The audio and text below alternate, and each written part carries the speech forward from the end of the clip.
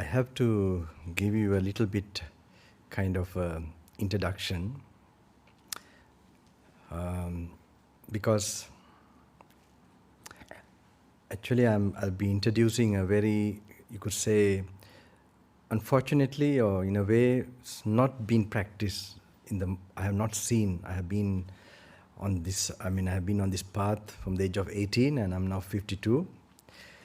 So, who inspired me on this particular path mainly? First, it was physics as a young boy, and I was searching for, what is like I was trying to find a final way of understanding life and what is happening. So, but physics is one subject that, like relativity and all that, helped me to connect with the existence of other divine worlds, the time dilation, and related with, what we have in our cosmology, like so many years on Earth is one day in the heavens. So these connections, I was able to make this connection and had belief in this existence of other dimensions, and use that also to pass my exams those days, to predict, because I had not studied much. So I'm cutting short, so anyway, after that I had a very concrete experience. I was in Southern Africa at that time, in Lesotho. And it's very nice. I used to go for walks and I used to keep on thinking. I was this kind of person at that time, very curious. And a certain experience I experienced at that time, which changed my life completely.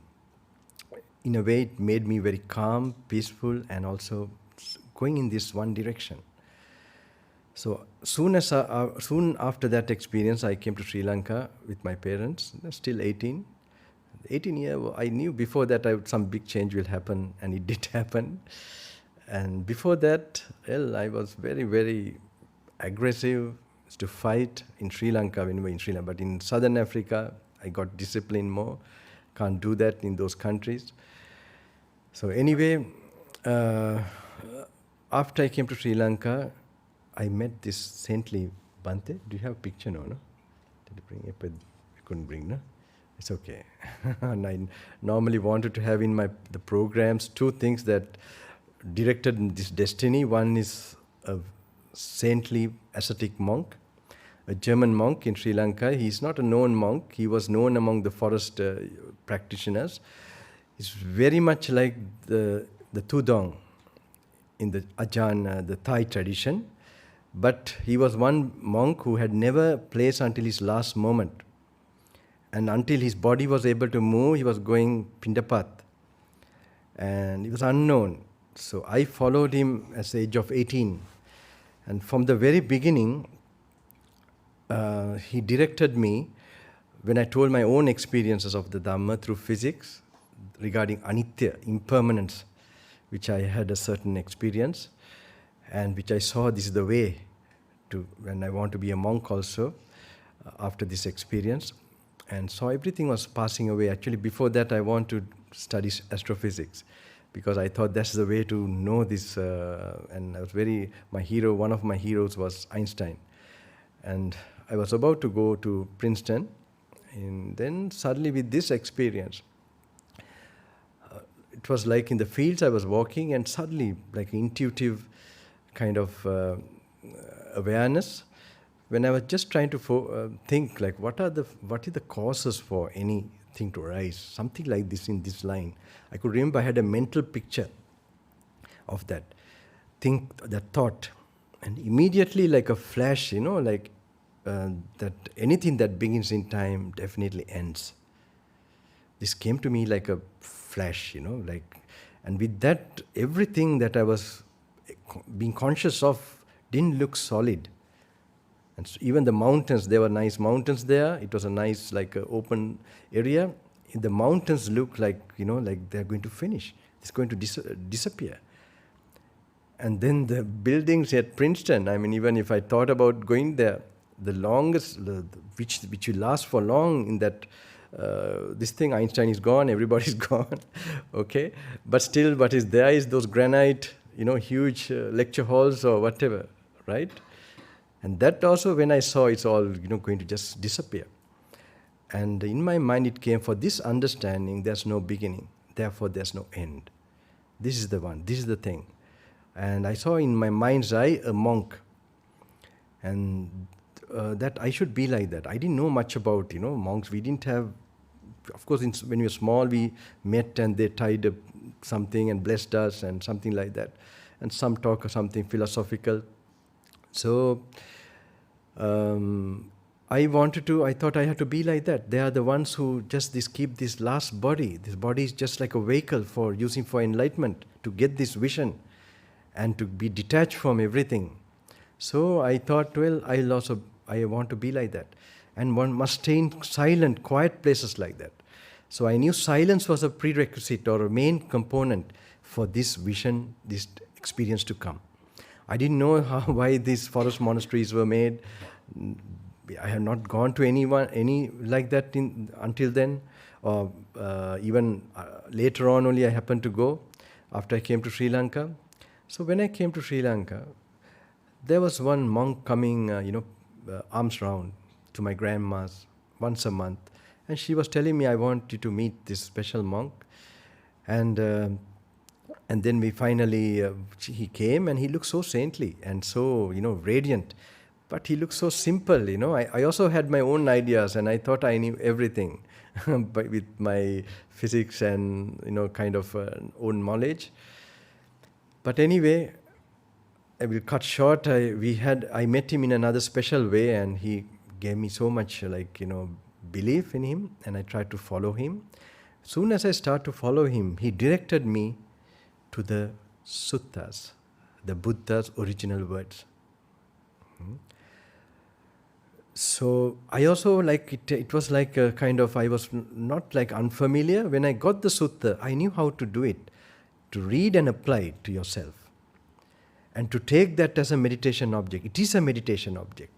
Original time, Buddha preached, when he preached, those words only, that made them become stream entrant, or see Nibbana, or get self-realized. So those words, but their brain, their mind was different. Even at that time when he became enlightened, initially he was reluctant, telling people are very much with sensuality and so on, and they might not understand the humanity. And this is deep, this is profound. They might not understand. But then he saw there are some beings who are laced with that particular, the dust of defilements. That there are people even of that caliber, that category.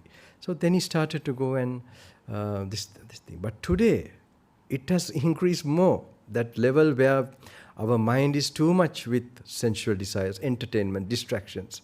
Okay? Especially with the phone and all that. Because I am not coming, yesterday also I was telling, I am not a preacher, If you're really serious to attain this path, then maybe I'm a little bit good. Because, tell you honestly, even 1 year back, I have several times escaped death. Even last year, I have been on the battlefield continuously. Not just coming, I'm not, just because when I knew I have a definite duty to come, and when there was the inner urge and I felt that I have a definite this thing, then I started to come. Even 2017 I came. But next year, I was planning to come next year, but I couldn't come because I continue to clear my own karma. And that is to keep on practicing. So last year, every year I faced some challenges, one in the jungles and in the Himalayas. But they were very satisfactory. Even if I don't achieve anything, I'm very happy for the effort that was put. And the Sri Lankan jungles is actually the ancient ruins of great arahants who practiced. They are still there. We have the national park. One thing is that now we have, there's a lot of wildlife, elephant or bears, and also snakes. So there you have to go. You can't just go. You must have some faith, and you must be prepared in case this can happen. This means you know what. So, and then you can practice that way. So this I have been very happy and fortunate to do that. And while doing that, last year only, I was in the Himalayas again. And then, so let me tell you first. So my teacher directed me to these suttas, okay, to make them as our guide. There are times when he saw me, I was getting attached to him. He used to look round and said, our teacher is the Dhamma Vinaya. Our teacher is the Dhamma Vinaya. So what happened, when we stayed in retreat, we already know our technique or way of, we call, the main key for, today we are going to do at least what to do, this few hours we are having. Main key for liberation is, for self-realization is Yoniso Manasikara. I don't know whether you heard the term. Yoniso Manasikara means, you could say in English, contemplation from the source, or which brings intuition, which brings the wisdom eye. So this special type of contemplation, actually deep contemplation, we could call deep silent contemplation. I don't know how to coin 2-3 words. And how to get this. This is the main thing to make you enlightened. You can have a different type of brain, has a different, you can have like an intellectual thinking. You can have, but this, how to harness this? This is reducing our reptilian brain. Reptilian brain is mainly connected with what? Because, very nice, the frontal cortex, when it is, this wisdom eye is with the frontal cortex mainly. So that special wisdom eye, which Buddha talks about, for that we have to get familiar with what he thinks, the way of thinking, the speed of his thinking. So recently certain things happened to me which encouraged me again. So when I was young boy that time, as a young yogi also, I started immediately. I used to read the sutta and use it to establish mindfulness. That mindfulness that comes from the sutta, the Buddha's direct this thing. Now, for example, we can place attention to the body. Okay, that is one. Then there is another one where there's a contemplation part comes. Now we picture our body from outside. And then the other one is, in the mind we think, what are the causes for body? How does this body that we are seeing has arisen? Buddha says of the causes. The causes are, one is food. Aharan sambuddhang kayo. Aharang aniccan dukkhang anattang. Kayang aniccan dukkhang anattang. Sabba sankhara aniccan dukkhang anattang. Food is impermanent, suffering, not me. So what arises from food is also impermanent, suffering, not me. Sabba sankhara means all conditioned things. That means what? That means what we call as our whole life or whatever we experience is consciousness. Consciousness does not arise without a body. Consciousness needs a body as a base. Okay? So this analyzing, observing the reality, the truth, what is going on in us. So if the base is impermanent, suffering, and not me, what depends on that cannot be happiness, permanent happiness and me. So this slow contemplation, now this you don't see it immediately. It is known, realized in the mind. If you don't do that much of thinking, you will not get wisdom. So I know in the modern times, there are two parts actually. Mostly it has become popular, the techniques, it gives you some meditation experience, no doubt, but it reduces you from thinking. The self-realization comes from a certain type of thinking which is related to wisdom, and which gives you a knowledge of you, who you are in a comprehensive way. So that is very much done by the Buddha's direct instruction. So this is my main thing that I want to, not me, my teachers also taught me, and Buddha has told originally, when he was about to pass away, he gave so many instructions. Don't think this, don't believe anyone. If you hear someone is an arahant or somebody who has attained this, just what he says, compare with my Dhamma Vinaya, my teachings. The second time, third time, if you find what I have said is that what he says, then agree. So what does he mean? He means rely on what I have instructed, that will be your teacher. Okay, and there's other occasions he told Ananda, the Buddha's attendant, don't think the teachings, I will be gone, my teachings will be your teacher. Now normally we have got to know the teachings through a monk only, but not directly, and we can do that in English language. The translations are perfect. There's nothing wrong. It's really nice. It's clear. But of course in the Sinhalese language, we have some difficulty. People with a lot of knowledge of the language, with out of too much respect for the language, they put this old Sinhalese language, old Sinhalese. And then people are not familiar with that kind of Sinhalese. And they create a great distance from the original words. So then you can't, if you can't be on this path, you must get a proper map, proper guidance. There's another question someone asks me, of course it can arise, whether these suttas or, I said it can be changed and all that. These are people who want to make shortcuts and, slowly deny this, keep this away. So, how to know even when Buddha was alive whether he was the Buddha? It is by practicing what he has said. It's like a treasure map, If someone gives you a treasure map, you go according to the map and you find treasure. Then you know the map is real, or the GPS you have here, right? Say the GPS, you press the place and you end up somewhere else, then you know this is something wrong. You're out of, the proper, the area of receiving the proper signals. But definitely you come to that place that GPS is correct.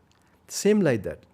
This will bring tremendous peace. What will it do? How do you know you have come to that?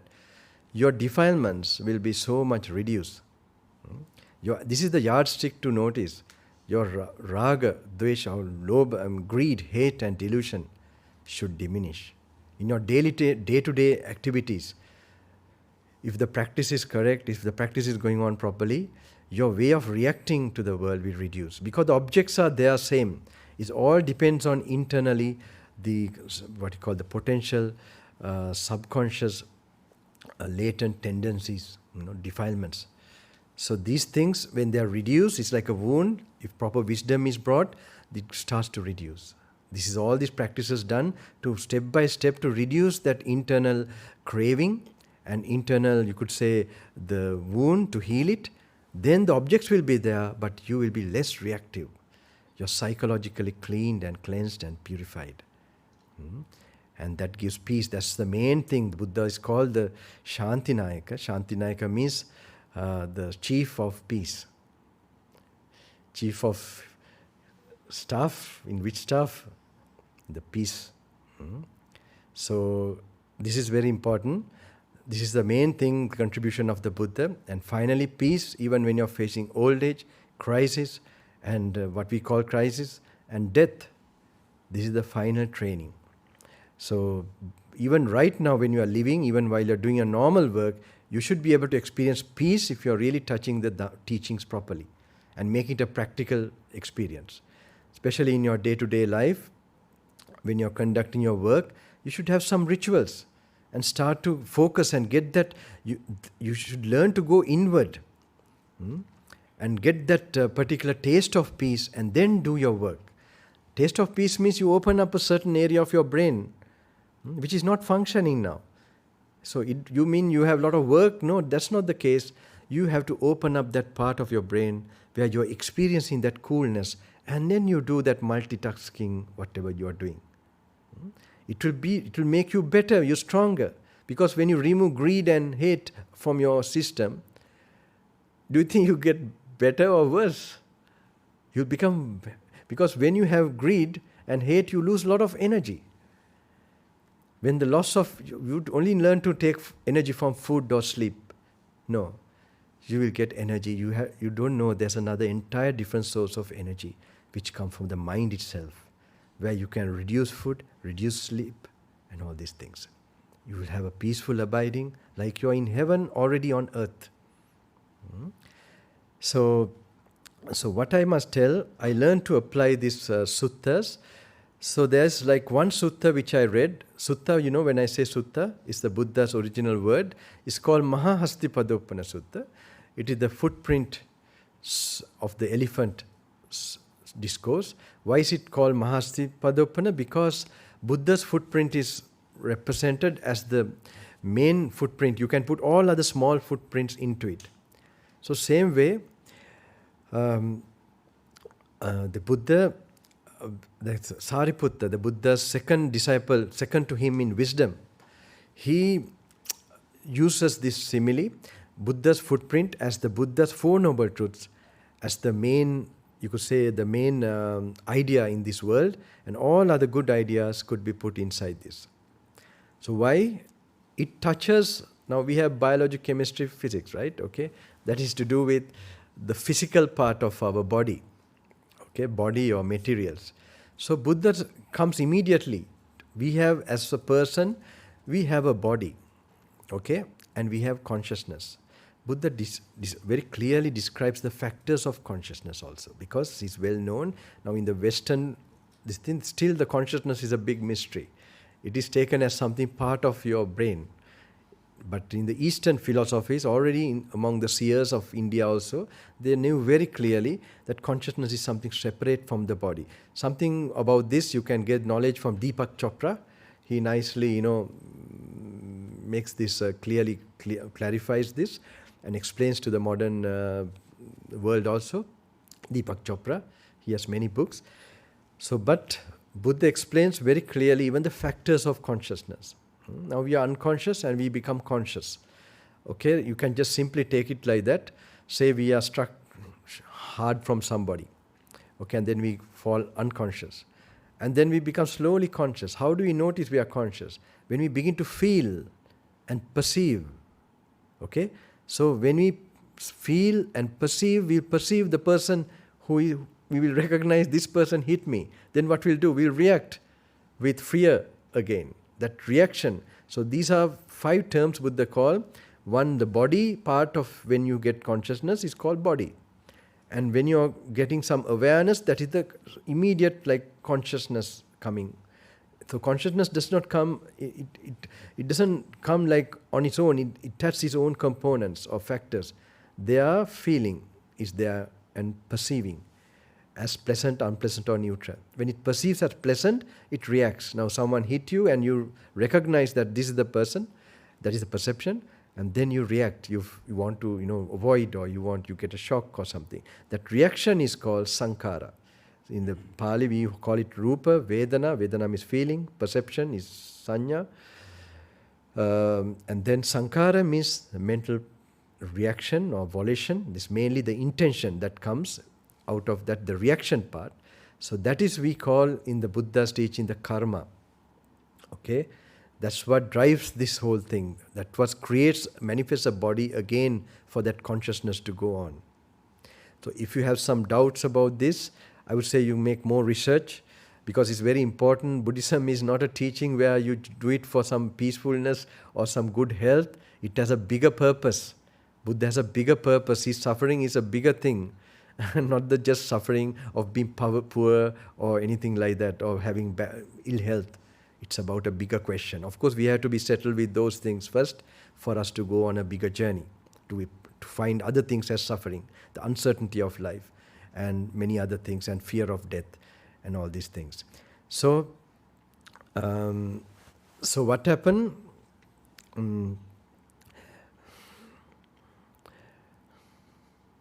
I'm not used to, I had to go on talking, then only the flow will go. What to do? I'm not a Dhamma talker, preacher. But what I have to explain these things, because so these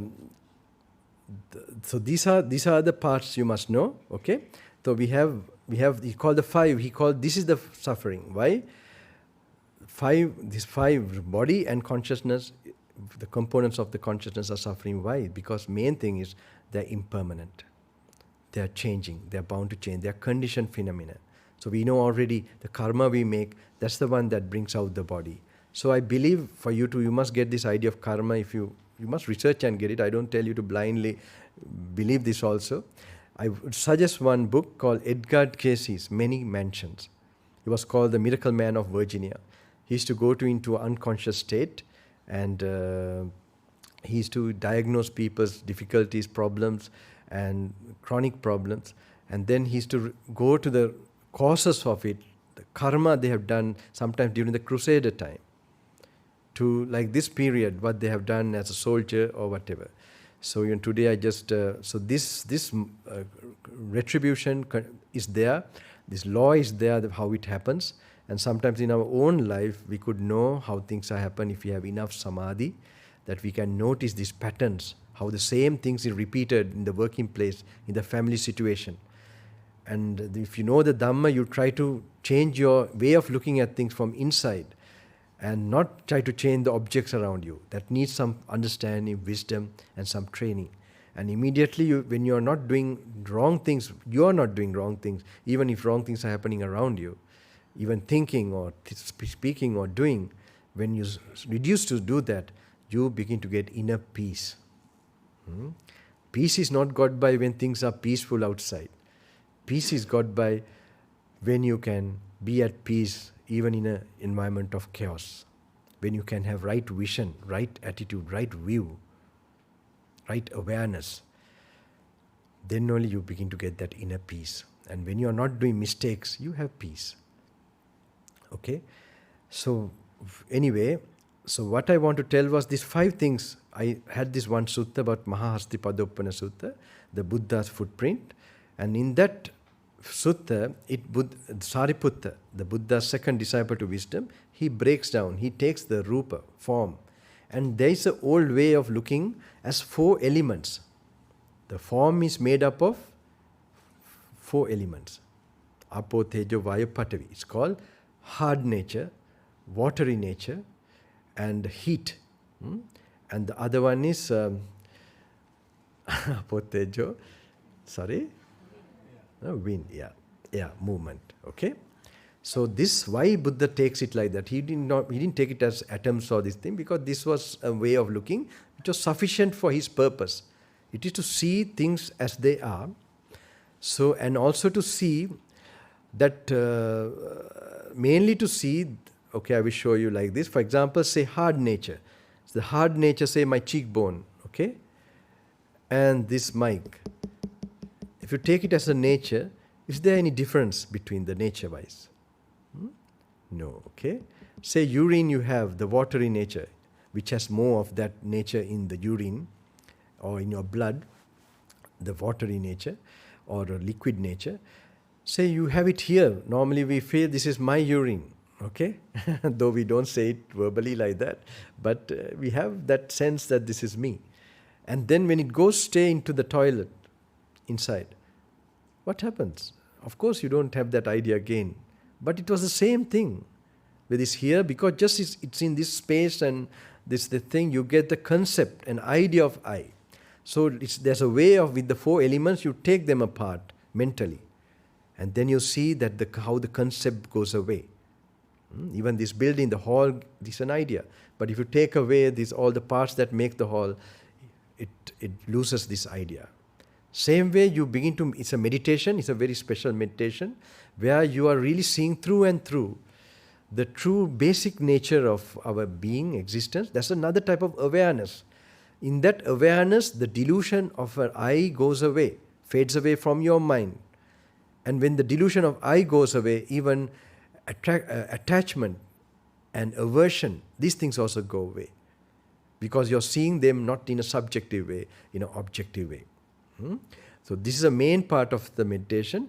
And then you realize if the body is like that, the consciousness depends on a body. And if the body is not me, then consciousness also is not me. In the consciousness only we have all these stories and ideas, my family, my country, all these things. Okay, that, and we have solidified them because we are not trained to break apart and see the world in its true form. So we have, for many years, this thing we have accumulated that unenlightened mind. Okay, so when you do this, it's very important. Then you will see even every moment of consciousness. Now this you can see only from your mind as a picture. So this picturing of the truth or the phenomena, Dhamma, is called Dhammanupassana. This is the main meditation. If you call it a technique, I would call it the Buddha technique, Buddha original technique. Okay, What Buddha speaks from his own mouth, that we try to look at it in your mind. And that is the one, according to our path, how we have practiced, that we will get this Dhamma insight to actually reach what he wanted. That when we see these teachings in that way, when we realize that, then only Buddha says that Yo Dhammam Pasati Somam Pasati. Who sees the teaching sees me. Who sees me, who sees me sees the Dhamma teachings. So otherwise, if you listen to my teaching, my way of instruction, you will see me, I would say. I don't think it's nice to see me. Because seeing the Buddha is a different thing. He's a vast, infinite, unfathomable. It's from the teachings you know. He's just because he was handsome, it's not that. He had that enlightenment within him. So only if you touch that enlightenment, you begin to know who he is. So for it is instructed when you begin to practice and see. So based on this experience we had in our own young period, I have been telling, and even last times I visited to read the suttas. But I was unable to do anything like now I'm going to do today, where at least give you some kind of entering into that practice. Because people on their own, they are not, their minds don't get focused to that.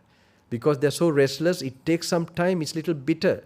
Because it's so different type of thinking, but it is simple, but it is profound. The experience will be profound.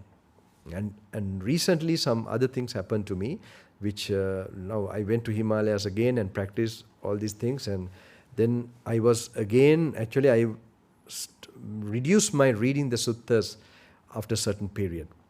Because I was taken over by samadhi practice for many years. That's what took me to Himalayas and all that. So it was some karma or destiny, I would say. And I went on doing these things. And last year only, I had this special experience with one of these particular, I don't know whether you call the rishis or seers in India. In today also very difficult to find proper seers, but there's one particular connection I had. And they pointed to me that the highest meditation, I cut short all the stories. Normally I have long stories because we have to go more to this, some other practice. They told me that the highest meditation is to do this practice. Now in India, there's the closest to that is Ramana Maharishi's practice. Who am I? Inquiry way of, self-inquiry.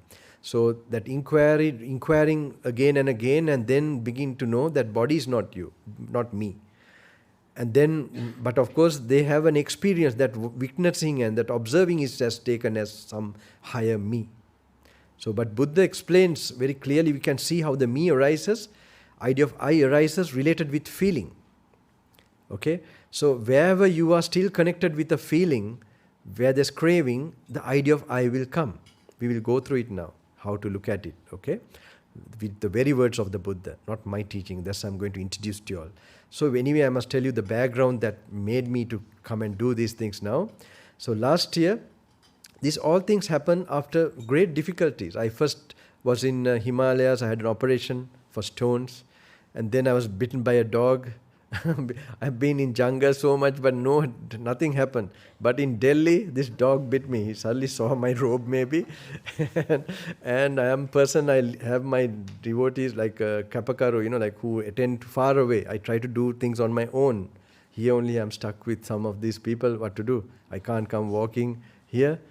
I told him also just stop somewhere because I don't like to get down from a vehicle. We are monks who have gone on the ground. My teachers never step into a vehicle easily. And I also practiced this for a long time in the jungle, sleeping, and I want to, this is our life. I'm not telling this is the way. The way is this. I'm telling about, now I'm going to explain how to practice, that is the way. But this type of ascetic lives, these are, it for some. It is due to some inclination of some, but Buddha didn't say this is the way for enlightenment. He said they are good for energy and all that. But who likes to do it, let them do it. That's how he told. So anyway, after all that, I was in Kailash. And in Kailash, you know Kailash, right? In Mount Kailash. This time I had a lot of good, actually Chinese. They looked after me like, they like, I don't know, soul beings who I met before.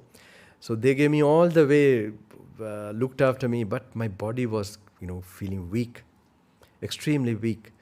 And from Lhasa, I had to stay, wait, and now our time is already passing, like 3-4 days. Finally, because I can't go further, I feel dizzy when I get up. So I think they gave me all type of food to give energy. I think I ate except human flesh. I ate every kind of flesh. I think I am normally a vegetarian, but I didn't mind taking any food, taking any medicine because the time was so short. And then I didn't want to go back. Then I got some perception, what is happening to me? I thought maybe I'm old now, not like before, previous year. To see, I had lost a lot of blood during that operation. And that loss of blood was the reason that I created this weakness. And it has not even 2 months since the operation.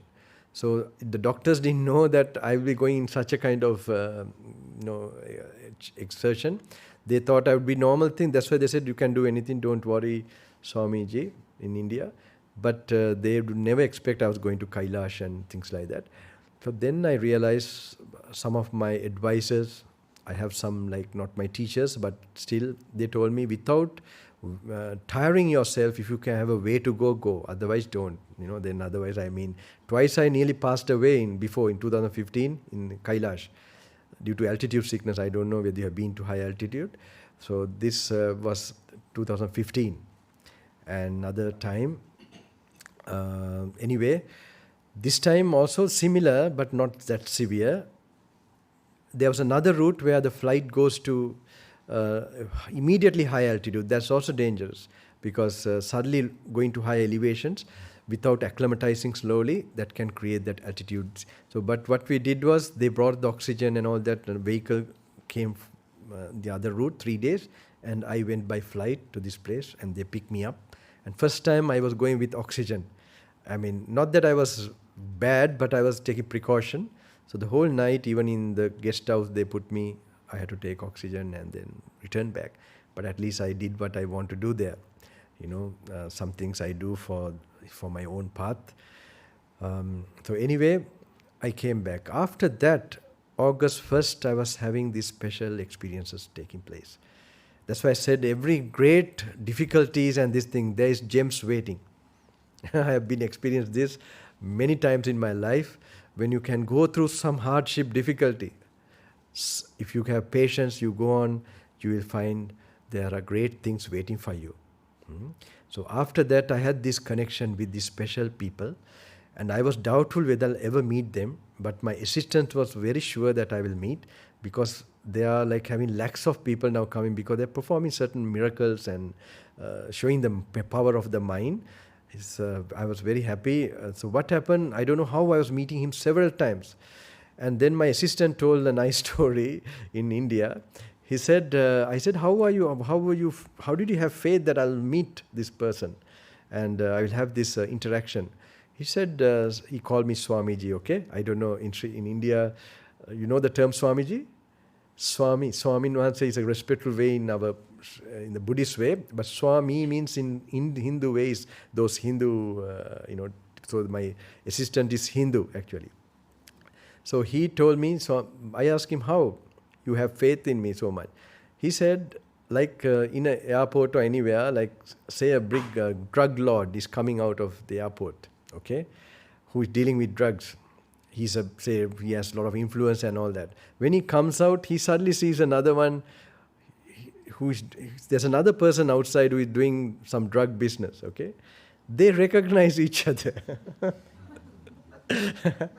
So he said, same way Swamiji, this I knew you're going to definitely.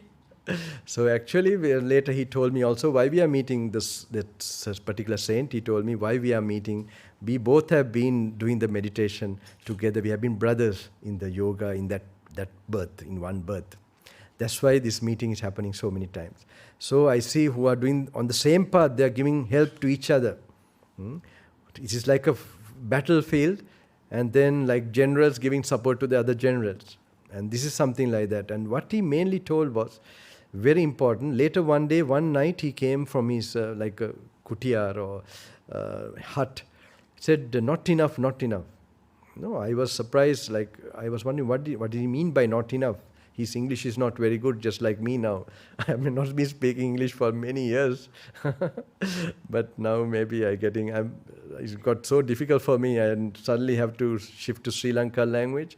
One time I couldn't speak a word of Sri Lankan language when I came from Southern Africa, and now it has put it to many years into this kind of thing. Now again, I'm happy because that's how I initially thought and did everything. So then he told me, when he came to his room, he told me, we expect that you practice more. We are expecting more you can do. And that's why we said not enough, not enough. And you can do more meditation, some more. So, okay, I went and did my normal meditation and came back. And again, when he met me, he said from afar, like there's so much crowd here and there. I asked, how is my meditation? I was going to ask him this. Then he said, like this. What means like this? Medium, or maybe didn't want to say is not enough. Said, I will explain to you, he told me. And then late in the night, like 2 o'clock, I happened to meet him in the morning in the room. And then he explained very nicely, okay, you do samadhi, you do this, but this know me meditation, that's how we explain know me, how to reduce the me. So then also another thing what explained was, there's a book nearby you. That book, when you read, everything will become clear. Now he doesn't know, I know they don't know anything about this, but they see the internal something happening in you. So what happened, this book, what I was having, not this book, I have still, it's in Sri Lanka, this is Samyutta Nikaya. This book I used to carry it all over in the Himalayas for many years, but I used to read few pages and I go to Samadhi always. But these books I used to go through and meditate when I was a young boy. I used to be very focused on it, and until even when I met my teacher also, for some time. Later on, I had to face a lot of challenges, and Samadhi took over me to do all those things in the jungle or in the walking through LTT area, in the terrace areas. So that time I need some power, this analyzing thing. It's to come as a habit when I am really, you can see that wisdom meditation will help you even in a very difficult situation. When you have a tremendous pain physically or external challenge, you can overcome it through wisdom. That I have practiced, but other time when I'm okay, I used to go back to Samadhi. So this was going on like that. So what happened, he told me, this book will clear, it will clear you. So he has not seen the book, what it is. So what I see, what is inside here, know me means the anatta, no self, clarity, seem to be the highest meditation. According to him, he said, when you practice this, last word he told was, when you practice this, we will have to come and search for you. So he definitely, but he's so caught up in his own karma that that kind of, he's blessing and helping other people in a material way, also some people in the spiritual way. What he does is this actually, lakhs of people, he would write, he has this thing he writes, right? And he calls somebody. He will call by name and even their telephone number. They will tell, this number is there, you ring this person. So this is become very viral and very, what is this? It's because he's challenging everybody and showing the mystical, some other aspect of power. And what he does is he writes like that. He brings the person, and when he sits down, he would ask, what is your problem? Why do you come? They will explain, and then he has written all his problems, what he's doing, and so whatever solution, for the person. So that's why it has been recorded and it's going everywhere. So it's extremely popular. But the funny thing is, he's telling, we both are same image. Last words he said was, we both are same image. Actually, that part of spiritual energy also similar. But of course, I have something else. The Dhamma, the Nibbana, it is self-realization. Of course, I think I have had that destiny for many lives and I've gone on that path. But regarding to the yogic, that Hindu way of practice, I'm sure I'm very similar to him. Very, very similar. And so what he did was, he told me this book, not directly him, but he told about know me meditation. And later on I went, and now I knew that I have to read this. So I went to Sri Lanka. I started reading in one of the jungles called Addadagala. It was been one of my places I used to go. I came back again. When I started reading some sections and finished and came back, 80% has arisen. Then I was very confident. I went again to another jungle, a new jungle, called Galpyuma Aranya. I don't know if Sri Lankan people, whether you all know. It is in the more north, remote area. And I continue reading. Not like even when I was young. Just I went very fast just to complete. Now it's not supposed to go fast. You're supposed to contemplate, and in your walking meditation mainly, you must learn to make that Dhamma picture. Then only Dhamma, the picture of the teachings in your mind as a mental picture. Then only that special wisdom faculty starts to work. That contemplative exercise begins to work in your brain. And when it is repeatedly done and matures, then the eye opens. That wisdom, intuition comes. I will guarantee you, my friends. Okay, these are one day if you really want to come, I'm going to pave the way. This is something that is going to be your guide, and I hope it will awaken or put you on the path where you want to know who is the Buddha, what is his wisdom, So I hope you will get it from the horse's mouth, as they say. I hope that. And so what happened when I did that reading very fast and I went back, what did he say? 120%. Then I started Sri Lanka immediately, the retreats. This is for 5 days. I had to make it, actually it takes at least 15 days. But what to do, the modern days, I made the longest one 10-day retreats and 5-day retreats. And I have told about this actually many years back when I was coming on tour. One day I hope I can do the retreats. That's only your real karma is going to be cleared. Karma can be cleared. The karma clearing retreat actually, I would call this, because you are given the opportunity to reach the highest as time of the Buddha from his instruction. You are having a retreat with Buddha, not with me, with his teaching. I am unfortunate to see I have never seen or heard until now anywhere. Their retreats are going on, but it's not a retreat with the Dhamma, the original Buddha's teaching. His teachings are taken now when we are reading these books also, they are thinking it's like a study. It's not a study, they are meditation objects. And Buddha didn't teach some of the things unless he saw the person was mature. And then he came, and immediately when he spoke, that wisdom might arose in those beings. So now we are having like a whole load, and when we don't know how to do it with the meditation, then we misuse it actually. We make the purpose of it, actually sometimes we try to connect the sutta with that. We explain too much of it. We are trying to experience something in words.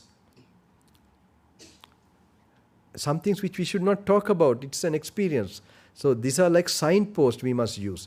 So this is what we are going to do today, okay? All right. What to do? I had to give otherwise...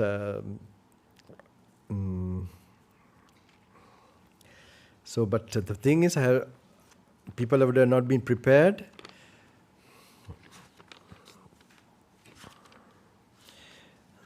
I was expecting all of them to have a book of the word of the Buddha. Okay.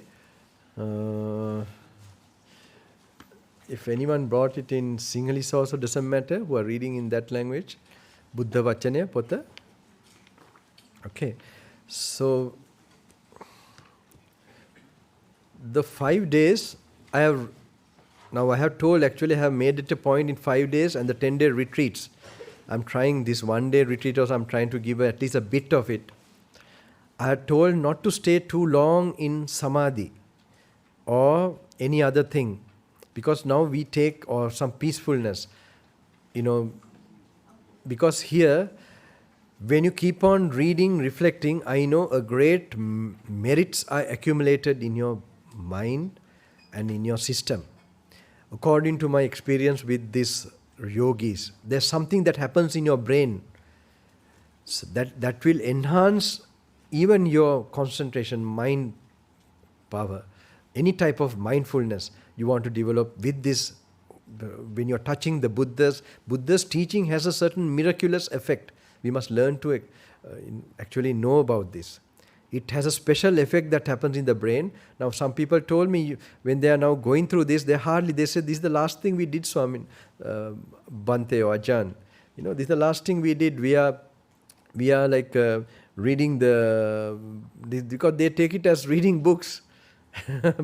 This is like something, it's not something like that. It is your come in contact with the Buddha. And there's a way of reading, okay? Just you learn to apply to yourself, not everything, certain things which he makes you to analyze, contemplate. And today in this one day, it's not easy because at least 5 days, in that only we can do something where you are brainwashed in a positive sense. Okay, not in the time of concentration camps or something. This is in the positive sense that you're reconditioned or unconditioned from this thing, and plainly, because this is actually taking you to see things as they are. This word is called evam passang yatha bhutang, to see the plain truths of our being, our existence, our being, and that's the way out to liberation.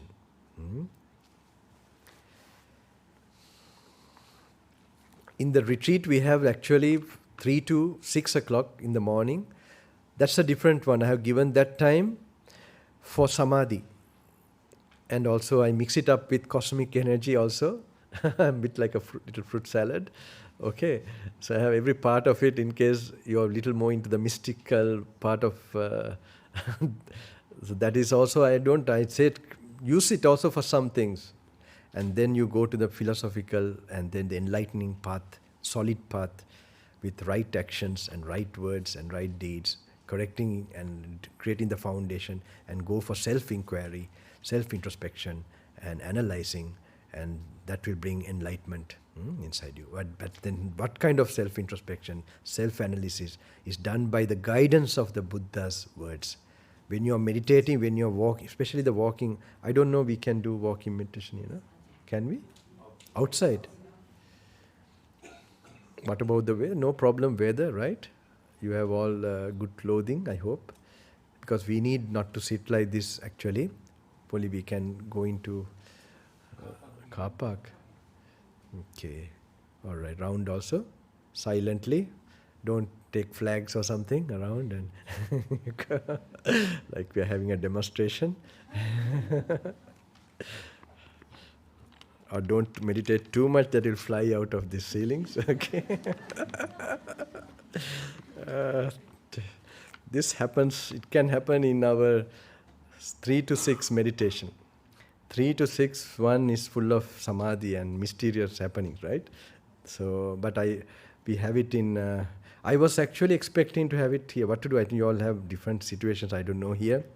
Actually, I told them to somehow to make it to start 3 to 6. Because I want you all to, at least one day, to get some sample or some experience of all these aspects that are going to happen. I hope maybe we have Ripplebrook, no? Some place we are going to have the retreat. So you can from outside come and join. You can come 3 o'clock early morning and then take part. It's also in English, right? Single in there. Both, yeah. So in both languages it's done. So 3 o'clock to 6, you can get that experience, which I use. I would call it cosmic energy, which is connected with my Kailash Himalayan trips, that to break any blocks if you have on your worldly life or a spiritual life. So I'm using that time. So that is the only time given for samadhi. Okay? And from the other period, there is that special effect that you want to master, that going through. You have to read quite a lot. Quite a lot means... It's nice. You will find you will never experience this, because it will be opening your brain in the fullest way. This was given to be my teacher, a certain sequence. Actually, my teacher, I think, Ajahn Brahm happened to meet my teacher in a short meeting in Vajrarama in Sri Lanka. He was very impressed, I can imagine, because my teacher, he's I can't explain about him. I wish you had a picture of him and Kailashi. Anyway, it doesn't matter. So this is all coming from so much going into the original Dhamma. Hmm? And it's like you become, it's a Dhamma body is created inside you. And so he gave me, when I stayed first 10 days, 15 days with him when I was like 21 years old, the first retreat I stayed, retreat means I was the only one. He doesn't have retreats, he was not socially engaged. He was a wandering monk, an ascetic monk. He told me he spent all his life to experience the Dhamma, the teaching. And actually he was expecting me to do something to give this teaching. Then I never forget, he used to tell certain, now if monks come, he used to tell this sequence of suttas. He used to tell to read the Skandha Varga Salayatana Varga. It's one section in Samyutta Nikaya. If you want to attain Margapala, that's how he used to tell. If you want to attain the paths and the fruit, we call it in the sainthood, to the way to sainthood in the Buddhist, this thing. If you want to reach that, to read this, he used to just tell like that. So he never used to tell to lay people. I think this is the first time he's coming to the lay people. And even if monks are there who wants to take part, who want to this thing, it is available. If the internal practice, so even Ajahn Brahm that time would have got a discourse but would not know, he had a very comprehensive way taken from the original suttas to put your mind into a certain thing. That some of them have now some experience it in a certain way. But I want to give you some introduction also. I will give you some idea. I don't want to, every meeting I feel so precious, and I'm trying to put everything I have. Sometimes it might be too much for all of you. So there's like a sequence, but I would suggest, in case you have due to some reasons you are unable to do something, take these books, get them, keep it at your bedside, start reading. It's going to affect something in your brain. It's going to change your brain structure, especially start opening your certain areas of the wisdom eye. And it's going to change your destiny also. But you know how to do that? You have to change your lifestyle as well. This can't be done. You're living a very hedonistic life, enjoying the senses, activating the reptilian gland so much, and then you can't expect to get inner view, inner vision from this guidance of the Buddha. If you don't get the inner view and inner guidance, you will never know who he is, what he is, really what the real Buddha is.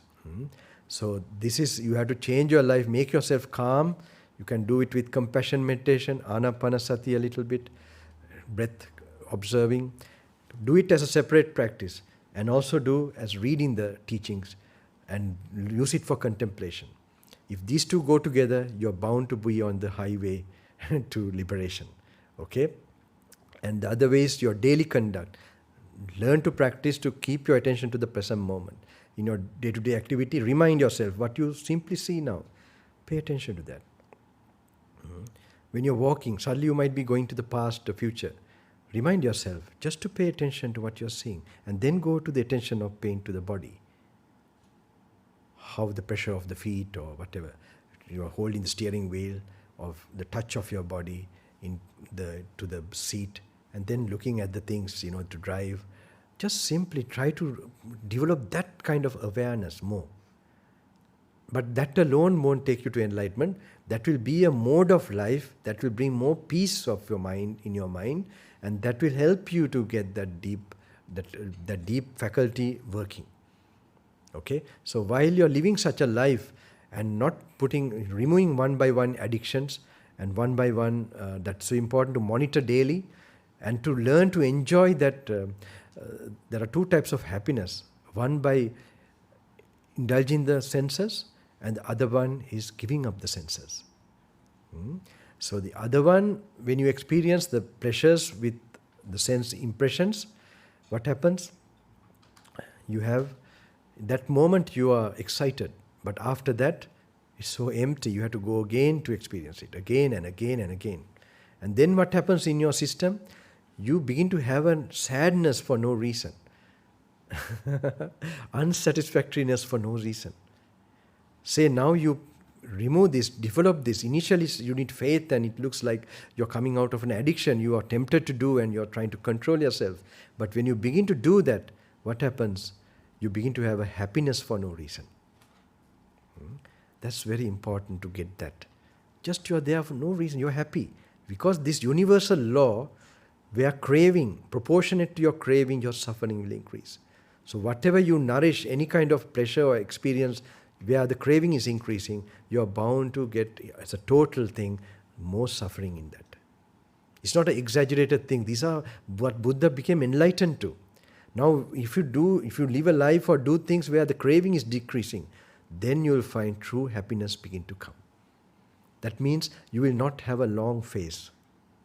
You know what I mean, long face? After a long time, I'm remembering this long face. Okay. Do you understand that? Okay, now you are suddenly having a cool face. Okay. That's very important, okay? You should not get it artificially. It should happen naturally in your life, okay? This should happen. You have that peacefulness, contentment, coolness, and lightness coming inside, like a baby, slowly, slowly. This should happen, all right? I think you're waiting for the meditation, right? I know you have a sitting, walking, all you got used to a certain thing. We will start that, okay? This is all a meditation. See what happens to you all, how much peace you will get and how much...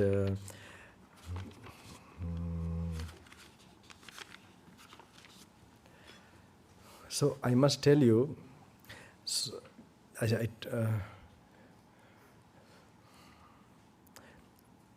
I had this auntie. What about you having lunch at a certain time, or you brought your own lunch, or how is the arrangement? Komad? I'm okay. I have finished. I have taken already, but others I don't know how it's happening. They have a time or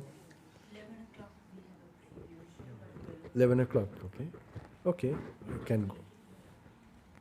You can even okay. So,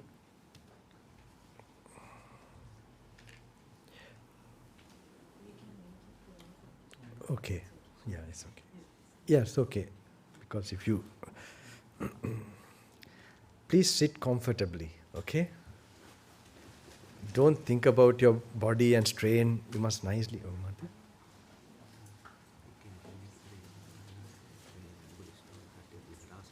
Would you?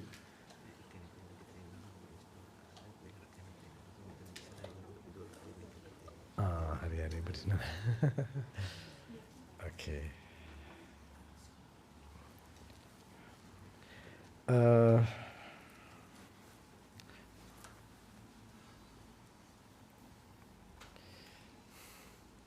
So,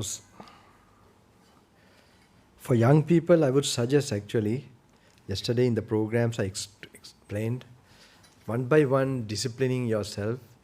I hope, the phones and all that, got to know a lot of things about it. We have a thing called pineal gland in this thing. The pineal gland, we have this particular hormone called serotonin. Am I right? Serotonin? Serotonin, okay. This is a tongue-twisting word I had to recently. So that normally helps for concentration and reflection and all this, focus, this thing. So this, I got to know that, like the blue light, the phone, it affects that particular serotonin hormone, it reduces it. And like this, many things in the phone, actually the devices. So it also so many things are there which is addictive, especially even the YouTube. Later on, get to know even the YouTube. That's like the dopamine. Why we like to continue to look in YouTube videos? It's much better than reading a book. So do you think we have developed? Is it good to keep on just being religious? Maybe I don't think you'll become to develop your concentration, focus power. If you are really interested in that, then you have to be very cautious. You have to use it for your work things. That we can't help it. Okay. But make it sure that you are limiting it for your work only, consciously. So the YouTube, I got to know, they have created in such a way that, the dopamine is so much is released in that you can keep on looking, and short videos, which are more dangerous. Like you keep on, and there's something called doom scrolling. Have you heard this term?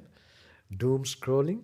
Like you keep on, looking for one to the other, one to the other, one to the other, because there's a rush of dopamine coming, and you keep on doing this. So we have in the 5 precepts, okay?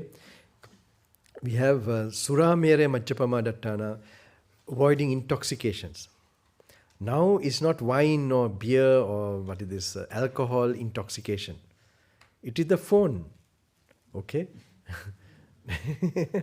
It's a very decent intoxication. So it's a serious thing, because if you want to develop concentration power, if you really want to get enlightened, this is something you have to really consider, because your days will pass, and you will be damaging those faculties which help you to become enlightened or to get that level of wisdom. It's no point we can discourse properly or have a lot of knowledge. We must become self-realized people who see the teachings in their mind. That's the mental vision that we have to get that. And it's still a possible. This is not a day where it's not possible. That time is some more further ahead. Don't bring it now here. It is a possible time. If you can make that sacrifice and learn to enjoy that higher type of peacefulness, purity, and these things. And other ones are in sexual matters too.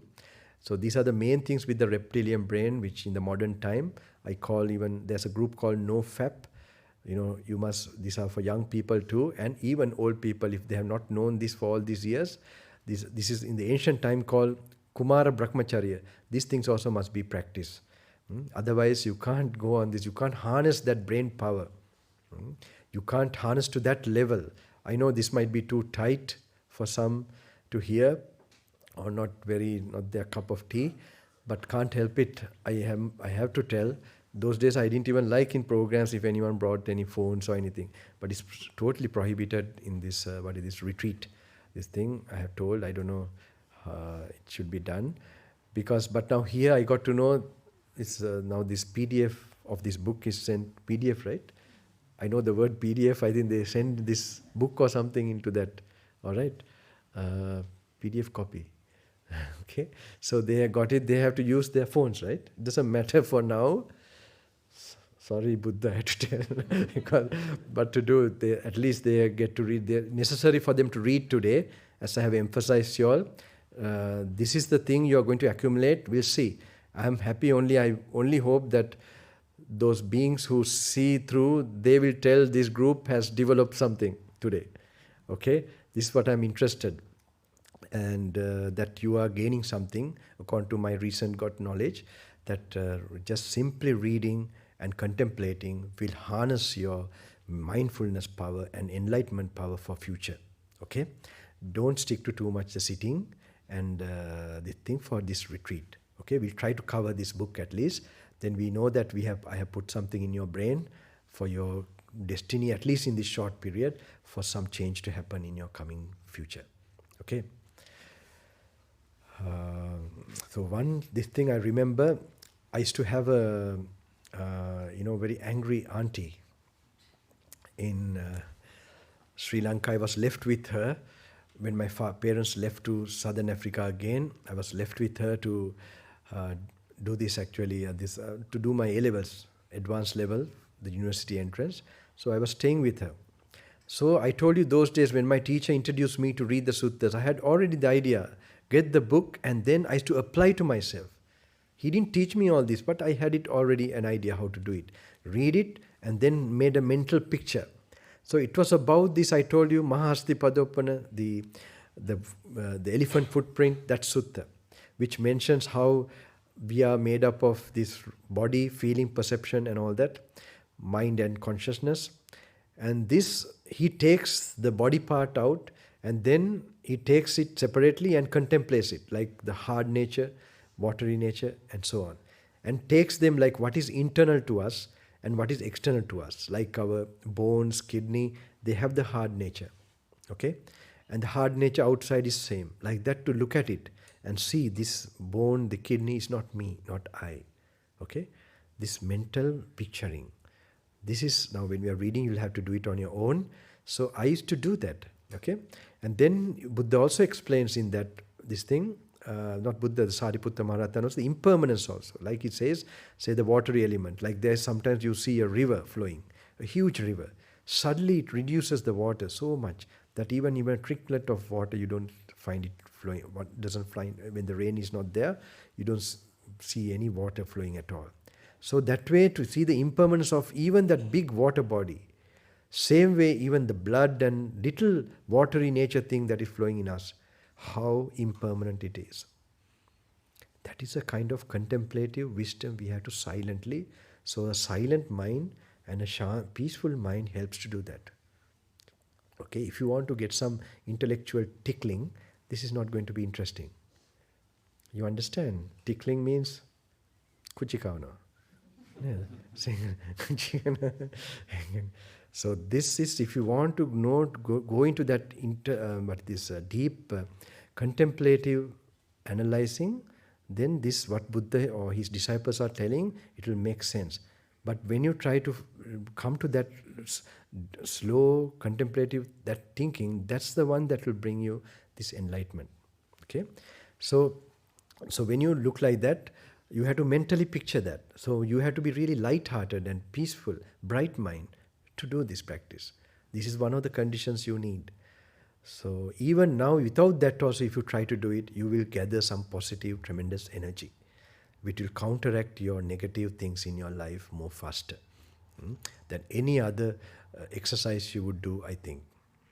So, so this thing is that. Then the hard nature, for example, which is, as I told, bones and all that, and the outside hard nature, which is also same, to look like that, and then also to see even some big rock, after a long period, it will disappear. This time will come, it will break, it will become dust, or it will come to even granite or whatever. So how impermanent should be the small, our bones and all that. Like that to contemplate, the sutta is like that. Then it shows that consciousness depends on this body, and if the consciousness is like that, not me, not I, and bound to change, then consciousness also have to be not me, not I, bound to change. So I used to do this, look at in my mind's eye. Then suddenly one day the auntie who gets very angry, what happened? She took me to, the Buddha's tooth relic in Sri Lanka. There was an exposition of it. So we went to see with special passes. I saw in line, these people are, like going in the line, all this lot of people. When I was going back, I was feeling I should go in the line, It had a nice feeling. So those days there was terrorist problem.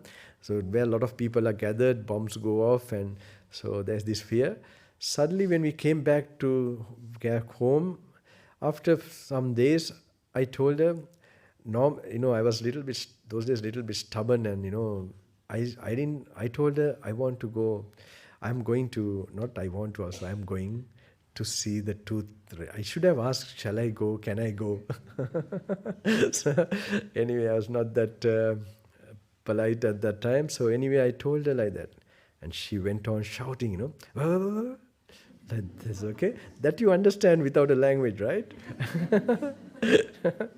So she went like this, and then suddenly, I have been already practicing this, as how the elements are not me, and then that when they take them apart, that me disappears, and then these perceptions, what I'm seeing from the eye, is eye consciousness, ears, and their consciousness, they're also not me, not I. They're just feelings, perceptions. I was doing that actually. And then suddenly she saw what happened. There's no reaction.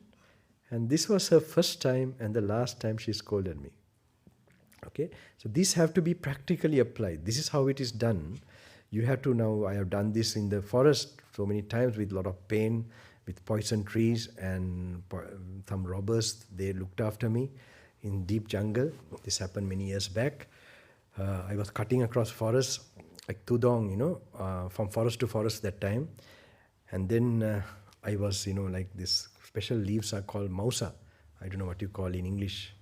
It's a like a, it has a fur or something, when it touches you, it's like you're whipped.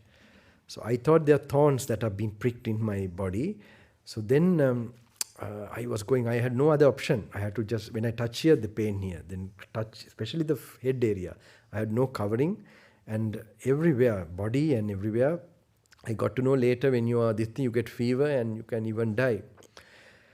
But anyway, I was going like this, and I had to cut across a certain plateau, and then finally many things happened there. I also fell down. Leeches also I had to remove like this, with not one nor two, to take like this, so many.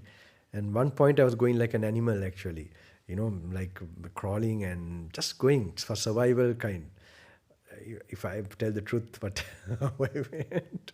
It was then finally, in the forest we make a sound, like if somebody is there, they will respond. We make a whoo sound, whoo, like, and we make this sound. Of course, it's a great thing if another sound comes. Even just to know a human being will be there will be a great hope. So time to time I used to do that. I used to make that whoo, no hope, let's go, continue, go. And I came to a hut. And in that hut, like a mud hut and all that, that hut was there. There's some hope, like there could be some people living. And mud hut, like not very, very basic.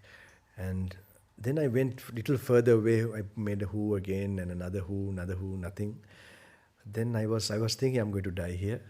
And I had to prepare. And when I went further, I could see jungle all the way there. Jungle here, all the way there. Like I'm in some middle. There's no hope, no food, no this thing. Time to time, one time I made another who. And a who came back. Oh, then another who, then this person was coming. He also would have wondered to see there was robbers. And but even a human robber is a great blessing, Really, in that condition, you don't mind being killed by a robber, even because your kind is there. Anyway, these guys, they put me. Actually, they told me there are no facilities here, so they want to send me somewhere else. And by the time I have fallen, and I had that will, I didn't care about the bodily difficulties, and I had this stick with me. And when I met him face to face only, I gave up that willpower. And when he looked at me, when he told me like that, I told him, I can't go anymore. I can't further go. Then he knew I am in some difficulty.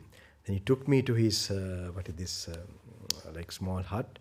And I lay down with all pain, here.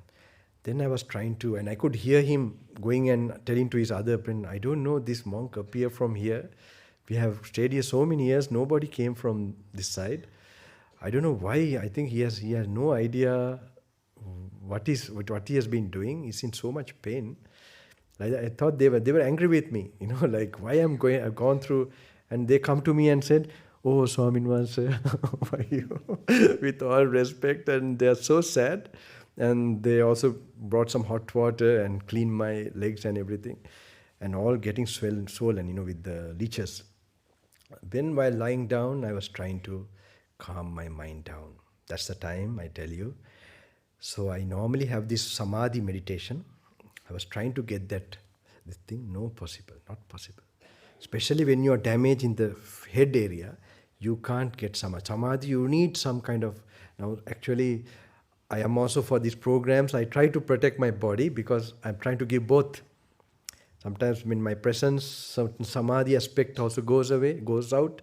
So even yesterday I was having I was exposed to cold, and this, because I don't want to, these are few days I'm here. I don't want to do something even little less here. So luckily I took all the medicine that is available last night, and to make sure I had good rest also, and then I'm okay again. So, because for that you need samadhi, but for this, that's why it's a super meditation. The yoniso manasikara, or reflection or contemplation or wisdom bringing meditation, is a very powerful one. So what did I do? At that time, I was helpless. I was thinking, if I die like this, I'm not happy, I'm not at peace, or like calm down. So I can't get samadhi. Then I remembered my teacher. He has told me to memorize certain suttas which were striking. So I had this particular sutta called Anatta Lakkana Sutta, no self sutta. Okay, so that I started to slowly reflect, contemplate. Rupam bhikkave anatta. Body is not you. Feelings are not you. Consciousness is not you. Why is it not you? It is subjected to affliction. Abhada, Sangvada. You can't order the body or feelings. May the body, feelings be like this. May the body, feelings not be like that. It doesn't follow your orders. So immediately when I was contemplating this, I was looking at my own feeling, the pain area. Okay, the cut feeling here. And then I was reminding myself, it's not yours. Why is it not yours? It's subject to affliction. It's already. This is not the way I want, but it is happening that way. This may be simple, but if you begin to notice the reality, the true thing that is happening there, you will notice suddenly what I was feeling was, experiencing was, when I was doing that pain feeling was going away from me. So I was suddenly doing it more and more and more, and there are second way of contemplation, third way of contemplation. When I started to do that, all the pain was, I'm not experiencing it. Then I was wondering what happened. Like I was really having a lot of faith, even in a painful situation. The pains, how does it remove? How did it reduce? So this is my idea. At that time I thought, even though we say we are jungle monks, we are gone out and we have practiced, unconsciously we are still holding on, clinging on to the body until we have come to the final stage of enlightenment. So though we are telling them that mental hold is still there. So when you have the mental hold, when you crave for something, then only that perception works, the painful perception. So when the attachment reduces, that painful perception loses its force. And then what happened? I think that's what happened. Then how I was not feeling that pain at all. Slowly, the pain is there, I'm sure, but the effect of it, I was not, getting it. I was not maybe identifying with that as me or I. Even my teacher used to tell me how he used to, he had a hip injury, and he used to walk for miles and miles in Sri Lanka. And about 3 times he walked around Sri Lanka, he told me. And he had a hip injury from young age, and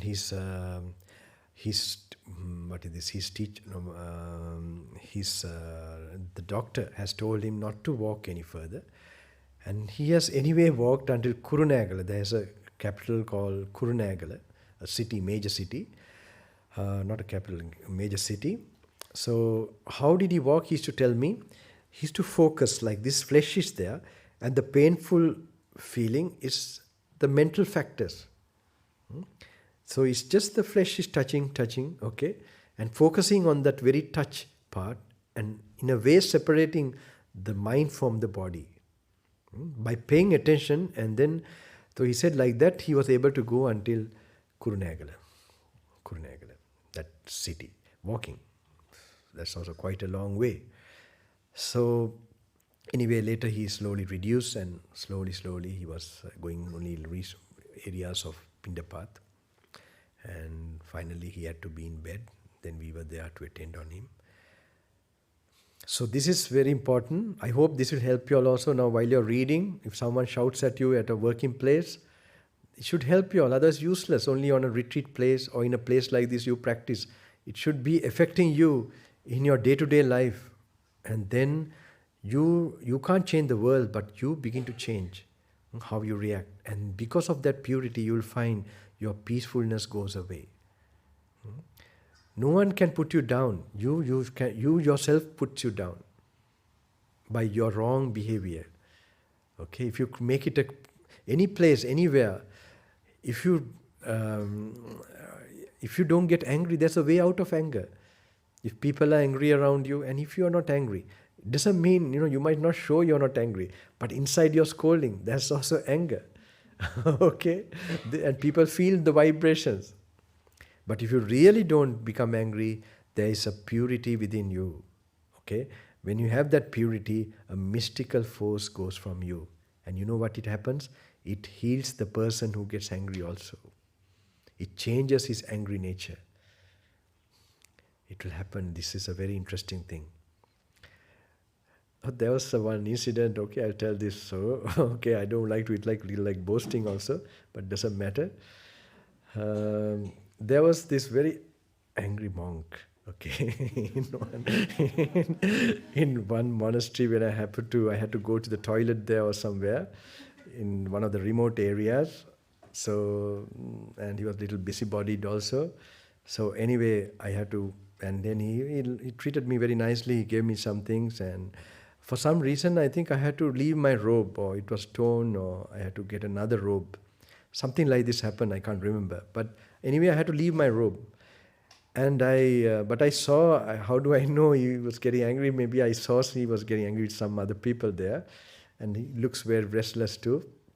So what happened, after that went. And after some years, I came back to that area and happened to meet him. And he suddenly said, "Oh, Swami Mansa, I started wearing your robe. That robe, after that, my anger reduced so much." I don't know, maybe. So, yeah, this could happen. So even in your surroundings, if you want to change them, you better change. And your very presence and your vibrations will begin to change slowly. And you don't care whether people change or not also. You're detached and you're free. You should be like that. You must create your bliss inside, blissful world within you. And you take it.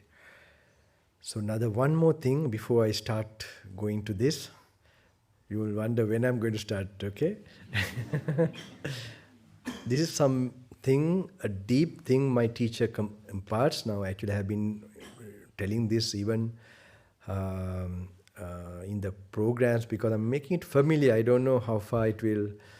How many of you are familiar with rebirth and karma? No, tell me how many of you are not familiar. Can you raise your hand? Rebirth and karma? Rebirth and like reincarnation and how the karma law, like good and bad, that brings you to a next birth to go through that. In simple words, like what you occupied here in this life, that conditions you for your, like there's another life after this life, according to your actions now. Are you familiar with that? Who is not familiar? Can you raise your hand?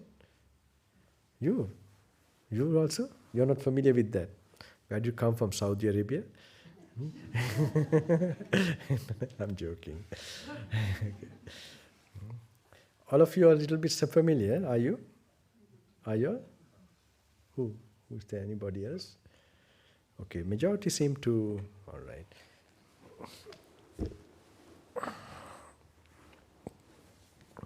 So, I'm going to give you something because one day in your future, if you want to become enlightened, the purpose of all this meditation, actually I'm giving you something which should be given finally or later on, but at least I'm making you familiar in your mind world so that it will help you all. My teacher used to tell me, I used to like this when he explains this, and then finally he used to tell me when it's like clear, don't think it's clear, it's deep. And later on in my practices of practicing and introspection, contemplating the Buddha's teaching, suddenly this became at one point very clear. So it made me like, what the Buddha's main purpose is.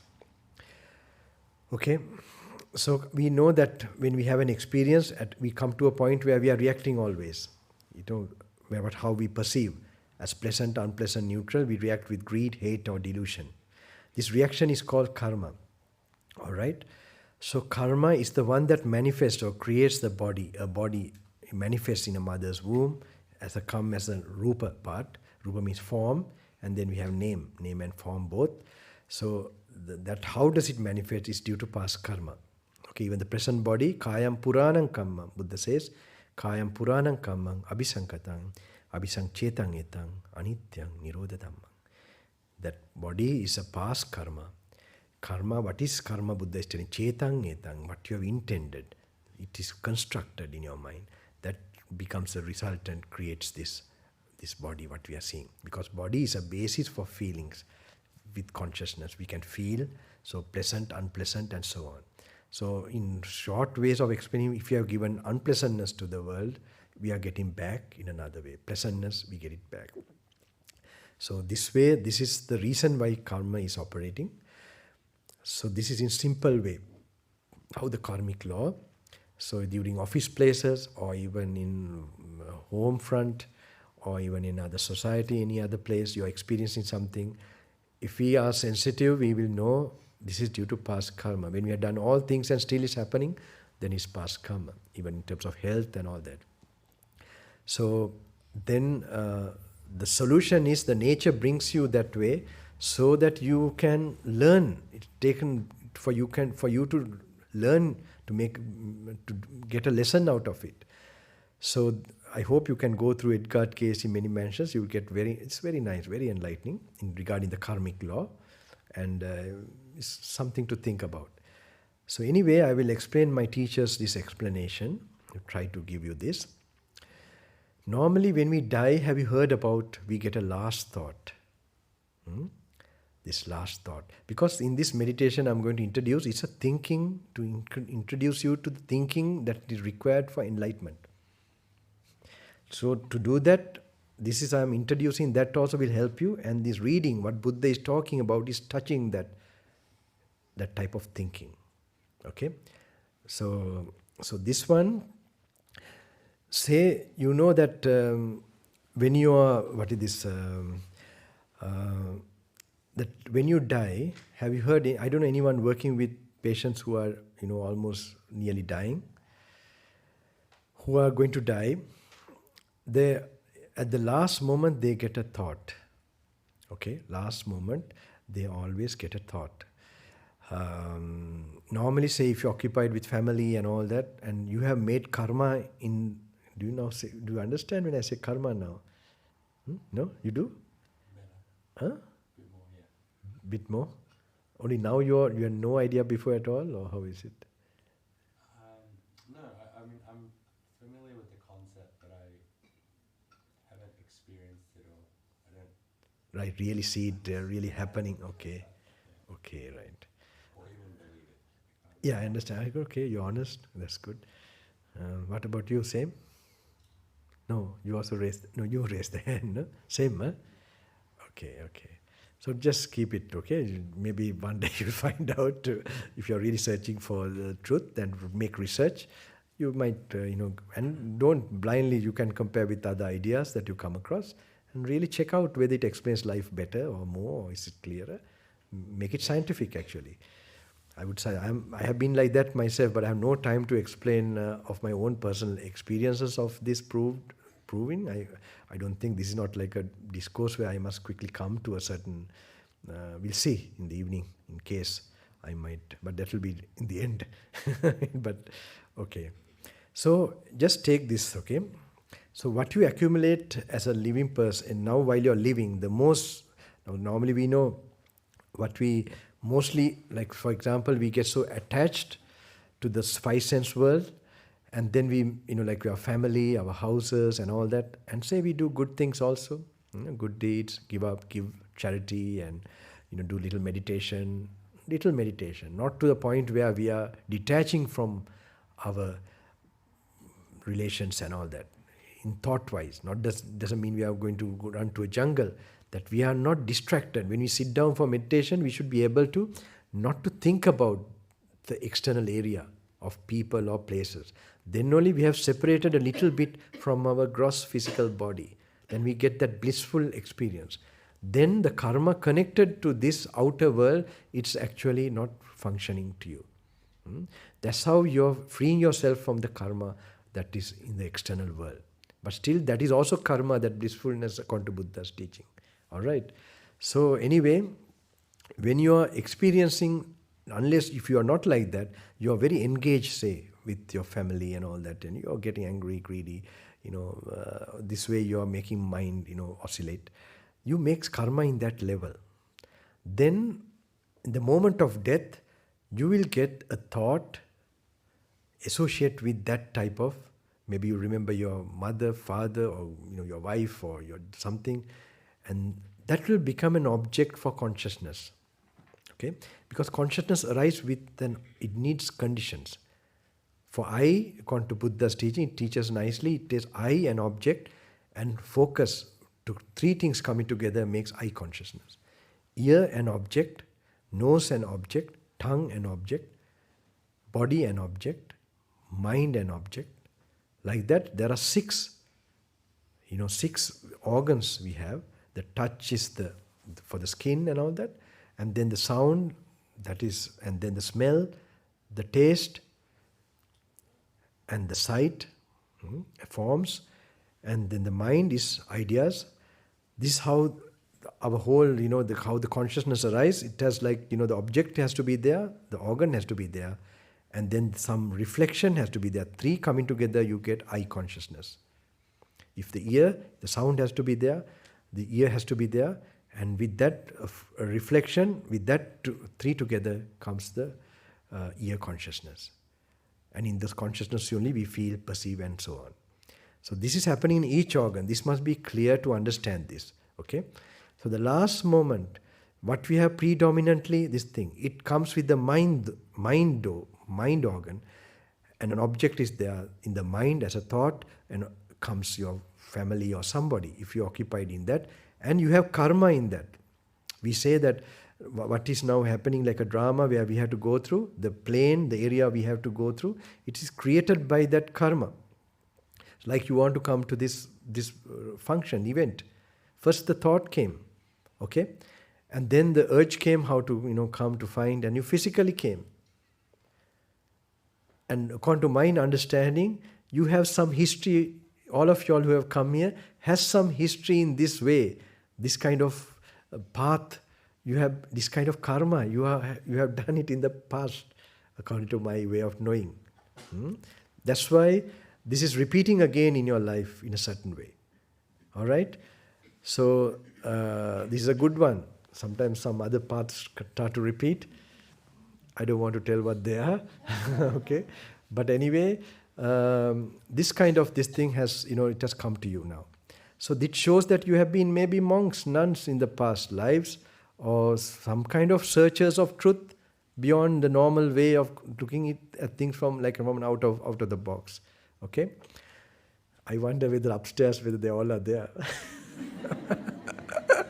Later I'll go and check them, right? Maybe it's easy for them to leave, Not here. You can leave, no problem. Okay. So, I'm going to make jokes. I'm going to not concentrate. So let's see. So what happened? Now where am I? What did I say? Yeah. Sorry? Yeah, okay, last moment, okay, the last moment, what you have accumulated now, like this you came, same way, if you have karma, you get an object, you get a thought, okay, that thought then you put into action, or then you're going to experience karma in that direction. It always starts from a thought, and that is an object for consciousness to arise at a mind level, and then you might go into any other, like you came here, all right, and then you're experiencing it in a more concrete way. Same way, moment of death, what you have accumulated, now very interesting, very interesting. Say you stay in a retreat, you don't get an opportunity like here. When you are in retreats, you'll find suddenly latent tendencies, like more than before, you will be getting sensual thoughts, so much, or angry thoughts, or you're feeling more drowsy, fearful thoughts, emotions, I would say. So these things arise. What are latent in you? And especially memories you never imagine that it will come up, it just come up. What? Those are the ones you have really done, the karma you have done, they come up.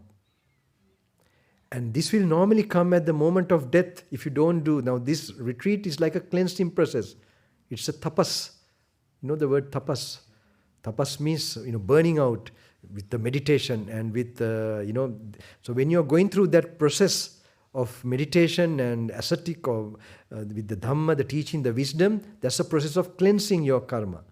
Why? How? When they come up like that, then you get an opportunity to clear it with the meditation, replacing it with the meditation. Now, if you don't do this kind of clearing your karma, what will happen? Moment of death, this will come up. And without your control, because that it becomes an object for consciousness to arise, the last thought.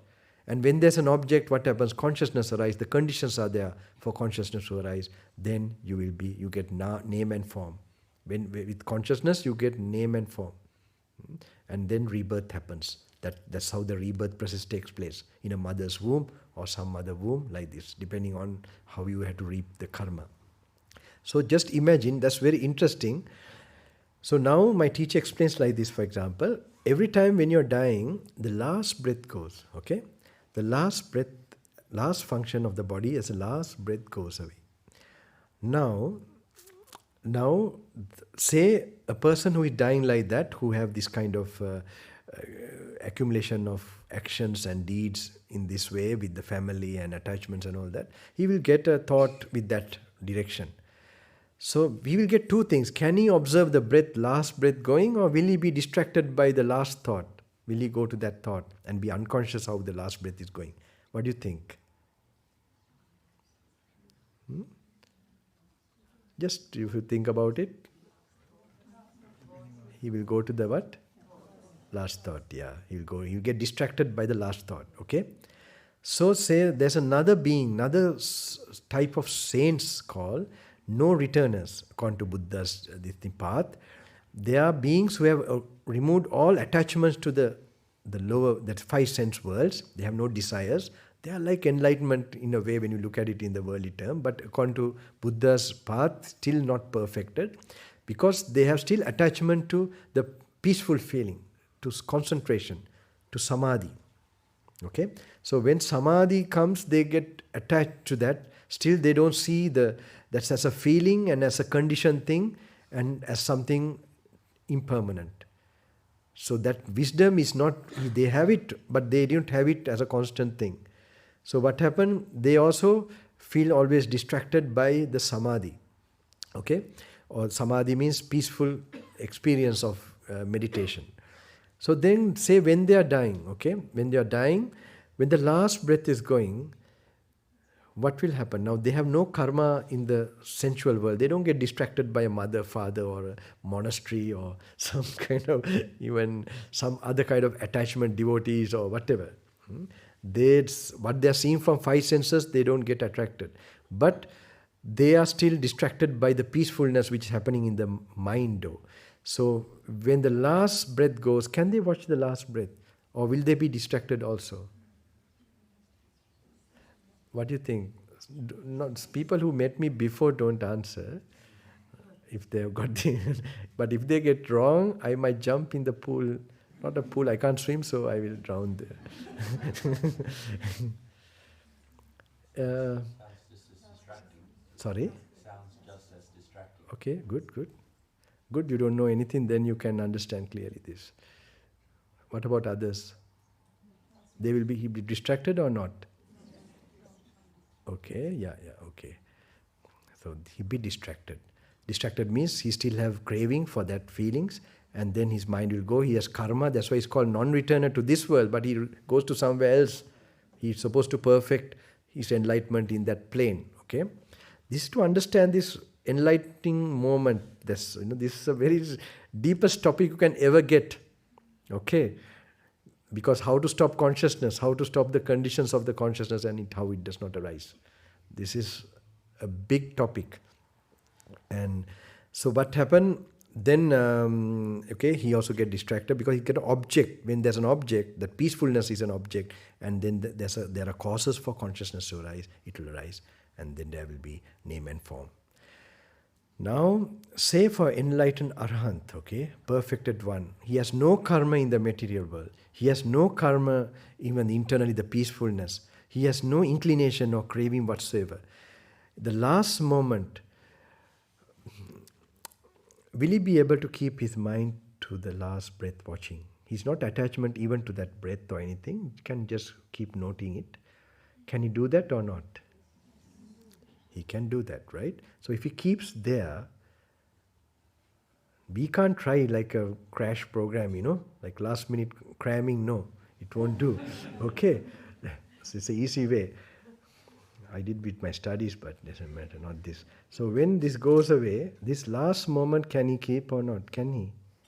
He can. When he keeps there, consciousness needs an object. When there's no object, can it arise? It doesn't arise. When it does not arise, can rebirth take place? No. When there's no rebirth, will there be old age and death? No. So this is nibbunda, nibbudha. Cool down, no rebirth. So one day, because I have told you this, if you happen to go to the original instruction of the Buddha now, is going to become very clear. What is he doing? Why is he making this practice? So at least in this short time, I am preparing your brain for that perfect wisdom eye, so it makes meaningfulness. Because with clear understanding, only that enlightenment will happen. It will not happen just by even. So, but mind you, these things, I'm not talking some theory. This we have our own personal experiences. So this is something I hope I will give you some guidance. Now maybe with this basic some knowledge, we can do this. Okay?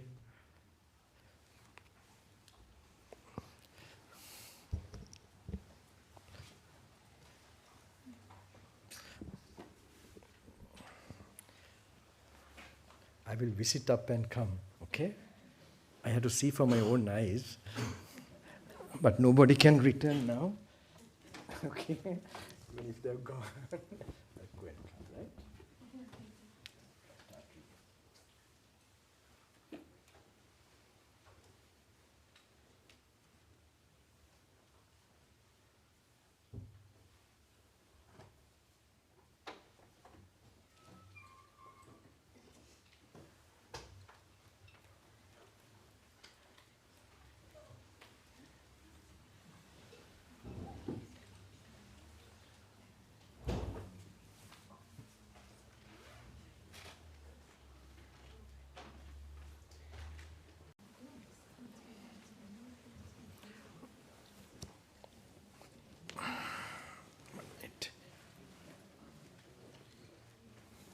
Another thing.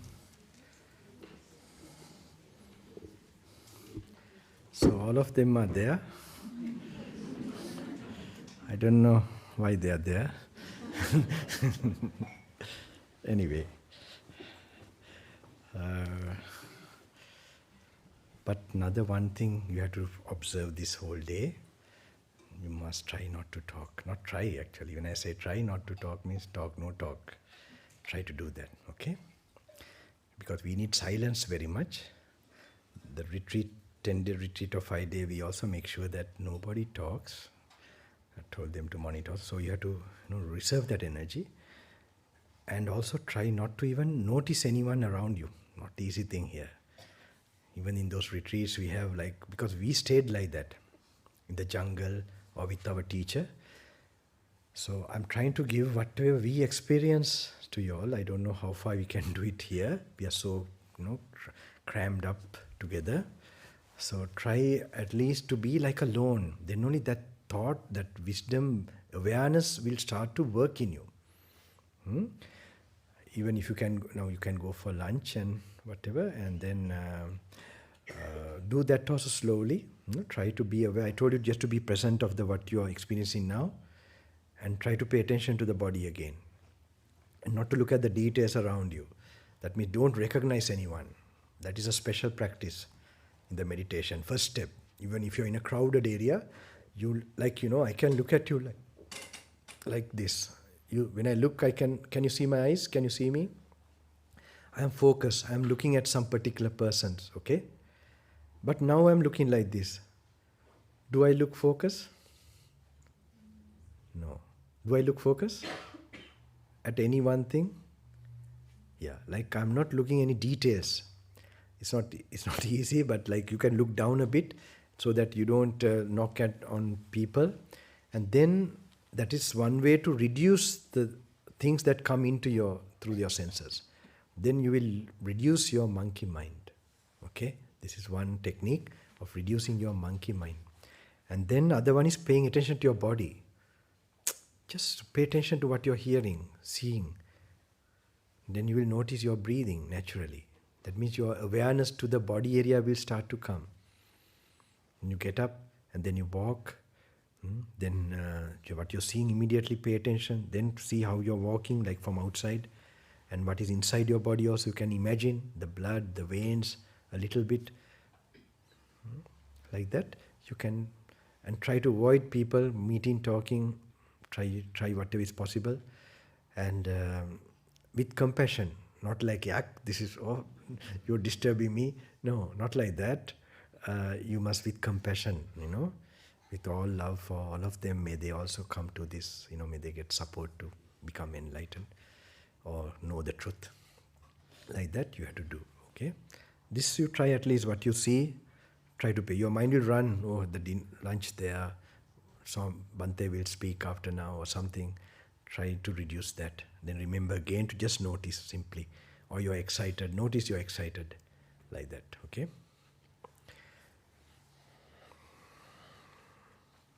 (11:22). And try to go slowly, one by one. I don't know where is it. Is there some place where you are taking the food? Outside, all right. So slowly go. Try not to talk. Try to not to mingle with anyone. Feel how Bantes, how we lived in the jungle or alone. Nobody. Actually, we don't need to avoid anyone because there's nobody. With only our teacher. That's after every 2 days we used to meet him. And that was the best period. Where we learn to live with our own mind and able to contemplate about ourselves. Little bit you can think about, the 4 elements, what we talked about, fire, water, this a bit, and some things about consciousness. Think about it while walking. Then you're on some, whatever you remember, you try to think. And when you're eating, there's a big thing. See how you're munching. It's like a monk you are munching. And especially taking the food to don't open the mouth until your hand comes near your mouth. Okay, that much control that. Because that's a big thing.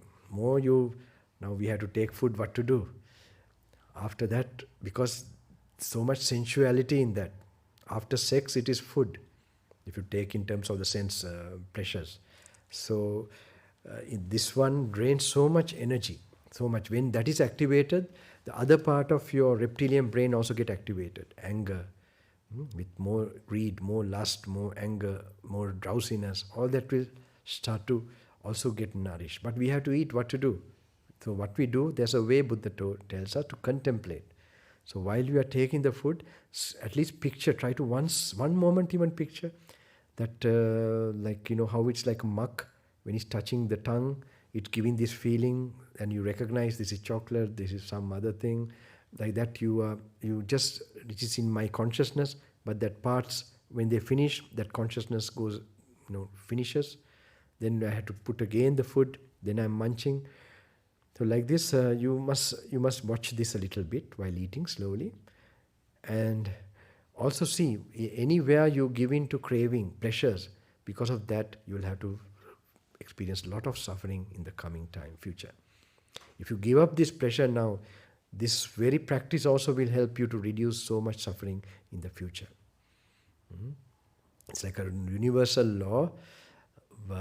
Even if you have, because in the past, from your greed and attachments only, the karmas you have creating whatever difficulties you are going through.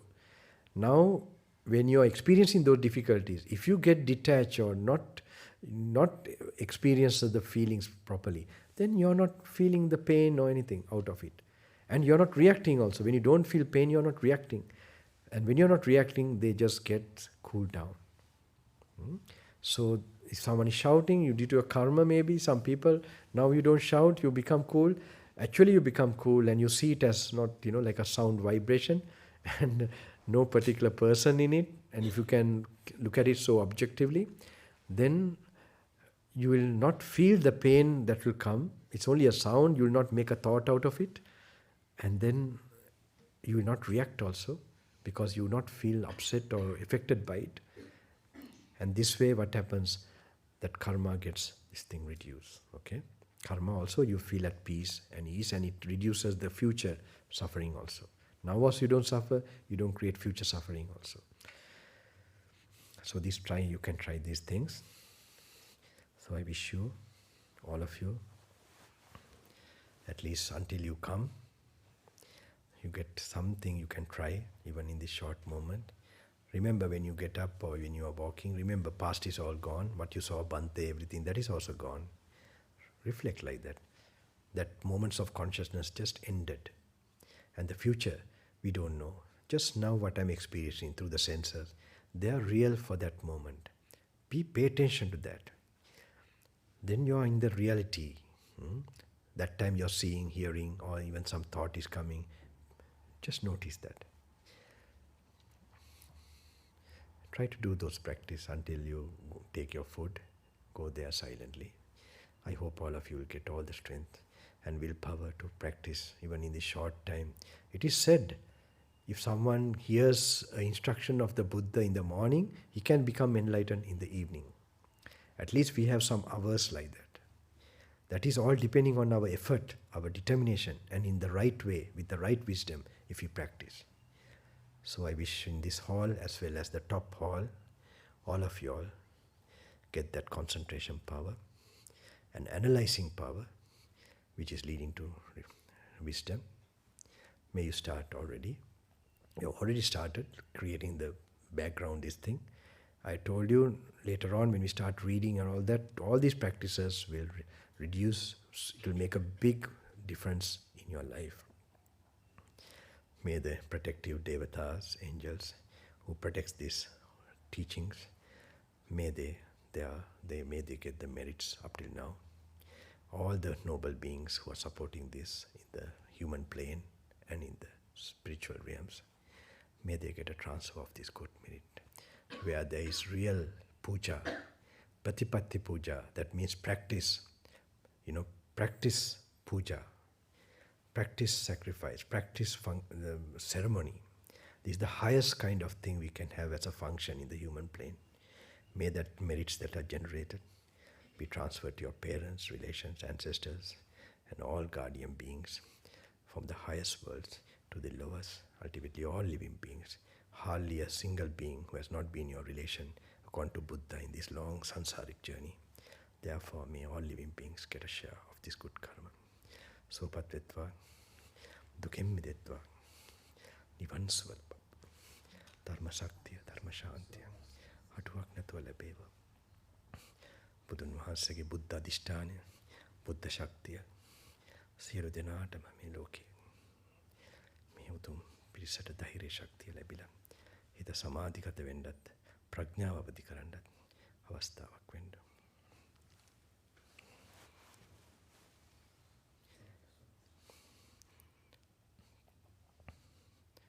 You all can slowly proceed, okay? I don't know how, maybe who are, maybe from the back, they could start, there's a place to go. Can you direct them?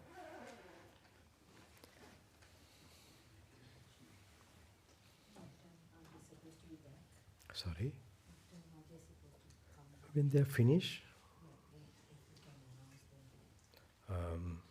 that means how long will you take to take your meals? I take a long time normally. Half an hour or 1 hour? Half an hour is okay. Okay, then 12, 12, 5, 10, 12. Okay. Slowly, okay. Try to avoid recognizing anyone. Try not to talk with anybody. I don't like to say a lot of nots. Okay, but that's very important.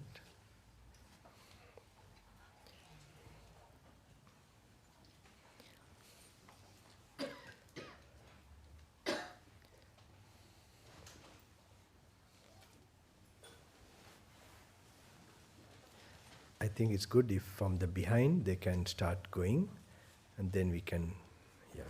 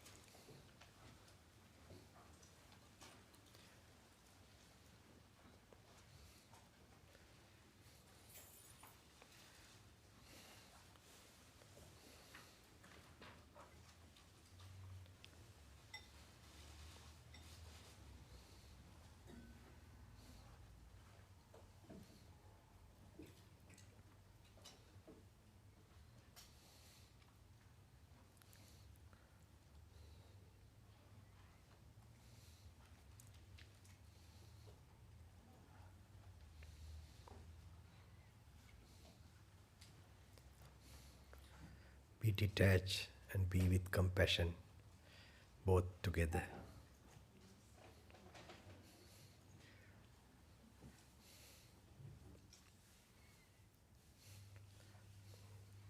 Watch your moment, what you're feeling, what you're hearing, seeing, how you're standing, how you're walking. Look at you. Do you?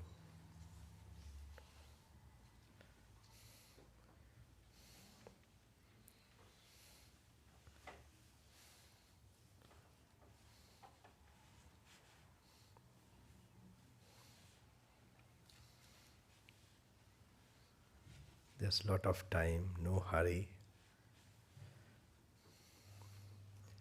lot of peace. No hurry, no worry, no sorry.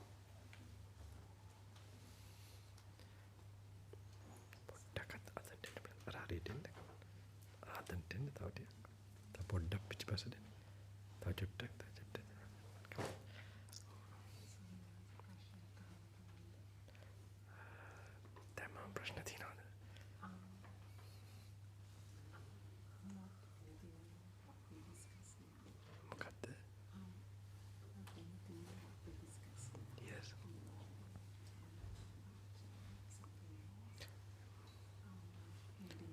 Yeah, yeah. You tell him when we meet.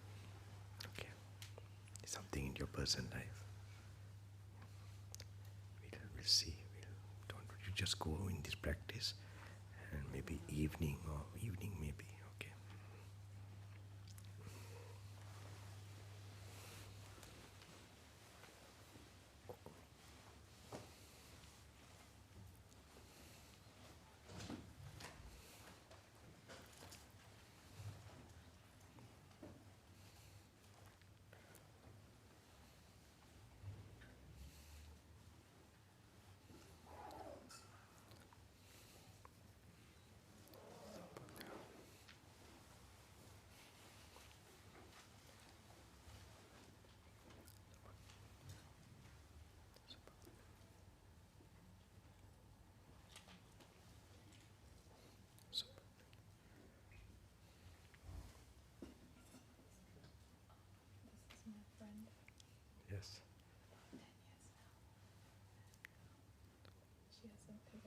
anything like this before, and I wanted to bring it up Good. because we talked about religion quite a lot before. Okay,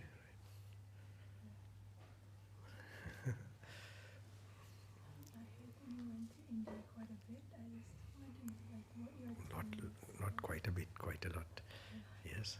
and majority in the Kailash and Himalayas. Is that what was like your experience? Like something that I wanted to go when I went next. And Have you been to India? yeah, I was born there, so Which part? in the south, so Hyderabad. Okay. Yeah, I was And born have you visited any parts in India? like Tirupati, so majority of Tirupati, yes. Okay. yeah. And which place? Sorry.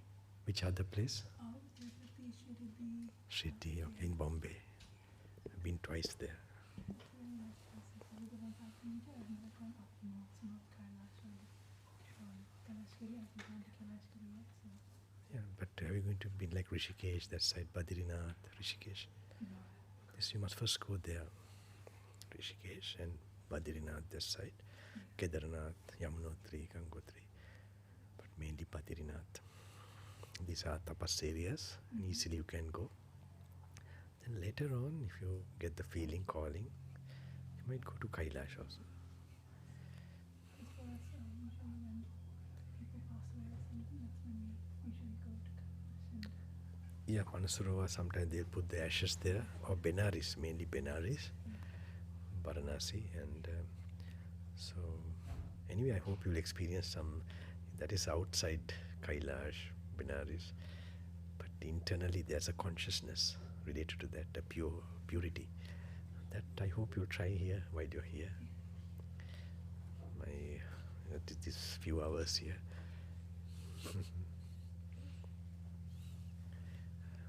Tirupati also, I've been several times there. It's very powerful. places I love going there. Very, You're walking up, so you usually walk up the steps. okay. So it's not like go up, so you have to walk up the hill. Yeah. And that time, you contemplate Yeah. when you're going up. So that's sort of the piece that I Yes. think the walking and meditation is walking up. So Yes. Here we are trying to do actually very specific one with the walking contemplation.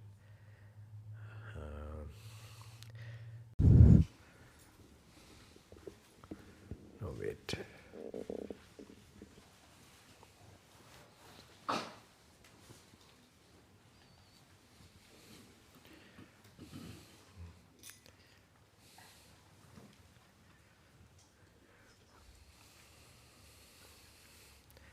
They must have a screen that I see the people on top.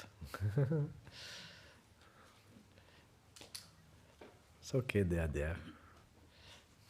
And maybe now they are gone after the meal.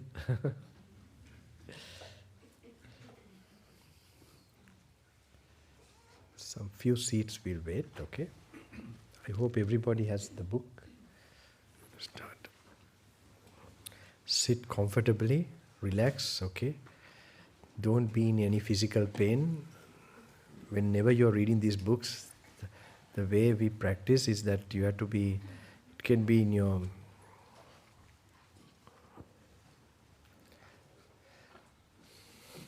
because to some extent the posture, the mind being brought to the present is necessary. But in this practice, it's more with that you must go into awakening your deep contemplative mind.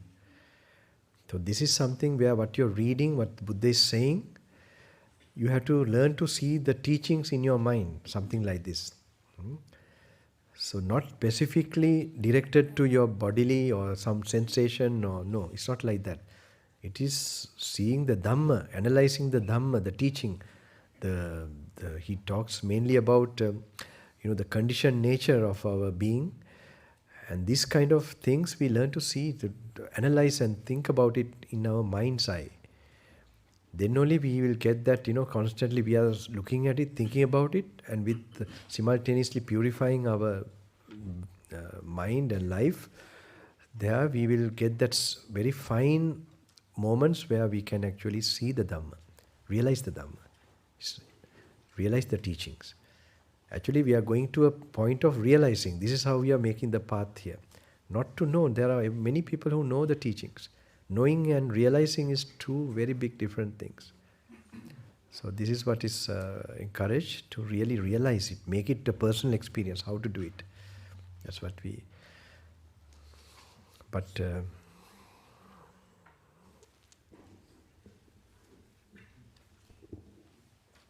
if you don't mind, I'll have to...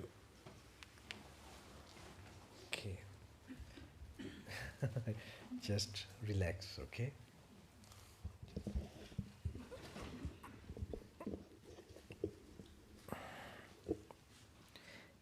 Keep your legs comfortably, okay? Don't have any pain, knee pain, this pain, that pain. And when you're relaxing, when you relax, then you can use more focus.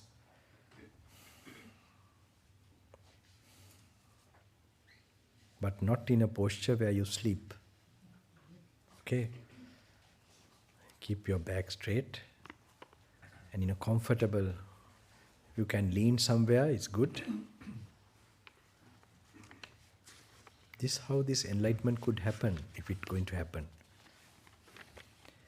It's not when you're too lazy or not when you're too rigid. Both ways are not going to be very helpful.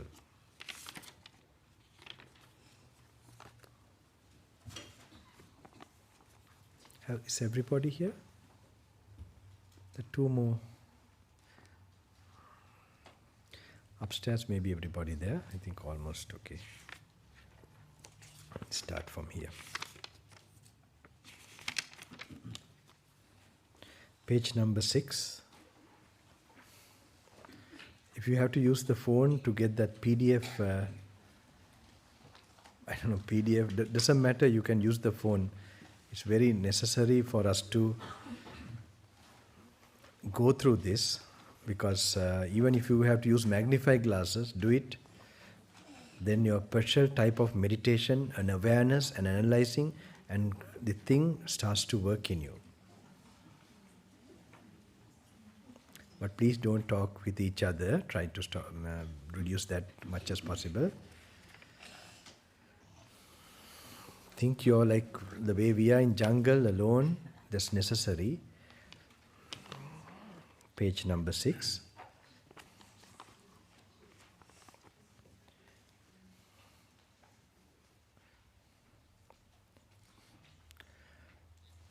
Buddha says this, and I discovered that profound truth so difficult to perceive, difficult to understand, tranquilizing and sublime, which is not to be gained by mere reasoning, and is visibly only to the wise. The world, however, is given to pleasure, delighted with pleasure, enchanted with pleasure. Truly, such beings will hardly understand the law of conditionality, the dependent origination of everything. Incomprehensible to them will also be the end of all formations, the forsaking of every substratum of rebirth, and the fading away of craving, detachment, extinction, nibbana. Your mind begins to start to function. The forehead area, you should be able to... You have no? No. Phone you have? No. No phone. Good. You also... you have a book, no? They have the PDF something in the phone, I heard. Because this is one part where I'm trying to encourage you all. The reading also improves a certain concentration power. If you're looking from the phone, from YouTube or something, it's not having, I told you, like the blue light, it's also damaging.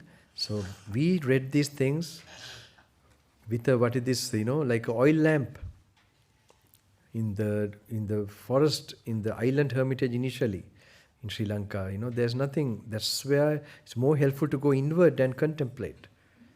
And of course, in a very silent atmosphere.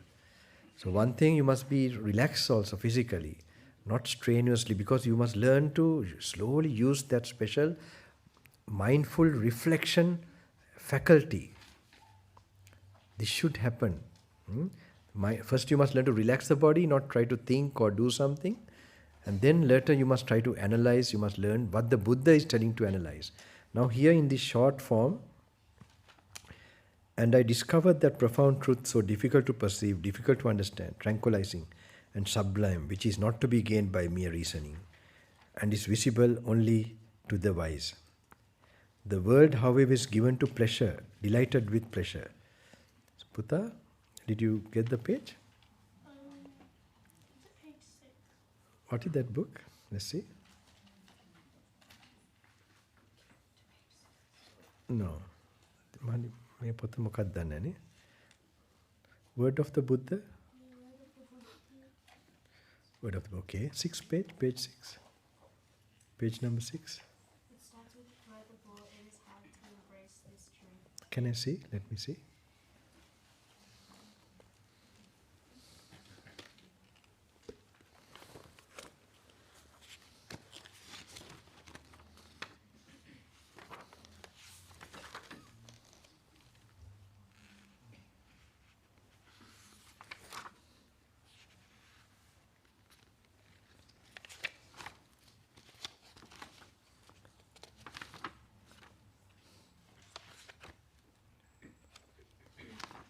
They're cut short.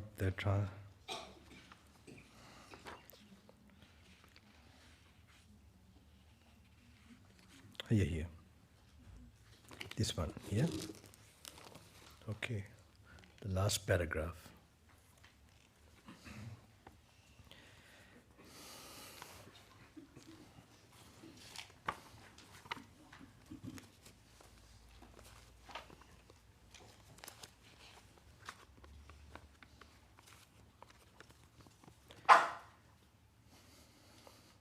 The world, however, is given to pleasure, delighted with pleasure, enchanted with pleasure.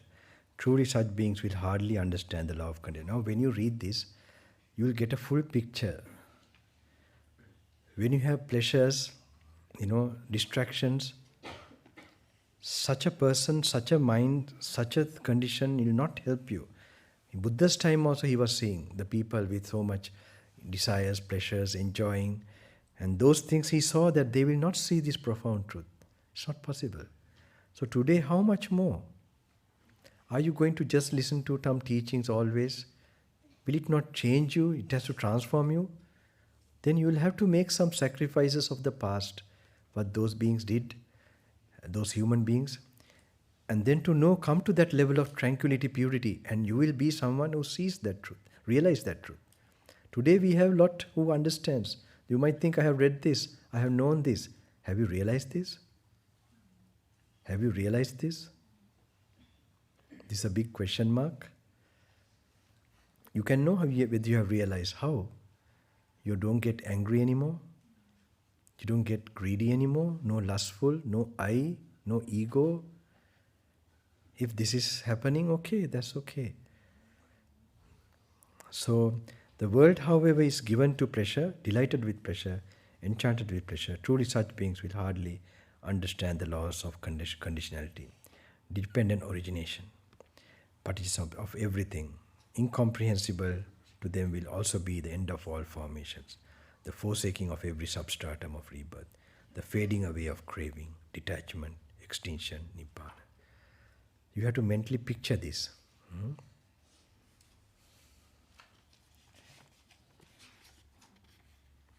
Yet there are beings whose eyes are only little covered with dust. They will understand the truth.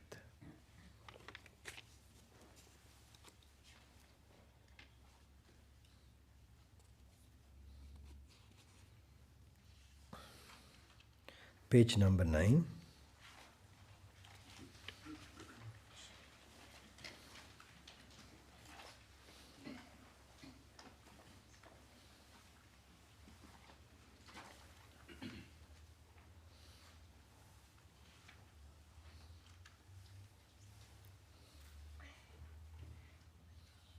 Before that, Buddha talks about a lot of types of suffering.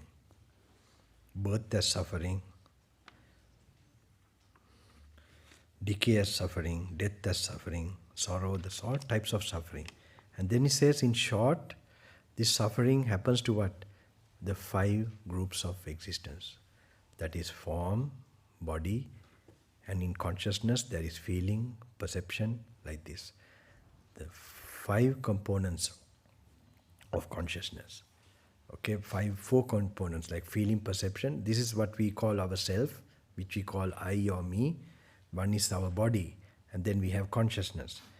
So in short, for our body, Sorry, Bhante. There is an announcement. There are a couple of cars blocking the please, people's yeah, driveways. So please.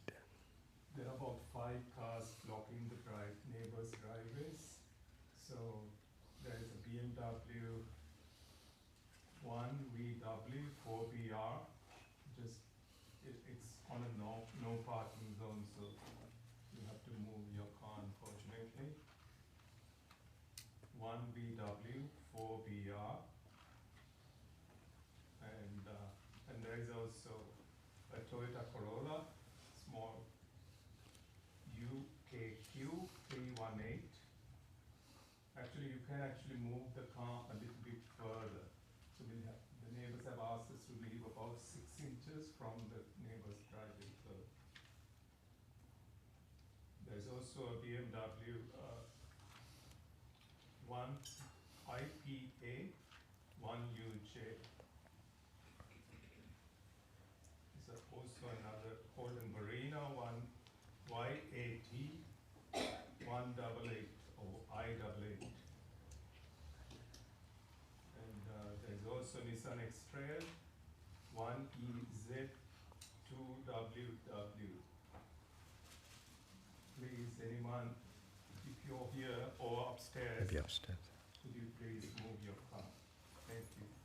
Sorry. Okay, no problem. You might have to tell them upstairs.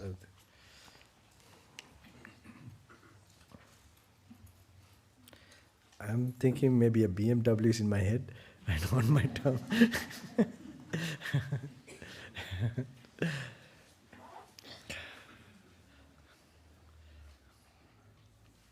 Now relax, okay? Sit down comfortably. I hope then you can grasp something.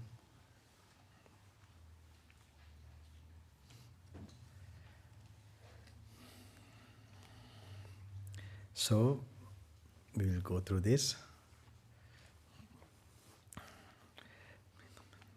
So all this happened to these 5 khandhas. Okay, in short, Buddha says, khandha means aggregates, like you have the body and then the components of consciousness, feeling, perception. This is where our suffering, we experience as suffering. If we experience something as happiness, because it's impermanent, it's suffering.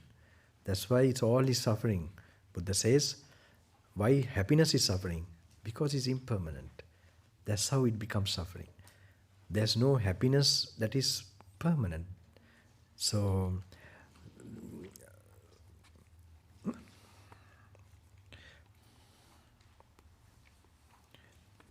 then he takes one by one, okay? Here it's actually taken from different suttas and put here just to explain from the very words of the Buddha. And what in brief are the 5 groups of it? Remember, when you're reading and reflecting, according to those rishis and munis, our brains are certain things, a special effect is happening, a special wholesome kusal, wholesome state of mind, wholesome energy is created. How much you stand, when I did that, they didn't say, they thought, oh, still it's only like this, they told, okay? But when I start reading and doing that, then what happened? Then only they said 80%, then finally, 120%, okay? So I'm trying to, in these few hours that we are together, and we have not much time, so in that time we will cover some things, I will do that. And then we can go for the walking, we can walk with the book, with this thing contemplating. That's another main thing to master. That is that walking meditation. This is with the contemplation walking meditation. That is what you read should you remember when you're walking.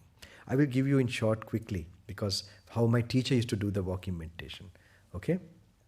Because I don't want you to miss that in case even now I give that. When you stand, you just stand, okay? You stand and then you remind yourself the past is everything gone, the past. The future has not arisen. So you can think now, for example, an announcement was given, you had dinner, not dinner, lunch, okay, and then we met in the morning. All those, there were moments of consciousness with feelings and perceptions, right? And then now you have some memory of it. That's coming from the mind door. And this way you have now come to this moment. And now you have seen they have all finished. So remember, don't put this load, what you have experienced, trying to relate. Then it becomes, oh, what am I going to do in the future? It has not arisen yet. Don't get into that unenlightened bad habit of being, oscillating to that non-existing past or non-existing future.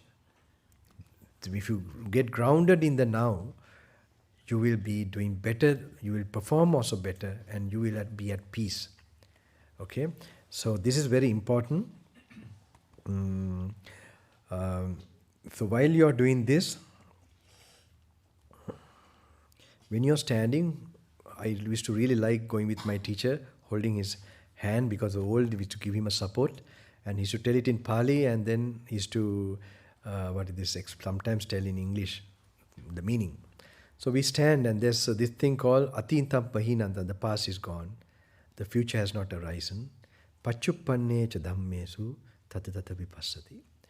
What you experience immediately, be mindful of that and with insightfulness. Okay? So that's what the Buddha's instruction. So the past is gone, you must remember, in case you are thinking of something in the past, just to learn to let it go, you must think, now it's gone, finished, forget about it. And now what you are experiencing, future has not come. So then when you stand, just see yourself standing. Kayang ananta adino, avaso sabbaroga rukshamulo. The body is full of impurities, full of diseases. Then you must contemplate that. Okay? And then Buddha's instruction, there is like this, agate chite bhasite tunnibahe sampajanya kayo bhikkhu. When you're walking, talking, moving, be mindful of your body. So like you're looking from your outside, when you're standing, just picture yourself standing. And then you know that you must be aware of your bodily movements. Then when you take the first step, gaccanto gachamiti. That means you are aware of your first step. That means you know that you are in the walking posture. So few steps you can go like that. You can see your feet, right? Then you can contemplate. Buddha says, now we question, this body is there. Then he tells, aharan sambudhan kayo, how this body comes to be. Food, take rest, relax, okay? Don't worry, count to 10. Count to 10. Super. So, then you watch your body, you can see your feet, how did it come? Ahara sambuddhan kayo. Ahara means food is the cause of body, Buddha says. Okay, food, what is it? Is impermanent, suffering, not mine. Why you say suffering? Because it's changing, it's bound to change. Something changing, even if it's suffering, is anyway suffering. If it is happiness, because it's changing, it's going to be suffering. That's why he says, whatever is impermanent is suffering. And what is suffering? Such nature which has, you can't call is me, is I. Something you should be happiness all the time, not changing. So that's how his way of looking. So when you're walking, you realize body is impermanent, food is impermanent. How the body arises, first you think while you're standing, while you're walking, it arises by food. The food is impermanent, suffering, not myself. The body is impermanent, suffering, not myself. Now you have to visualize that. It's not a word you say. When you're saying that, you will mental picture food in a way, and then you're feeding the body. Okay, the body also you must picture that what happens, it is also rising from what is impermanent, suffering, not yours. So it also has to be impermanent, suffering, not mine. And he says, Sabba Sankara Aniccan Dukkhanata. Sabba Sankara means all sankaras, all conditioned phenomena is impermanent, suffering, not mine. What is that means? It means consciousness, for example, it depends on the body. And in consciousness only we are experiencing whatever we call as the world or whatever life. And when it depends on something impermanent, suffering, not mine, that also has to be impermanent, suffering, not mine. Then you learn to let go everything. So while you're walking, you contemplate the food is the cause of body, the feet you're seeing, how it arises. And the food is impermanent suffering, not mine. The body is impermanent suffering, not mine. Then you take further steps. That is contemplation. That is the type of analyzing contemplation which will lead you to Nibbana. If your thinking is not that much, this thinking is not enough for that wisdom to arise. Okay? So while you're walking like that, then you can also think, Kayam Puranam Kammam. Other reason for body to arise is past karma. What you have thought and intended has manifested into a body. Then the past karma is the thinking, all that is also a force that you have generated. It has an arising and passing away. So it is also impermanent suffering, not mine. Therefore, the body also has to be impermanent suffering, not mine. These are points for contemplation. So that when you're thinking in these lines in a silent mind, there is a deeper awareness of impermanence will arise. When you find the cause of our experiences are impermanent, unstable, then the effect also has to be impermanent, unstable. For this to trigger in your mind, you have to familiarize in this type of analyzing the... That's why Buddhism is called also phenomenology. It's called phenomenology in a way. It's actually true in a way. But it's not narrow. The thing touches even the spiritual realms, inner and outer world, all.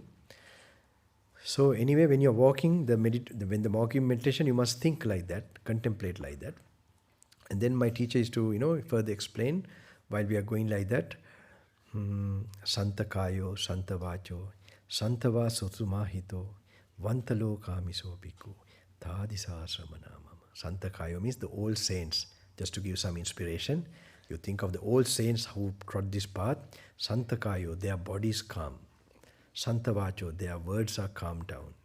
Santa kayo, santa vacho, vantalo kamiso bhikkhu, thadisa asramanamama. Like the morning, the vomit that you put out or the spit that you put out after you get up is so yuck, you don't want to take it in or you don't want to look at it. Same way looking at the world, that way the ancient saints, the masters go. So the same way I also go. Like this, that's one way to inspire while you're doing the walking meditation. Okay? So these are some verses he used to tell. And then after a few steps again, avijja pacchaya sankhara. Sankhara pacchaya vijnana. Vijnana pacchaya jati. Jara marana soka parideva dukkha. Avijja pacchaya sankhara means ignorance is the cause of mental reaction, which we call karma. Ignorance of what? If you don't have it at a meditation level, your mind has desires. If you don't get the light of wisdom in an experiential way, it is like this wisdom is tested whether you get the right wisdom or the wrong wisdom. Is that in this proper wisdom, what Buddha is expecting you, when you get it, the test is you get desirelessness in that.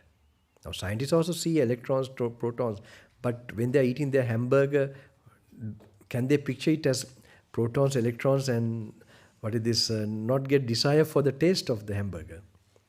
They don't do it like that. But the Buddha uses this particular this thing. It's like an experience. That contemplation leads to a kind of a shock experience. Shock means you see the reality first time. It's like sometimes we see something we are not used to. We get a shock, like maybe a ghost experience or some kind of other hallucination. But this is seeing the truth, the reality. That also gives a shock. So it's like you're holding a string and you look properly. Suddenly you realize it's a snake. There's no question of letting go. You just let it go. The same way happens in this particular wisdom. When what we are reading now like this, certain things, when we contemplate, when it matures, when your mind matures to a point where the wisdom eye will open up, there are levels where that you will see this truth. There's an effect called nibbindati, which is like a shock experience. Nibbindati, viracchati, these are the words given in the Pali. Nibbinda means like a positive disgust, a dispassion. And then with that your mind stops, your mind comes to peace, letting go. It let goes and comes to peace. So that touches the immortal state. Because it leaves everything which is mortal, temporary. And then when the mind is left with what is permanent.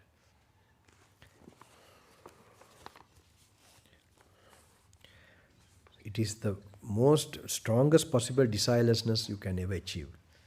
Zero desire, zero craving. Does it sound cool? Or does it sound something like you're going to be completely annihilated or something? Or fearfulness will come also sometimes. And what in brief are, okay, now, so these 5 khandhas, okay, and what are, in the page number 8, and what are the, what in brief are the 5 groups of existence? They are the, corporeality means the form, feeling, perception, mental formation, and consciousness. Now we go to 9th page.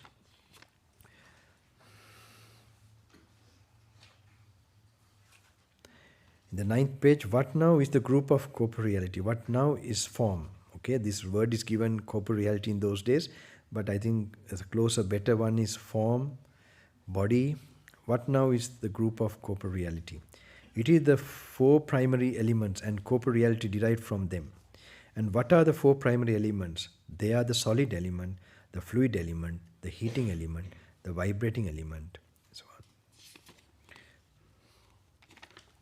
We're going to cut short, page number 10, not going for the explanations. We go directly what Buddha is speaking. There are some places which is good to go like that. What now is the solid element? The solid element may be one's own or it may be external. Now they are not to be just read, my friends. You have to picture yourself how you're seated, like you're looking from outside. You must be in a posture where you're not holding your body or trying to struggle to hold it in a certain way or trying to overcome certain pain. Then it's not enough for your focus to happen. You must stay in a position that which is comfortable, not falling asleep, and you're alert.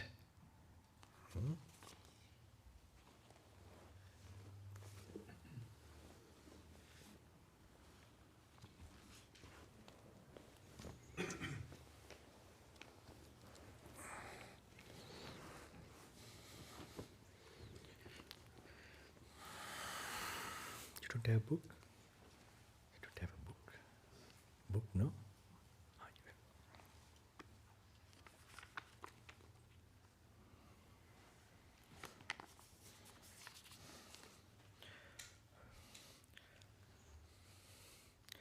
What now is the group of corporeality? It is the 4 primary elements and the corporeality derived from them. And what are the 4 primary elements?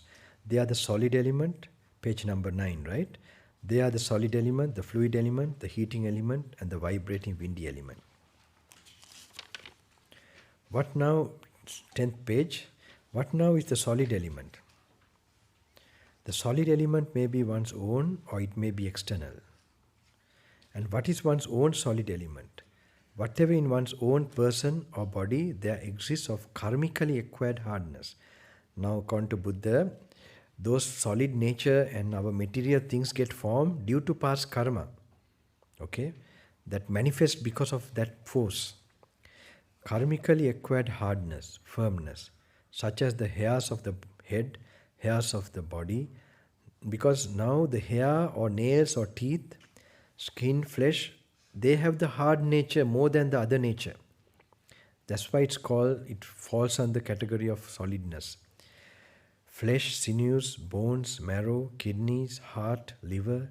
So when you're reading like this, you must picture in your own self. Visualize it, not too much, but you must note it. Bones, marrow, kidney, heart, liver, diaphragm, spleen, lungs, stomach, bowels, mesentery, excrement, and so on. This is called one's own solid element. Now, whether it be one's own solid element or whether it be the external solid element, they are both merely the solid element. Now, this is where the meditation part comes, where you begin to see what is inside you as solid in this space called your body, or whether this is in the mic, this mic hardness, these are same. In that way, with the idea of letting go, with the idea of dissolving. When you're reading and properly applying, you should feel some lightness come into your mind.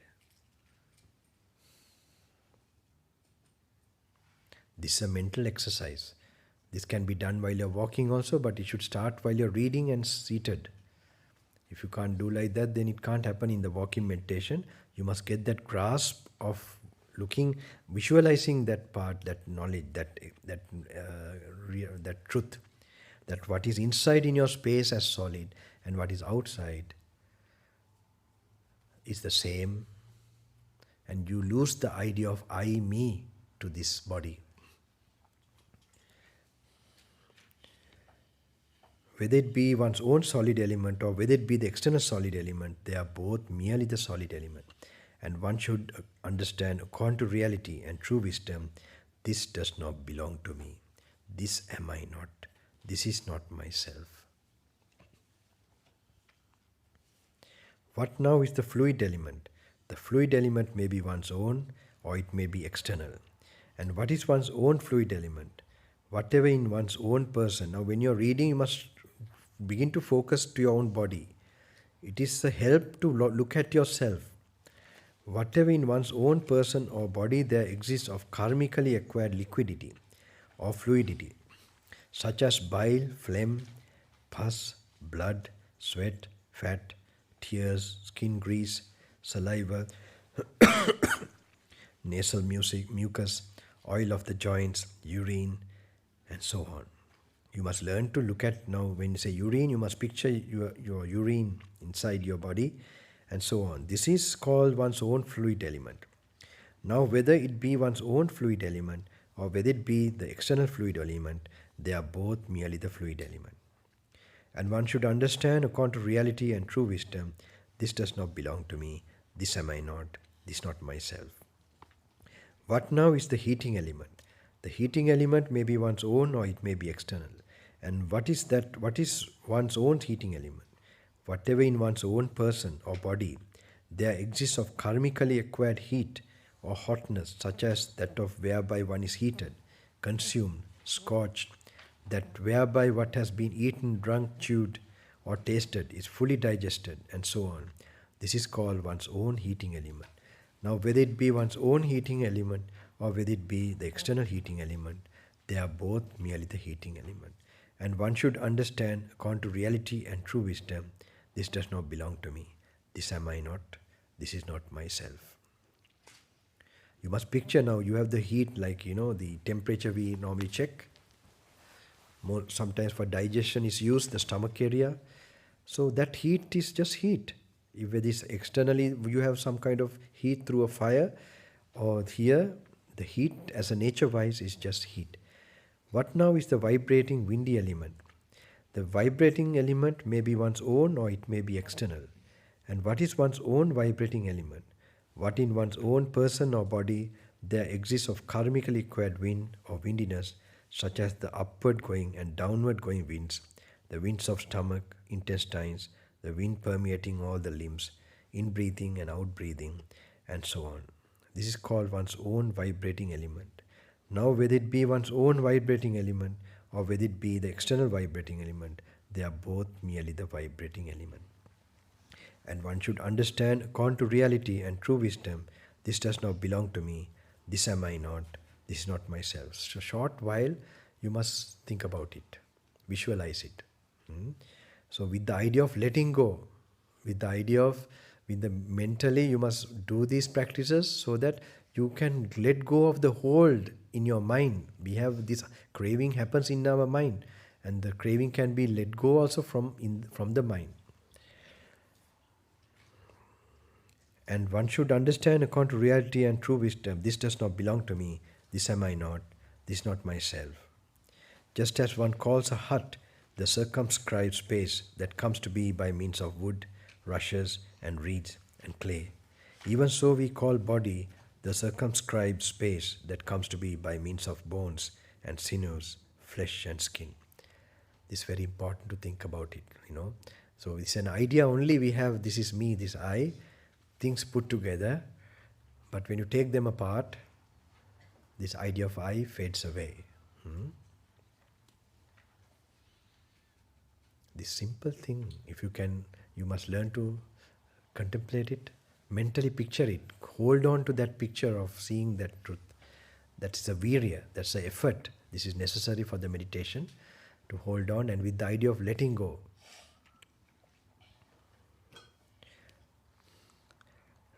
And the next is defined also, that there are three kinds of feelings: pleasant, unpleasant, and neither. Okay, I'm not going to go through that. Okay, page number 13.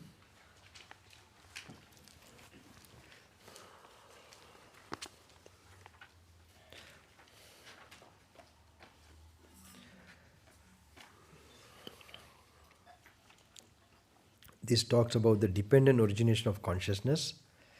It's very important. Now, though one's I be intact, yet if the external, I explained about that time, but we'll go through this again, how the Buddha explains directly. Now, though one's I be intact, yet if the external forms do not fall within the field of vision, and no corresponding conjunction of I and forms takes place, in that case there occurs no formation of the corresponding aspect of consciousness.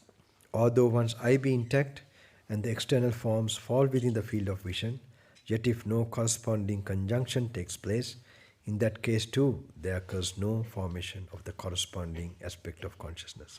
If, however, one's eye is in contact and the external forms fall within the field of vision and the corresponding conjunction takes place, in that case there arises the corresponding aspect of consciousness.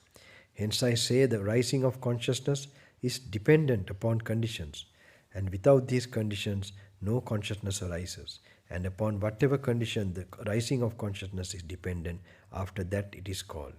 Consciousness whose arising depending on the eye and forms is called eye consciousness. Consciousness whose arising depending on the ear and sounds is called ear consciousness. Consciousness whose arising depending on the olfactory organ and odors is called nose consciousness. Consciousness whose arising depending on the tongue and taste is called tongue consciousness. Consciousness whose arising depending on the body and body. Now when you're reading, you must go to your each organ. Just don't read it as a knowledge. Now you must look at your body like from outside, and when you're reading like that, this is how you read a sutta. It is helping you to create that particular mindfulness. Okay? So each consciousness arises, you must picture it, how it happens in you. Like an engine is functioning. The body is there, the object is there, and then when this focus happens, this consciousness arises. Now the eye, if a sound wave strikes the eye, you don't get any experience. If a picture goes from the ear, it does not, the ear does not see, in other words. The nose does not see. The eye only sees. That type of consciousness happens only in that organ. Okay, like that you have to learn to see, they come by conditions. That very picturing is very important to develop, to get that wisdom, that special wisdom regarding how we are made up of, and what is happening, how they are part by condition. And consciousness is arising depending on the mind and mind objects is called mind consciousness. And whatever there is of corporeality, on that occasion this belongs to the corporeality, group of corporeality. Whatsoever there is of feeling, this belongs to the group of feeling. Whatsoever there is of perception, this belongs to the group of perception. Whatsoever there are of mental formations, these belong to the group of mental formation. Whatsoever there is of consciousness, this belongs to the group of consciousness. And so when the moment of consciousness arises, you can classify them. You had a body to experience that is under the corporeality group, okay? And when you experience a feeling at that time, that is under the feeling group. And when you experience a perception, that is under the perception. They are already there. They are separated. Buddha is talking in a separate way because they have a different role, but they are in every moment of consciousness. It doesn't mean you have a feeling and you don't perceive. You have feeling, perception, they come simultaneously. Okay? That you should understand. And dependency of consciousness on the other four khandhas. Here he explains. And it is impossible for anyone to explain the passing out of one existence and the entering into new existence, or the growth, increase and development of consciousness independently of corporeality, feeling, perception and mental formations. Okay.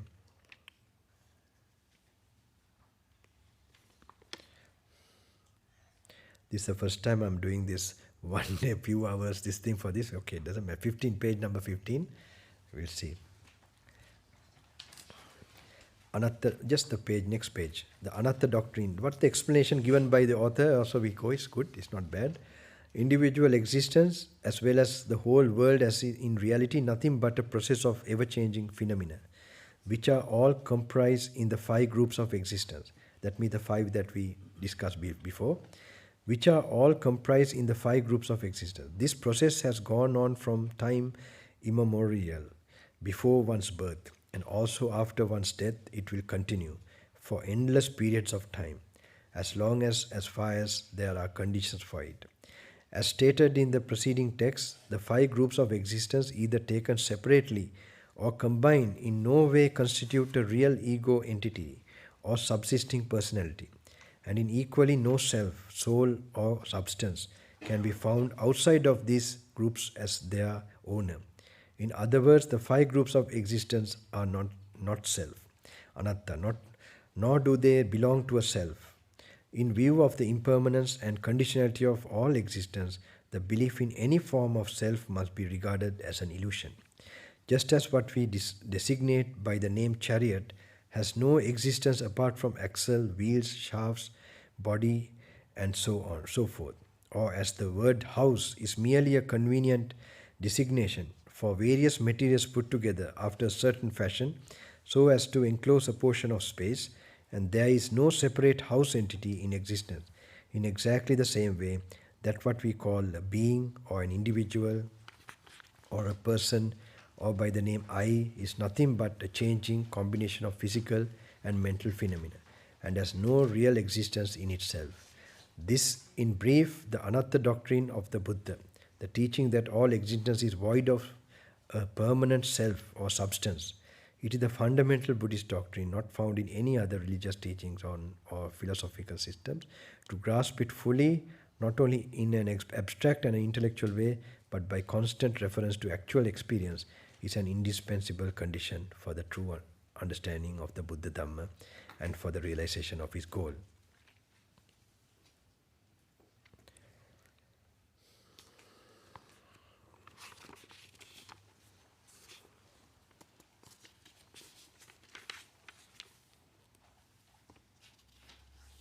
Okay, 21, page 21.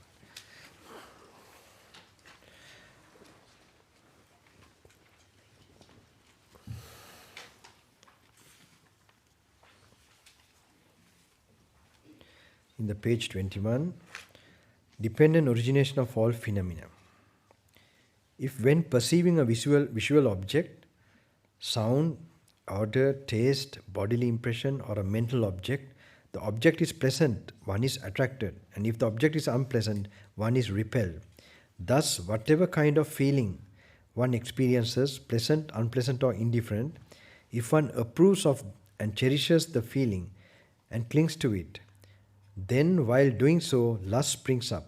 But lust for feelings means clinging, and on clinging dependent present process of becoming.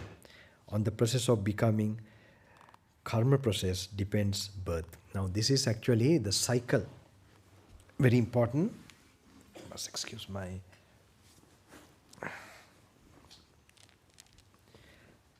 Some people thought I should be in a wheelchair from the age of 40. It's not joke, my senior monks, not my teacher wanted me to be in a wheelchair because that's how we practice. He used to tell you rest only in hospital. That's how he used to tell us. And he used to do that. I got to know when I'm going as a wandering monk, some remote areas, they used to tell, there was a German monk used to come like this, and he used to stay, there was a medical officer. Those days, he was not well and they took him, and 3 days he used to rest. And he used to ask what is wrong with him, the weakness and all that. And then after 3 days, he happened to go again. And I got to know next village or another district, he's again in another hospital. So he meant what he said, really, you rest only in hospital, he used to tell me like this. It was very inspiring with his, in his presence. It was really inspiring for me because I couldn't meet his standard of practice. impossible. It's like a giant. And if when perceiving a visual object, well, this is very important. Now, when we are experiencing some object through our senses, if the object is pleasant, one is attracted, and if the object is unpleasant, one is repelled. Thus, whatever kind of feeling one experiences, pleasant, unpleasant, or indifferent, if one approves of and cherishes the feeling and clings to it, you must mentally picture, okay, now anytime, even when you're taking your food, even any other thing you see nicely, you must see how that simple act in the present moment is contributing to your samsara, your, your, you could say the conditions for your future arising. How? Now when you allow these particular pleasant feelings, what happens? It says, next what the thing is holding on to that, repeatedly experiencing that, increases your clinging. Now clinging here, when you cling, you make karma. Actually, you make, with greed, anger and all that, you're making karma. And you make a karmic, potential stored up in your this thing. That is called bhava. Bhava means a future plane is already created by what the karma you're doing. It's like a cloud being filled with certain water. The water content, it can anytime burst out. So same way, when you're accumulating this karma by allowing it, not controlling, not disciplining, not sort of overcoming your desires, when you're allowing the sense impressions, how when you're doing that, you must see you are increasing your craving, and then you're increasing your clinging, and the clinging is increasing your karma forming nature. And when you're accumulating karma like that, then your existence, that means future potential planes of existence that you are supposed to go, that is formed. And when you have formed like that, what happens? Then rebirth, birth can happen. Okay? So now when you're trying to control this, what happens? Then your craving reduces, then your clinging reduces, and you're breaking that cycle. Okay? Mentally picturing how you're creating the cycle and you're reducing the cycle, that very exercise is a very important meditation where you're seeing the conditionality, and that will make you one day, when you do it, you have to do it a lot. So that do it a lot means then you will get that wisdom eye regarding the impermanence. It's from one link. It doesn't mean you have to read all these books, all this, in order, and it's not like that. One verse can trigger that insight. One word, one verse, one small line can trigger that insight. So only we have to learn to make ourselves used to that thinking pattern, that thinking way. Of the Buddha and the enlightened people, how they thought, how they reflected, then when we are doing that, bound to happen. This is a handy book actually for for future. And if perceiving a wish, okay.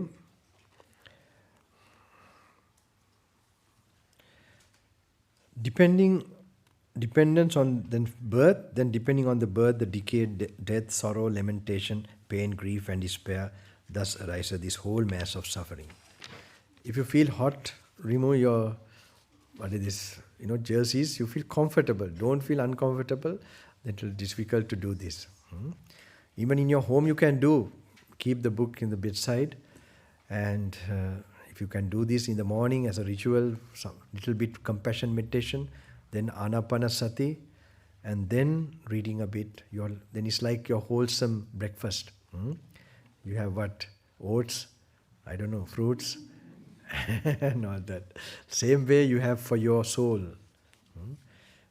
Daily you're going towards that enlightenment then.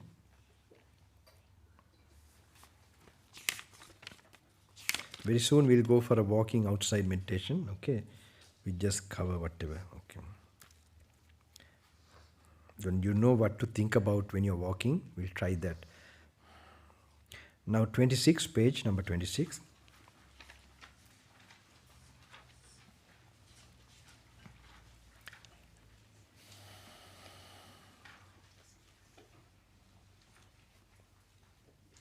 Page number 26. You get some idea? Something? Where are you from? Where are you from? Originally, was born in Sri Lanka, but lived here most of my life. Most okay, right. But you're interested, seem to be. Very good. 26. And through the total fading away and extinction of craving, clinging, upadana is extinguished, clinging. Through the extinction of clinging, the process of becoming. That means the karmic process. When you stop to cling, your karma creating nature it reduces. And when you reduce, I can't say stop because I can't think of maybe a person who has attained that can do that. So at least reduces, okay? When you're the process of becoming, then that the karmic process is the one that is called becoming, that reduces. With the becoming reduced, then rebirth is reduced.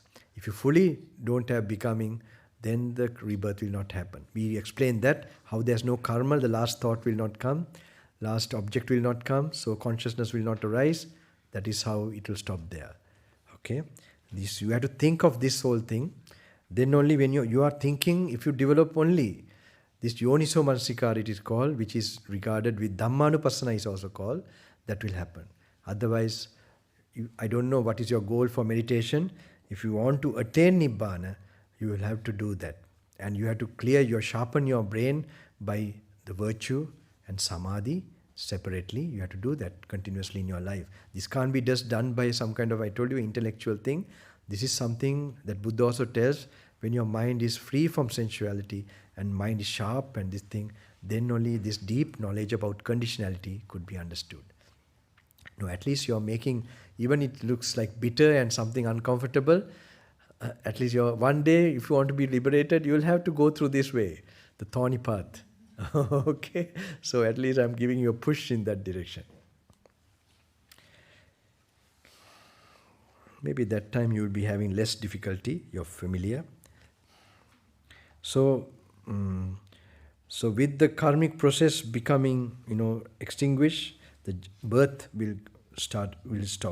And when the birth stops, rebirth, decay, death, all that will stop. Okay? We don't think, we just, we don't really think now, as young people also will enjoy this and that. And we don't think we'll become that, the old age. We think old people are born old. Okay. Right?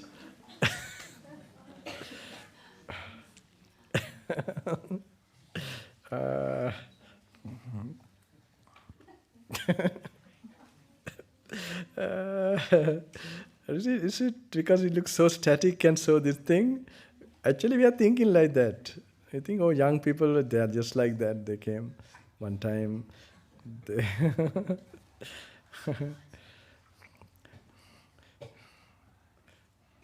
Okay, so we read the next page also.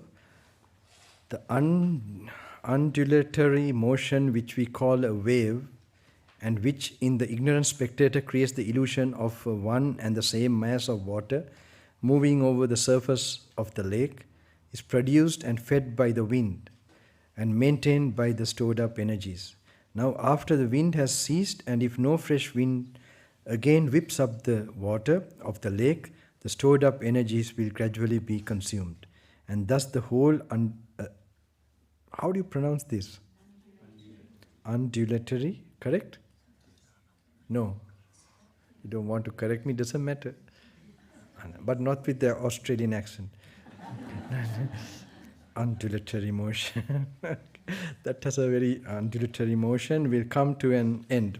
Similarly, if fire does not get new fuel, it will, after consuming all the old fuel, become extinct. Just in the same way, this five khandha process, which in the ignorant worldling creates the illusion of self, is produced and fed by the life-affirming craving, and maintained for some time by means of the stored up life energies. Now after the full upadana, now slowly, slightly you have to think about these things. Okay? You must also imagine when the craving, how is it when it's absent, how this will not arise. Like that, you have to learn to think slowly. We read again that part. Just in the same way, this five khandha process, Five khandha means body, feeling, perception, you understand, I guess, which in the ignorant whirling creates the illusion of a self. Other than these things, we don't get an idea of self. Okay? Is produced and fed by the life-affirming craving, tanha, and maintained for the same time by the means of stored up life energies. Now, after the full upadana, the craving and clinging to life has ceased, and if no new craving impels again, this five khandha process, life will continue as long as there are still life energies stored up. But at their destruction, at death, the five khandha process will reach final extinction. Thus, nibbana or extinction. Two types is told. We go to the 28th page. Nibbana. This truly is peace. This is the highest, namely the end of all karma formations, the forsaking of every substratum of rebirth, the fading away of craving, detachment, extinction, nibbana. Enraptured with lust, enraged with hatred, blinded by delusion, overwhelmed with mind ensnared, a man aims at his own ruin, at the ruin of others, at the ruin of both, and experiences mental pain and grief, page number 28. But if lust, hatred, and delusion are given up, a man aims neither at his own ruin, nor at the ruin of others, nor at the ruin of both, and he experiences no mental pain and grief. Thus is Nibbana immediate, visible in this life, inviting, attractive, and comprehensible to the wise. The extinction of greed and extinction of hate, the extinction of delusion, this indeed is called Nibbana. And for a disciple thus freed, in whose heart dwells peace, there is nothing to be added what has been done, and nothing more remains for him to do, just as a rock of one solid mass remains unshaken by the wind. Even so, neither the forms, nor sounds, nor odors, nor tastes, nor contacts of any kind, neither the desired nor the undesired, can cause such a one to waver. Steadfast is his mind, gained his deliverance, and he who has considered all the contrasts on this earth, and is no more disturbed by anything in the world, the peaceful one, freed from rage, sorrow, and longing, he passed beyond birth and decay. Truly there is a realm where there is neither the solid, nor the fluid, nor heat, nor motion, neither this world nor any other world, neither sun nor moon. This I call neither rising nor passing away, neither standing still nor being born nor dying. There is neither foothold nor development nor any basis. This is the end of suffering. There is an unborn, unoriginated, uncreated, unformed. If there were no this unborn, unoriginated, uncreated, unformed, escape from the world of the born, the originated, the created, the formed would not be possible. But since there is an unborn, unoriginated, uncreated, unformed, therefore escape is possible from the world of the born, the originated, the created, the formed.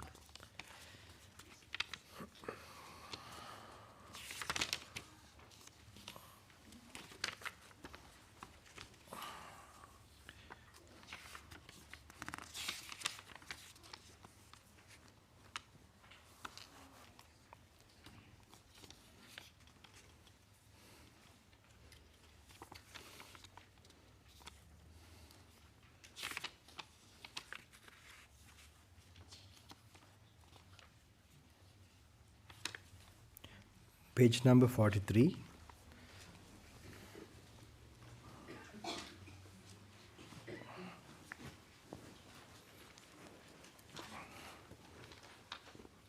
This is an interesting one. All are interesting, but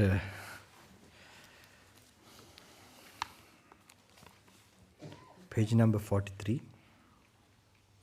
Now this is all making you used to that type of thinking the enlightenment is brought about. Don't think these words look immediately simple, but this line of thinking will take you to an entire different awareness, a shocking awareness in your, if you continue to do these things. I can't imagine in this short time it could happen, but we don't know. Who knows? It also can happen in some people, it's possible. And that's like a thing you have not seen. It shows a reality, a level of reality. That's what the aim of the Buddha is, to show you deeply what is going on in your being. Now 43 page, views and discussions about the self. Now, if someone should say that feeling is his self, he should be answered thus: there are three kinds of feeling: pleasurable, painful, and indifferent feeling. Which of these three feelings do you consider as yourself? Because at the moment of experiencing one of these feelings, one does not experience the other two. Slowly you must think about it. Each feeling you experience at the same time. Pleasant and unpleasant you don't. You shift. These three kinds of feelings are impermanent, of dependent origin, are subject to decay and dissolution, to fading away and extinction. Whoever in experiencing one of these feelings thinks that this is his self, must after the extinction of that feeling admit that his self has become dissolved. And thus he will consider his self already in the present life as impermanent, mixed up with pleasure and pain, subject to rising and passing away. If anyone should say the feeling is not his self, and that his self is inaccessible to feeling, he should be asked thus: now where there is no feeling, is it then possible to say, this am I?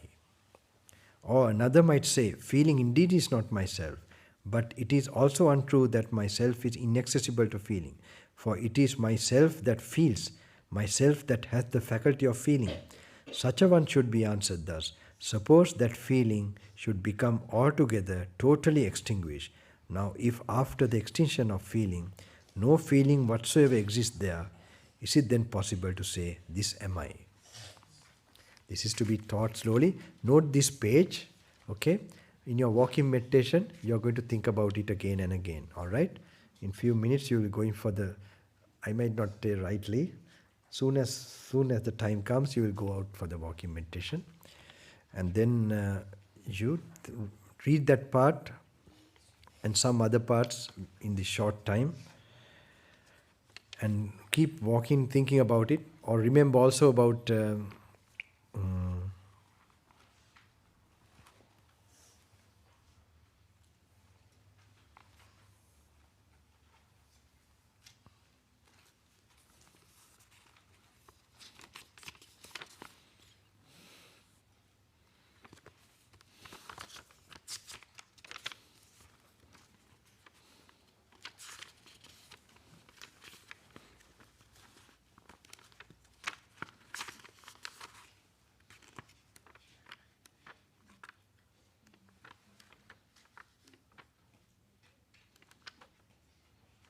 okay, page number 68.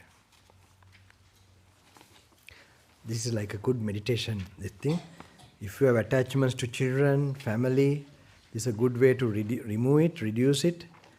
And with that, you can bless them better. Okay? If you have attachment, you're not going to help them. Grandchildren, sons, daughters, mother, father. This is a very good meditation where you can reduce your anxiety and think about these people. And when you become cool and powerful, you can be a big source of blessings to them. You can't, when there's attachment, obsession, there's selfishness so much in it. Okay, it's good, I mean, it's nice, not nice. Nice for your mother's compassion, all that. But that tremendous attachment is like a big, even at the moment of death, this traps you in this, it's so dangerous. I had great-grandmother, when the son was dying, I heard, she didn't even look at her. She used to take a japama, the rosary, and she kept on in front of the Buddha statue, I got to know. She just kept on meditating on that. And then she used to tell my mother, daughter, this is how you contemplate the 9-day cemetery contemplation. They have those pictures those days in the old books. So, like the body when it's dead and it gets bloated, and then it's eaten by other animals, and all this deformation of the body takes place, and the bone is in one direction, slowly showing the process of decomposition of a body. Okay, this they used to practice as a meditation. So then you lose that attachment, because normally we have that for a form, especially for relations. It's very important, the body. That's why when it disappears or something happens, they really want to see the body and give like a nice burial and all that. Because they relate so much with the body, that relationship. So page number 68. Symmetry meditation. And further, just as if the disciples were looking at a corpse thrown on a charnel ground, 1, 2, or 3 days dead, swollen up, blue-black in color, full of corruptions, so is regard his own body. This body of mine also has this nature. This has this destiny and cannot escape it. So you must calm your mind, visualize, I also could be dead like this. This is the same thing that happens to this body. This visualizing, this is the main thing. And with the idea of letting go hold of your own body.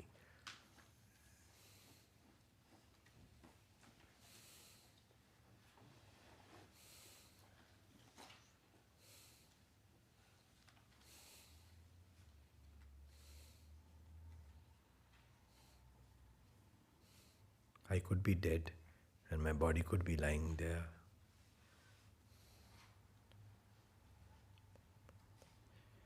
And further, just as if the disciple looking at a corpse thrown on a charnel ground, eaten by crows, hawks or vultures, by dogs or jackals, or devoured by all kinds of worms, so he regards his own body. This body of mine also has this nature, has this destiny, and cannot escape it. I could be also lying. Sometimes maybe you have seen your body in the mirror or somewhere, so picture it, how you will be laid down. And further, just as if the disciples were looking at a corpse thrown on the charnel ground, a framework of bones, flesh hanging from it, bespattered with blood, held together with the sinews.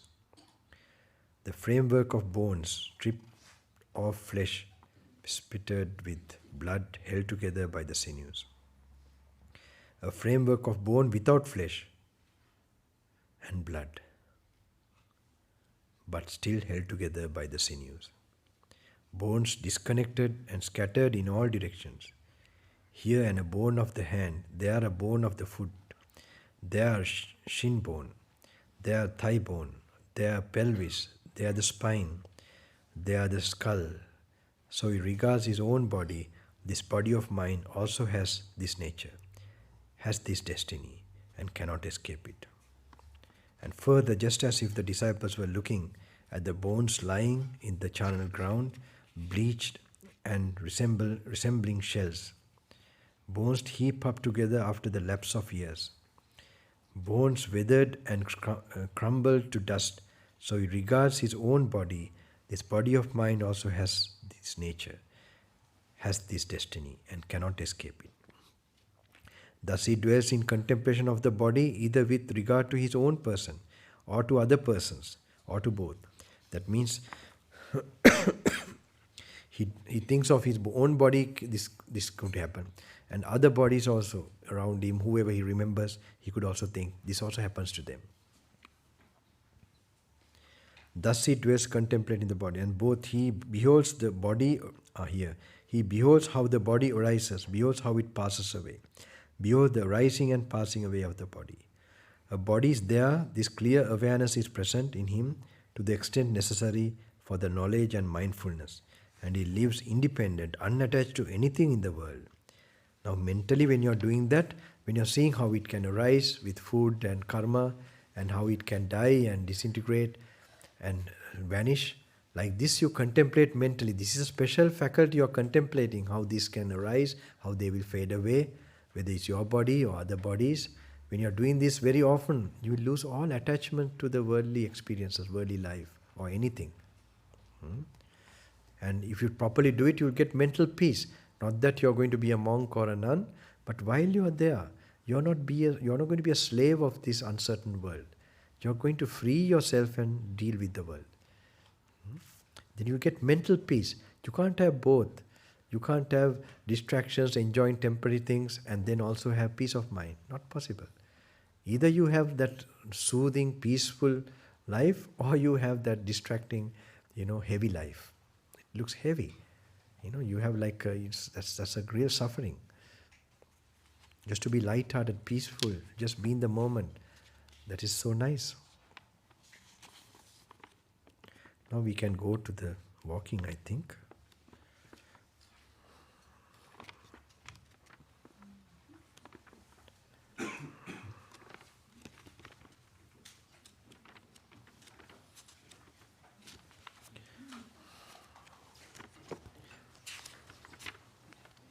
But please don't talk, okay? Keep quiet.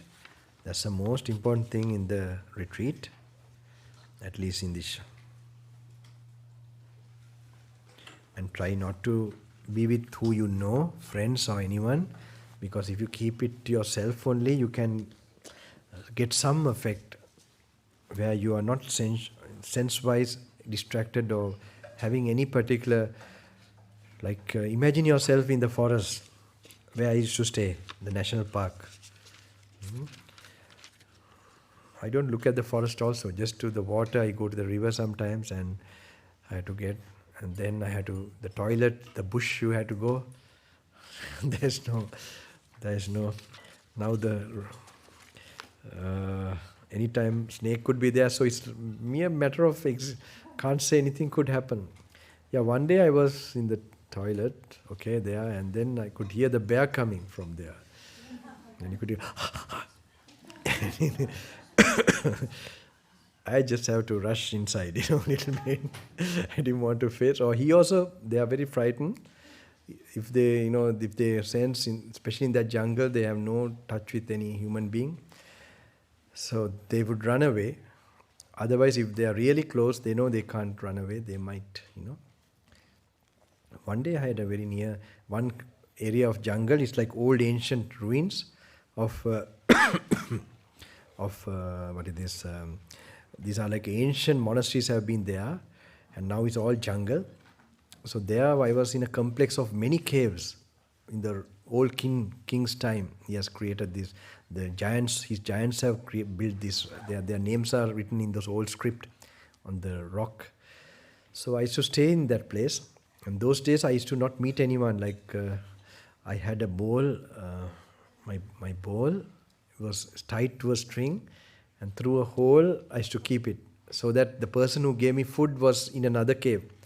The village was 30 kilometers away from there. So he can't stay long, someone has to give food. So the villagers have sent him to give me food.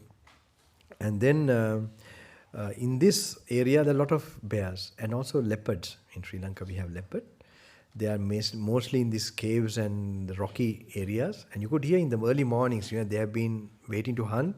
And suddenly you can hear that special growl when they are jumping.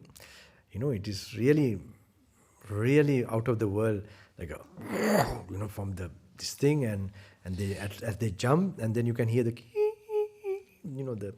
prey going into, and you can just feel the vibe of the forest. And then the nights, 11 o'clock, 12 o'clock, there are these visits, the bears. I'm in my cave, and you could hear them, your special, the breathing, they go, like the Alsatian dogs, I don't know. They go, not like this, it's something like this, but more, their throat is larger. So you have a very different sound.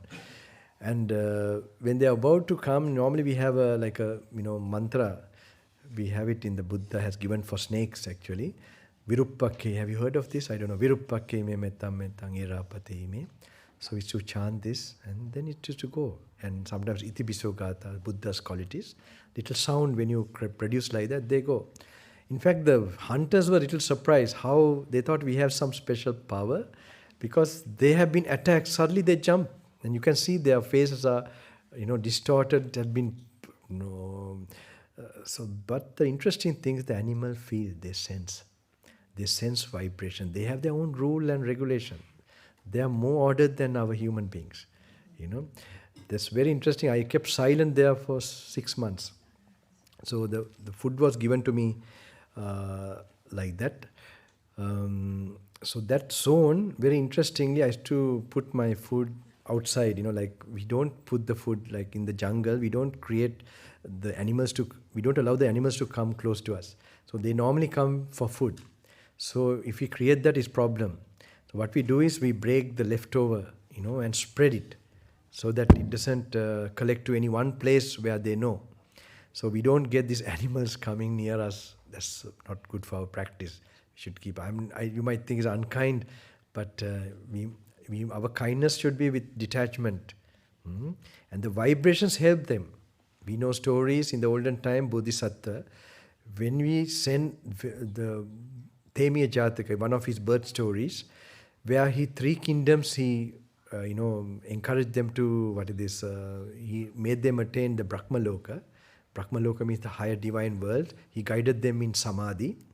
And in the Himalayas, he had three ashrams, like the monasteries to train them. Three kingdoms followed him.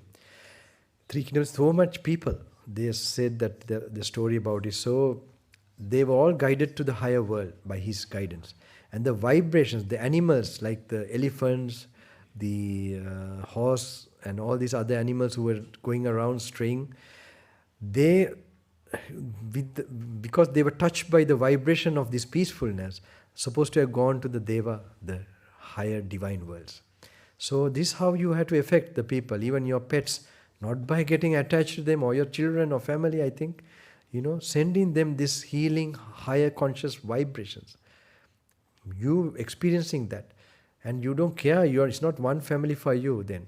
If you are developing those kind of feelings, the whole world, all beings become a family for you. So that way, you will be liberating your own family, so-called your own family also. You will raise them to a higher level of consciousness.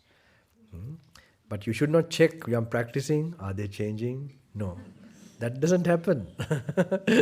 They also notice that. And then you have to continue really bravely, you have to go on this path to a certain degree. Then that mystical force start to happen. You have to experience these things. So once in the cave, what happened, there are a lot of bears used to come, like this in the night, not a lot, they used to come and try to come in. So one day I have fallen asleep, like 12 o'clock, like in a dream, I'm hearing that sound, right? And then the lamp is there, so I just make the lamp little bit to see it's here in front of me. Then I went, Virupakke me mettam mettang erapati me.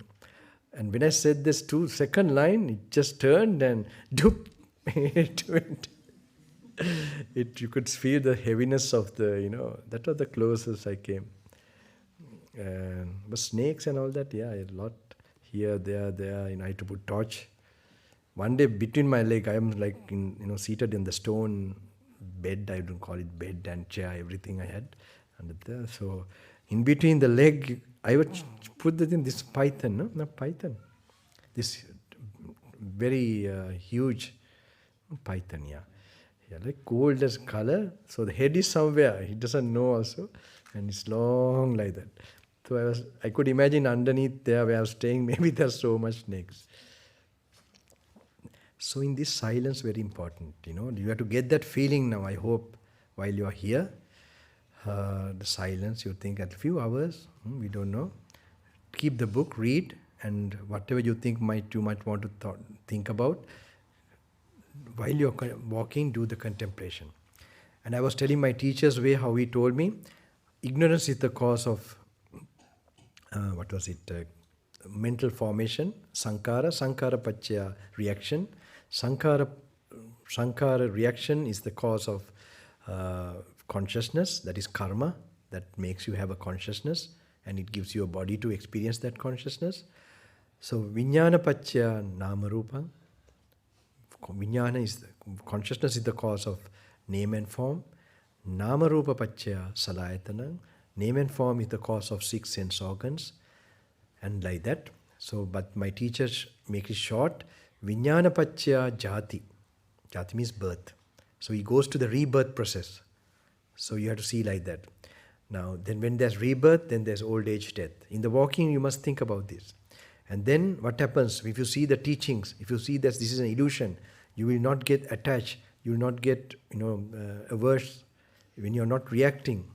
Why you're not reacting? If you see the impermanence or emptiness of a self, if you have this mind clearly, then the ignorance is reducing.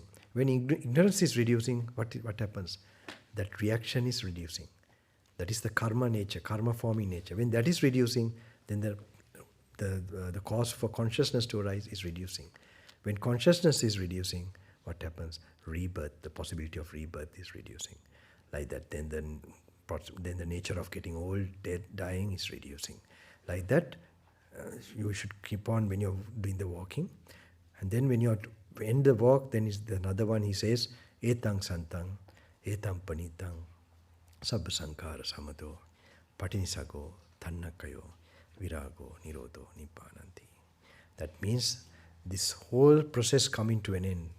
Thannakayo, virago means absence of craving. Virago means dispassionate. Whole process of this changing nature, having a body and doing all these things, when they come to end, how blissful it is. That's what he's telling. Okay? So that you tell yourself. It's like last bit, you do your hard work and then you get your chocolate. Okay? After these school days when you're studying. So this is our chocolate, this Nibbana. Right? So that's you can do. So what you're reading also, you can make your own meditation walking. But this Dhamma, teaching contemplation, is the one you have to master. I think this is very new to you all. Okay? I don't think no one came and taught you about this way of contemplating the Dhamma, the Buddha's teaching in your walking meditation. And those, what he says, like he's talking to you directly, it should come into your memory when you're walking. Remember these words, how I told. It's very important. What he says must echo in your mind. You must not allow too much your own thinking to happen. You should not do something without anyone's guidance, or you should not allow your own thinking. Sometimes you might try to think, oh, this is like this, like that, and that also you should. You should then read again a bit, then walk again. Read again, walk again. Okay? So these few hours, this is at least 5. But remember this, according to those masters in India, I believe you have gained so much by just exercising your thinking, analyzing this thing, and in your walking meditation, you would have gained so much in meditation wise. It can only arise when a Buddha arises. All the types of meditation is explained before a Buddha arises in this world regarding virtue and samadhi, concentration ability. So these are also high positive energies, but there is no positive energy compared to wisdom. It's not an energy actually. It will burn your karmas, it will clear your obstacles in the fastest and the highest way. But there are stories about it. Like for example, the king of gods, when he was about to lose his life and his existence in that kingdom as a god, he came to meet the Buddha. And then what happened? Buddha told something about this, the conditionality, and he became a stream entrant, according to, who touched the Nibbana and who is bound to go that way. What happened to him after that experience? It is like this. Now, those discourses are the ones that are recorded here. Now maybe it's like a bunch of keys now. You're trying out. One will work for you. If Buddha was alive, he might give you a directly to work. That's the only difference. Not the only difference, a big difference. So, but at least you have the bunch of keys like this, where you can even try out and open up that wisdom eye. Okay? Some verse, some line might strike you. It's not there's an order or anything, no. Just you have to, his mighty blessings. That great master, it can touch you. It has a miraculous, a very mystical effect. That's why we must learn to read through this. Now it's very easily available, but that doesn't mean people don't know its power, how it can transform your destiny, how it works in your brain.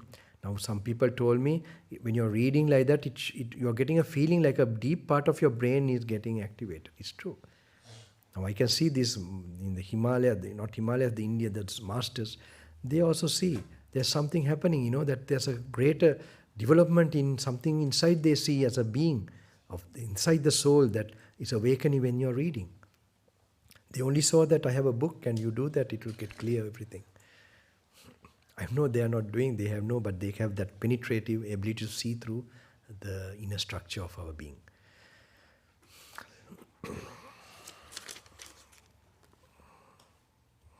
Until 4:30, we have our retreat.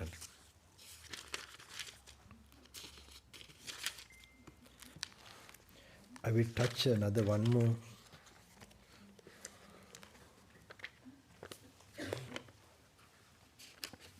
I'm very happy today because I can feel something of all the people here. They are very good, very happy.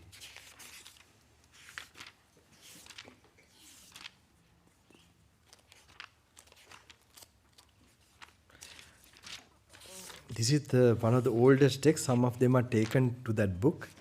But this is the one for enlightenment. This mostly when they went through this only, they became to the highest. Okay, so I'm little bit, one or two suttas I'm going to start for you, at least some taste of it. Okay, for your future one day. Who knows, even today something might happen. Not flying through this ceiling, but you will fly through ignorance. That's the important thing. You'll fly through your ego.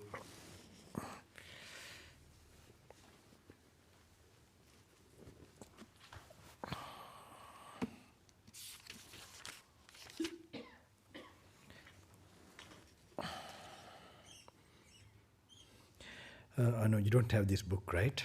So I'll have to read it. All right. This is called Khanda Samyutta. In the retreat, we give this whole section. My teacher has how he taught us.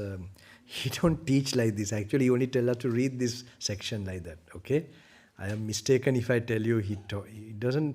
He doesn't do like me. I am more like spoon feeding. Really, you have to be really interested, and you go to the library and look at that section. That's it. And we do how to do. Luckily we knew some idea how to contemplate this.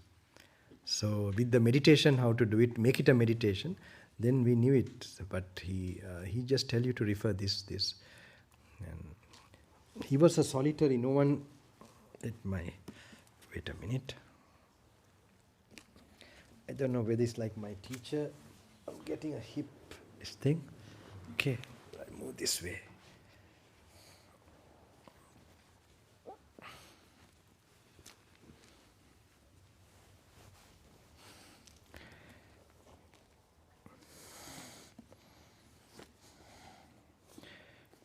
This is translated by Bhikkhu Bodhi.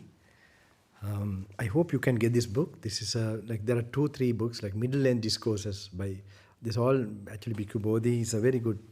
I think he's a great translator and a great scholar. It's a big asset for us to have because these are very clear English, and even the old translations were good in English. They were not big mistakes. We used those translations those days in the island. They were good enough for the meditation or for the experience.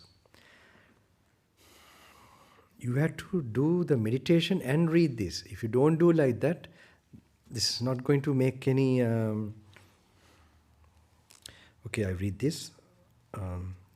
It's called the Khanda Samyutta, Connected Discourse on the Aggregates. Now Nakulapita is like a devoted layperson. He comes to meet the Buddha. Thus have I heard, on one occasion the Blessed One was dwelling among the Bhagas at Sumaragira in the Besakala Grove, the deer park. Then the householder Nakulapita approached the Blessed One, paid homage to him, sat down to one side and said to him, I am old, Venerable Sir, aged, burdened with years, advanced in life, come to the last stage, afflicted in body, often ill. I rarely get to see the Blessed One and the bhikkhus worthy of esteem. Let the Blessed One exhort me. Venerable Sir, let him instruct me, since that would lead to my welfare and happiness for a long time. So it is, householder, so it is. This body of yours is afflicted, weighed down, encumbered. If anyone carrying around this body were to claim to be healthy, even for a moment, what is that due to other than foolishness? Therefore, householder, you should train yourself thus. Even though I am afflicted in body, my mind will be unafflicted. Thus should you train yourself.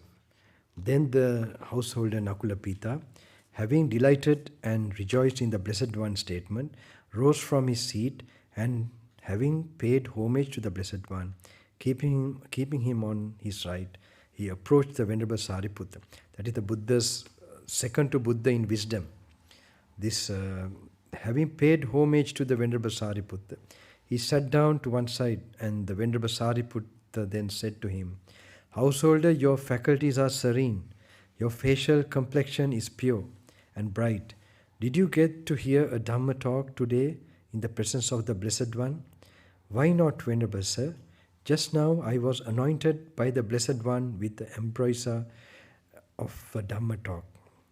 With what kind of embroiser of Dhamma talk did the Blessed One anoint you, householder? Here, Venerable, he repeats the same thing what the Buddha said. Now, it is said like Buddha said, though your body is sick, make your mind not sick. Then Venerable Sariputta explains because how the body is sick and mind is also sick, and how the body is sick and the mind is not sick. Okay, I will cut short this. Okay, here in the last paragraph. How householder is one afflicted in body and afflicted in mind, both. Okay.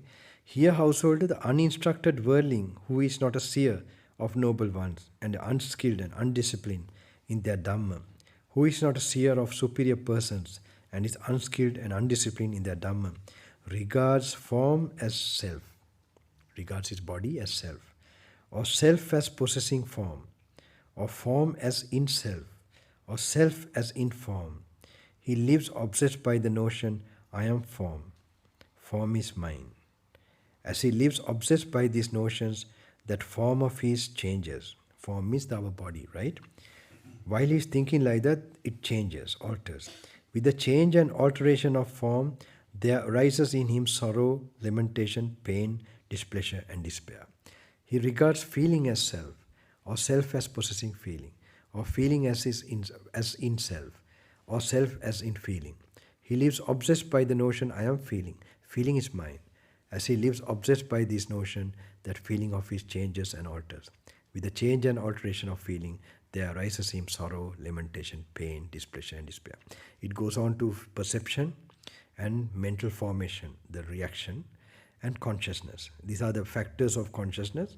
It includes all the five, the body, feeling, perception, and mental formation and consciousness. So the last, he regards consciousness as self, or self as possessing consciousness. Same way he regards all of the five. That is how his body is sick as well as his mind is sick. Because when it changes, what happens? With the change and alternation of consciousness, there arises in sorrow. That's what we normally have, normally experience. And how householder is one afflicted in body, but not afflicted in mind. Here householder, the instructed noble disciple, who is a seer of the noble ones, and is skilled and disciplined in their Dhamma, who is a seer of superior persons, and is skilled and disciplined in their Dhamma, does not regard form as self, or self as possessing form, or form as in self, or self as in form. He does not live obsessed by the notion, I am form, form is mine. As he lives unobsessed by these notions, that form of his changes and alters.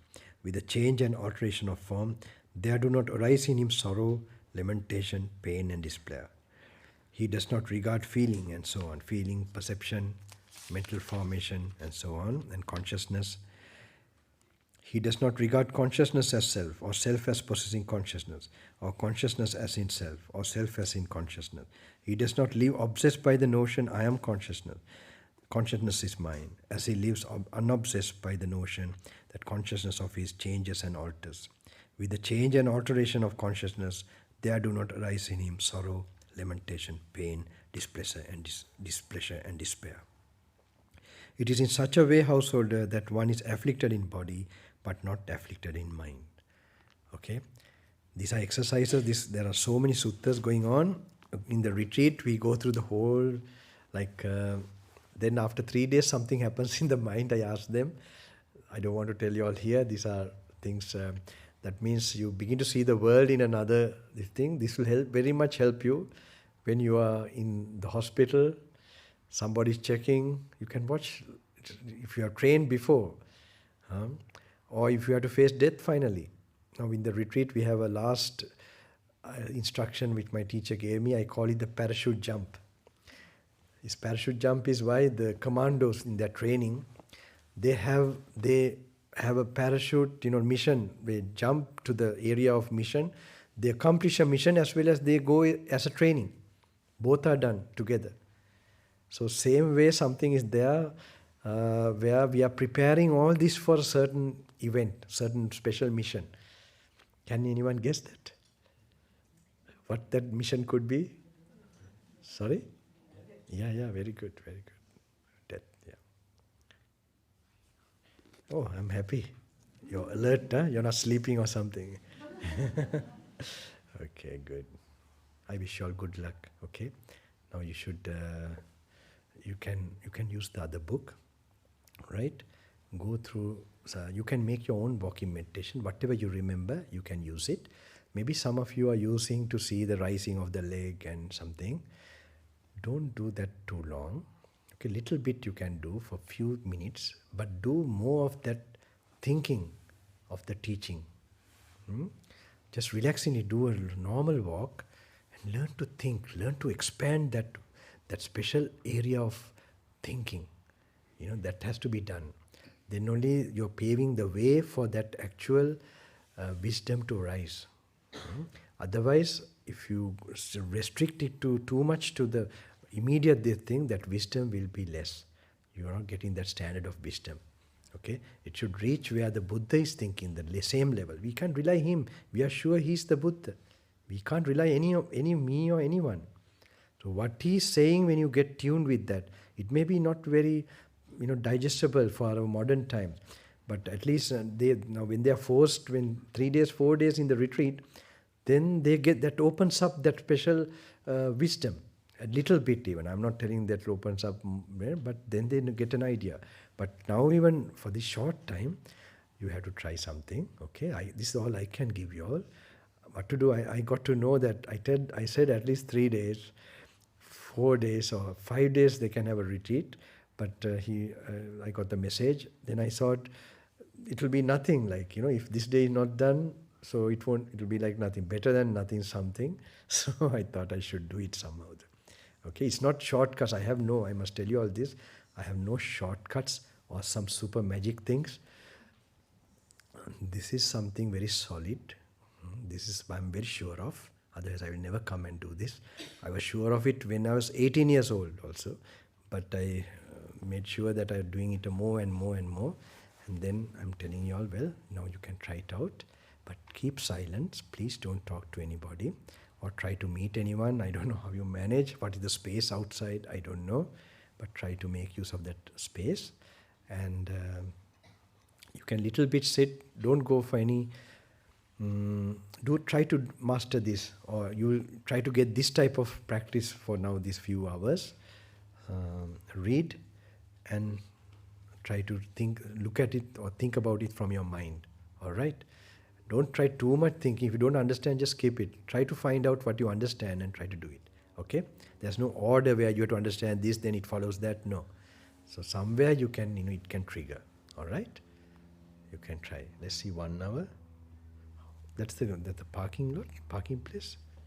Parking place. There where is? And also the laneways. You can walk along the laneways. Okay, right. And also the front garden here. Right. You can see. Try to be away from anyone. Okay, don't go very far also. The police might catch and take you all and we'll have to come behind. Or some neighbors might catch you. I'm joking, right? So, but try to be alone, all right? Go with the books. Don't talk with anyone. Don't be near with anyone you know. And just some time to time you go refuge to the Buddha and he's speaking to you. Remember that through the words. And if you are trying to practice the way he's telling directly, some blessings will come to you definitely. Okay, time to time you can wish compassion to all others, not for too long. And if you like to sit down, I don't know, you find a space there anywhere you could sit down, walk, okay? And you can try to do that.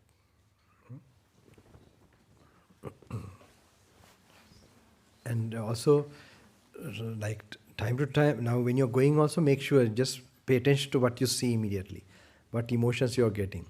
And when you get up, when you're moving, just pay attention to your body, how it is laid down, like from outside.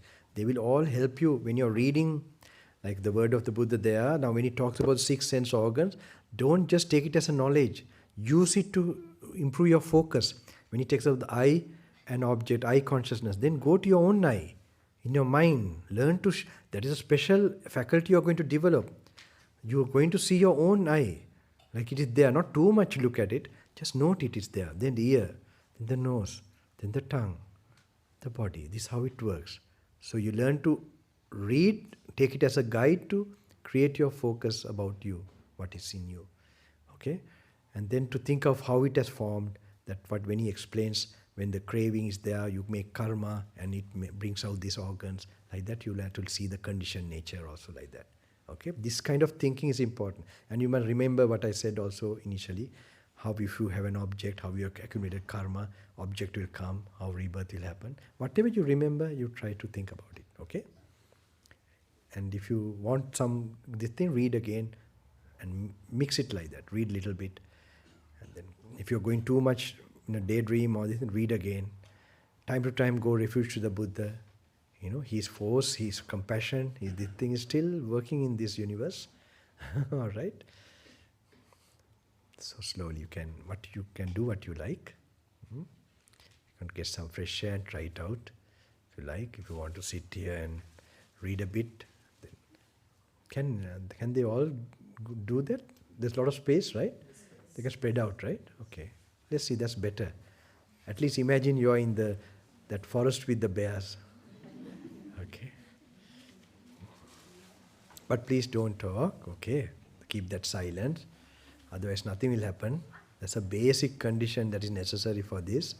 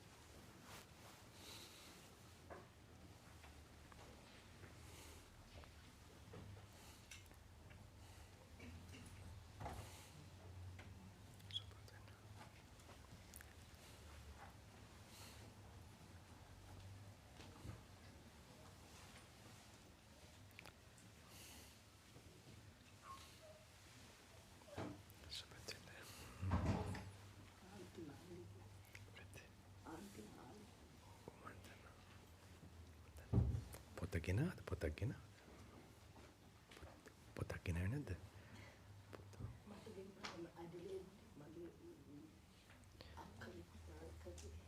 පොතක් දුන්නද පොත? මාත් පොතක් ගන්න පුළුවන් වේද? මාත්.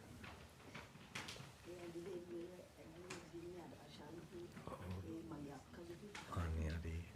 පොතක් අරගෙන අද බලන්න පොඩ්ඩක් සක්මන් කරන්න. බුද්ධ වචනේ.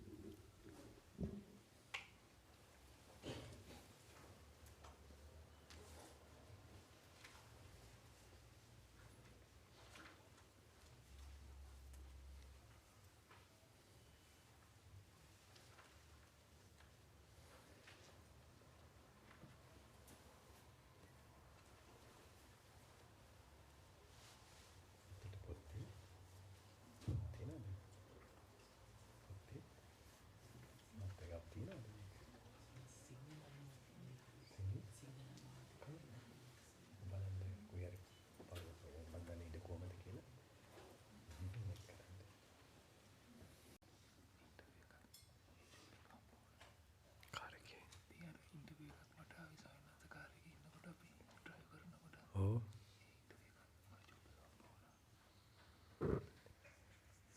Pintu ya ke?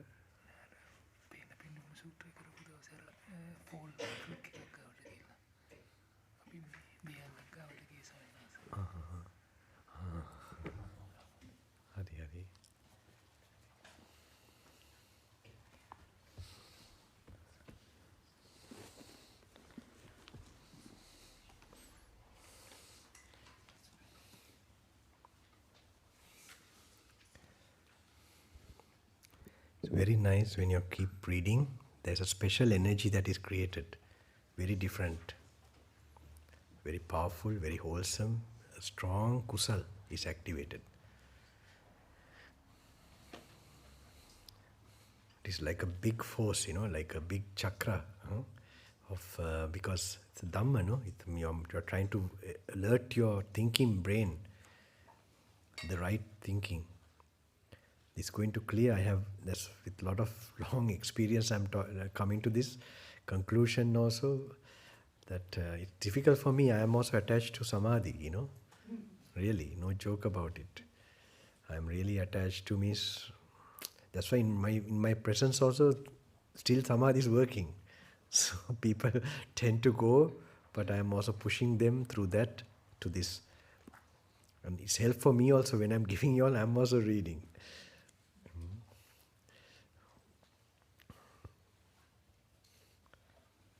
But try until 4 o'clock, keep reading, okay? We try to cover it. It's difficult, but you will, with hindsight later, you will notice some real benefit, the difference, when you try to do this.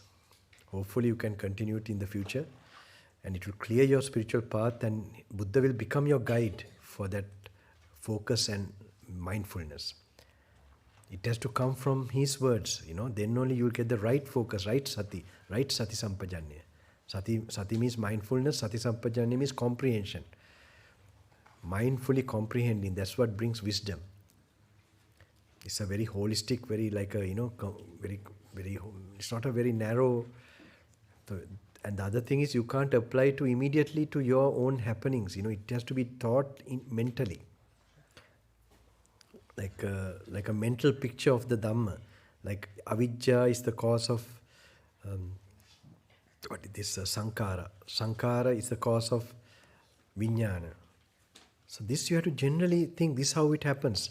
Avidya, when I'm seeing the Dhamma, the avidya decreases. Then I would see that this is not me, not I, or when you're seen like that, the ignorance is decreasing.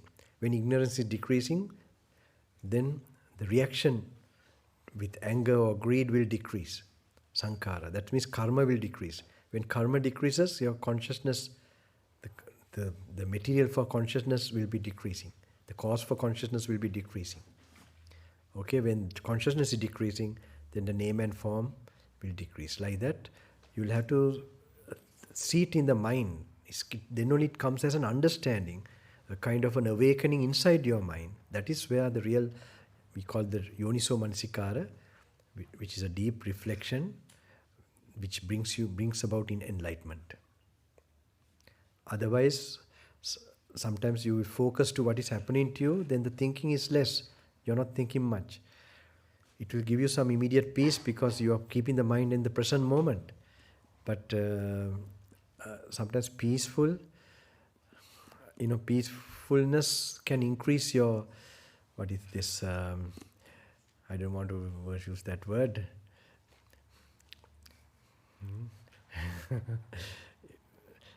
My teacher used to tell me those days you can be a peaceful buffalo. ශාන්ත මිහරක් මේක අරක ප්‍රඥාව පොඩ්ඩක් මේවා වෙන්න නැත්නම් මේක හරි නිවනට යන්න අවශ්‍ය කරන the wisdom that is necessary for nibbana will not happen. Buddha says the enlightenment factor sati sambojjhanga dhamma vijaya bojjhanga, this is this dhamma. This dhamma means the teachings, that has to be dhamma vijaya bojjhanga. Vijaya means analyzing, reflecting. And when you are properly, so you must not go too much intellectual also. That's you have to see. Then only you have to bring little bit attention to your present moment, how the body is seated, or then you have to see the balance. Not going too much intellectual, not going too much, just not thinking and little thinking and observing only. So you have to know, you have to read and do both. You will get the right. But the very effort you are doing is generating so much positive power. It's a very powerful. I believe if I now go and meet those people in India, they will tell. If I ask them how is that group, how is their meditation, I'm sure if you have been reading, it will be quite high. Hmm. So try not to go to samadhi another half an hour, okay? Then we might, this thing, keep reading, try to get this from me at least in this short time.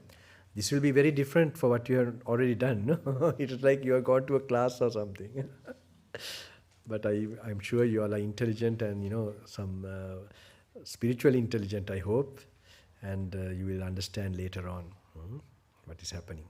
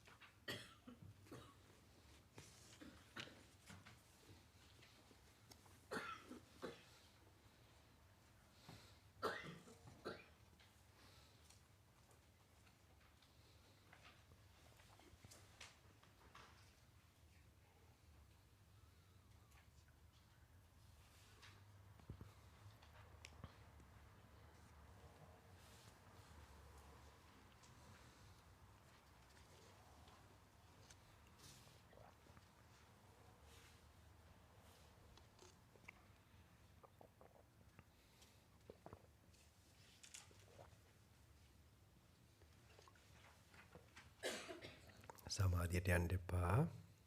පොත තියෙනවද අම්මට? පොත තියෙනවද? පොතක් නැද්ද?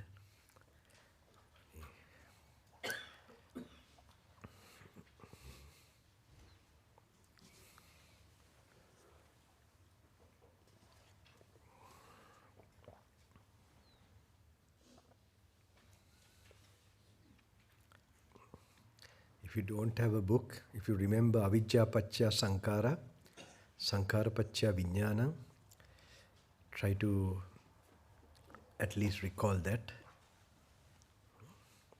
Keep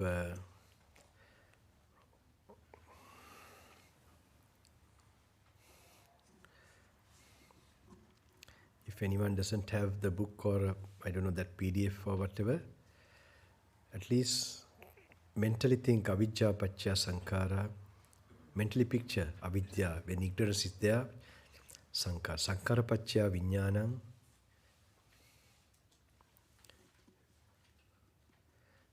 ignorance is the cause of sankhara, reaction, mental, the karma forming through thought, word and deed. Karma forming nature in you, the reaction nature, sankhara, is the cause for consciousness. Consciousness is the cause for name and form. Name and form is the cause for the 6 sense organs. The six sense organs is the cause for contact. Contact is the cause for feeling. Feeling is the cause for craving. Craving is the cause for clinging. Clinging is the cause for existence. Existence means the bhava, the karma accumulation. You create a plane to be reborn. And that is the cause for birth. And that is, birth is the cause for old age, death, sickness.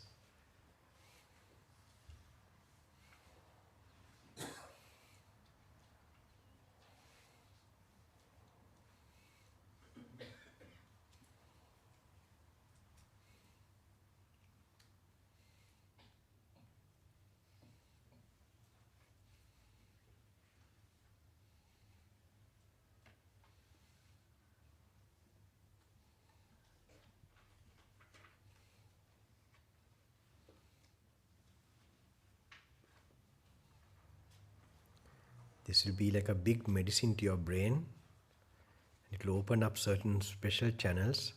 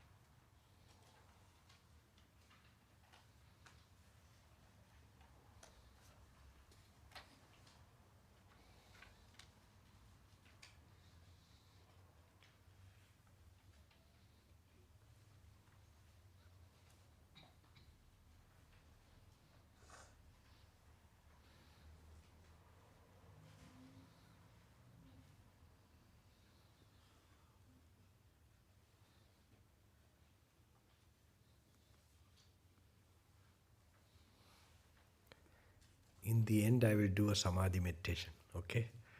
So, you continue this. Okay? I will do it for you all. One of my routine practices I will do. So,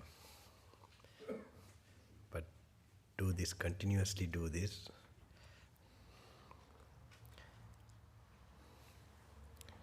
This joy is immense. If you, when you're seeing the teachings become clear, that has a special feeling. It's very unique. Actually, in samadhi, when you get samadhi, now when you get anger, greed, you get some hormones in your body, okay, like adrenaline and all that. When you get samadhi, that is absence of anger and greed and all these things. Then also something gets formed in your body. It is called ojas in the Ayurvedic term. Normally this ojas goes to your brain and gets deposited in the areas in your brain, and it creates those very thoughts again, okay, which leads to samadhi. That is and normally when it creates a lot, you get a shine in your skin. You become charming. I have told this before many times. Like, there's a pleasantness about you. So, now when you do this kind of thing, it creates more subtle substance, very most subtle and potent and strong chemical thing in this thing, which is coming from the brain itself. It is called tejas. That also goes to the brain, and it opens up very special areas which even ojas does not open, and more finer, which especially regarding with the wisdom eye, which is dormant but is not working. So because Buddha is nothing but that super wisdom, the supreme wisdom, he's not because he's Buddha because of his samadhi or anything. He's Buddha for his that full awakening of this world cycle. When I'm talking about it, I feel faintish also. Something makes me, because I'm like feeling going into a body of, I don't know what to say about this, but yeah, it opens up a very entire different awakening to the whole universe. So So when that happens, the tejas, something called tejas is related. Not necessarily this, there are some other any kind of analyzing type of thing. Tejas is release. But this one has a very specific because it greed, hate and delusion. Even the ego is fading away. So you just can't measure it or think about what kind of chemical reaction is happening, because the extreme letting go is happening. Extreme letting go as well as then peace coming. It's a supreme peace. That's why it's called Sankara Parama Dukkha Nibbanam Paramang Sukha. It's called the highest bliss. It's coming from wisdom. There's a bliss coming from samadhi. That's also, it's nice, very bright, but bliss coming from wisdom is not easy to get, but when you get it, it's so it's so different. It's not easy. It's like, oh wow, it's like you become it becomes very. It's not with feelings also. It's a very funny thing. It's like something you suddenly get to know. It's the happiness of knowing. Something that even the gods also don't experience, even the higher realms don't experience. So the human brain has that capacity. Okay? They also like to remain in peacefulness and blissfulness.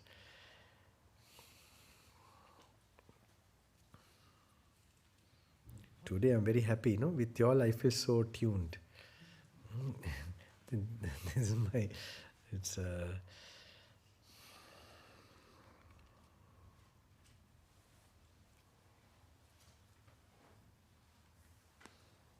after another half an hour, we'll do the samadhi. You keep reading, okay, and contemplating.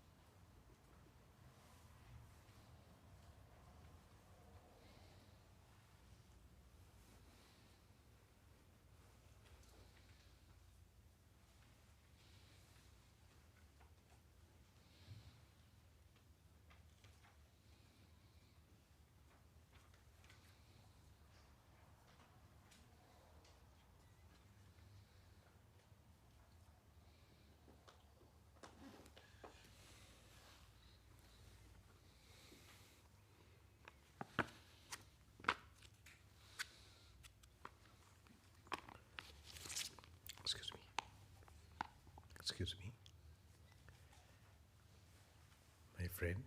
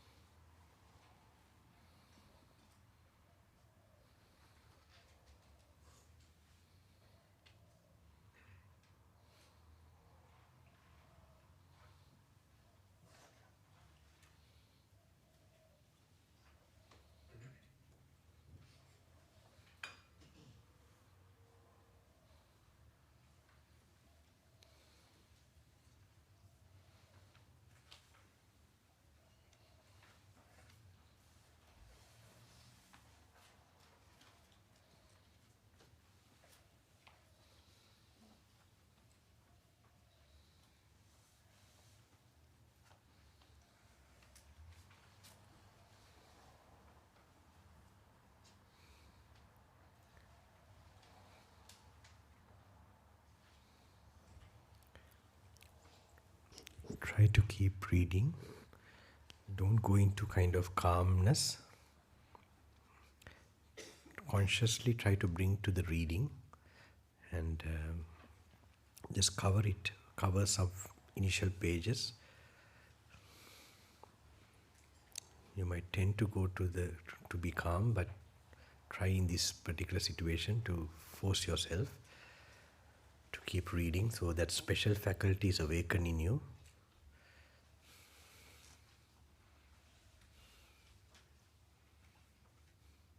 A kind of a small initiation.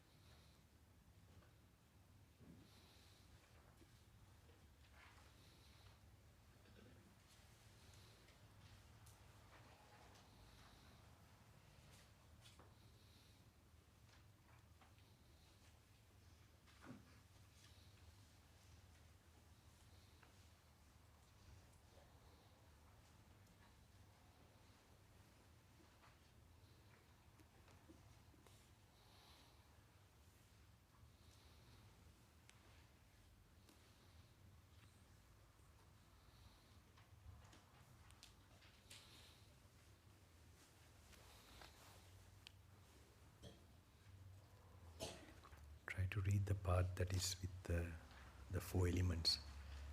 Four elements talks about the four elements. The four.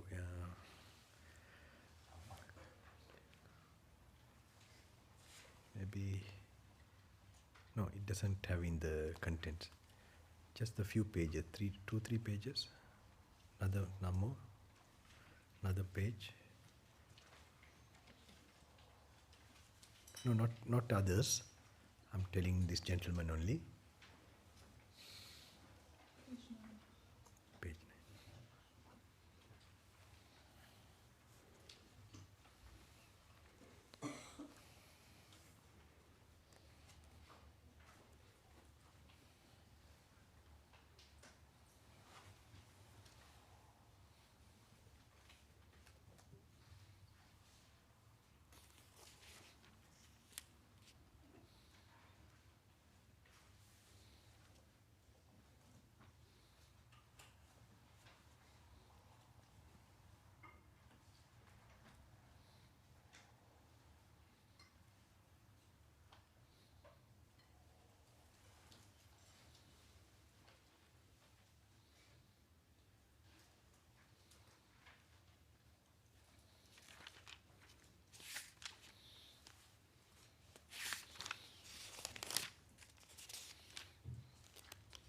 I read a nice sutta for you all also, this one.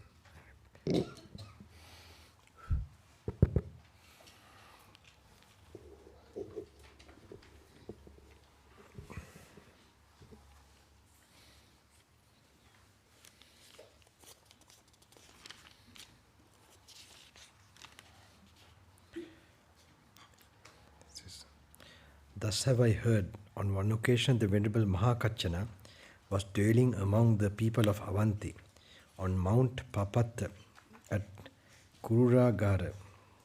Then the householder Halindakani approached the Venerable Mahakachana, paid homage to him, sat down to one side, and said to him, Venerable Sir, this was said by the Blessed One in the question of Magandhya of the Attakavagga. Having left home to roam without abode, in the village the sage is intimate with none. Rid of sensual pleasures, without expectations, he would not engage people in dispute. How, Venerable Sir, should the meaning of this stated by the Blessed One, in brief, be understood in detail? The form element householder is the home of consciousness. One whose consciousness is shackled by the lust for the form element is called one who roams about in a home. The feeling element is the home of consciousness. The perception element is the home of consciousness. The volitional formations element is the home of consciousness. One whose consciousness is shackled by lust for the volitional formations element is called one who roams about in a home. It is such a way that one roams about in a home. And how, householder, does one roam about homeless? This is one occasion which is nice to be homeless. When I was reading this, I felt a sad silence one time in one program because I felt some reality in this society that it could happen, right? It's not a thing to be laughed about, but I mean, I was taken suddenly by surprise. Like this homeless, when he talks about here, and how, householder, does one roam about homeless? The desire, lust, and delight and craving, the engagement and clinging, the mental standpoints, adherences, and underlying tendencies regarding the form element, these have been abandoned by the Tathagata. Tathagata means he's talking about Buddha. Buddha is talking about himself. When he refers to him, he used this word Tathagata.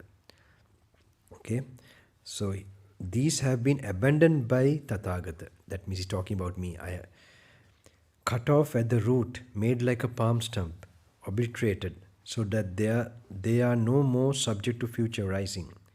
Therefore, the Tathagata is called one who roams about homeless.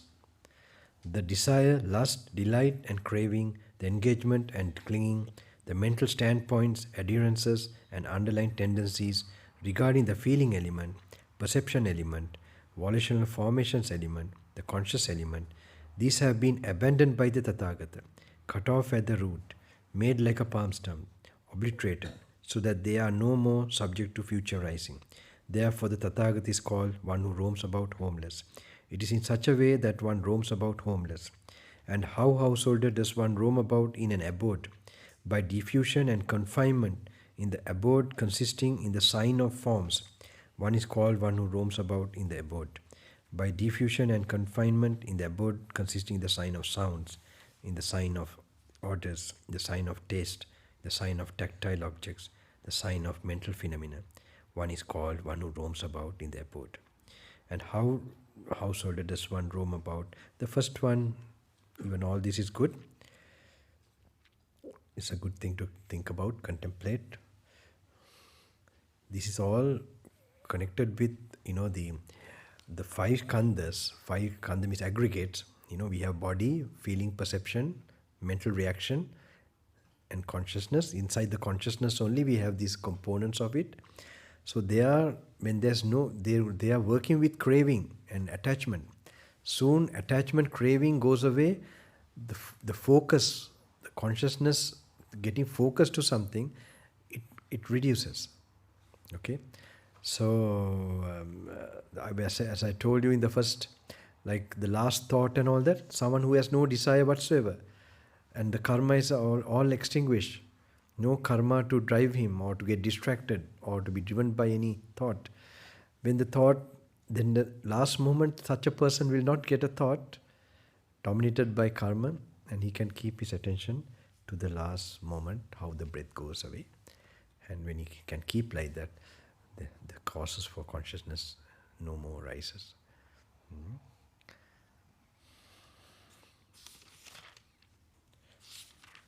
This is in the retreat. You will come across this you get to learn to know how, yeah. In short, I remember when I was as a wandering monk, suddenly a lot of people in their vehicle, they stopped and in a mountain area.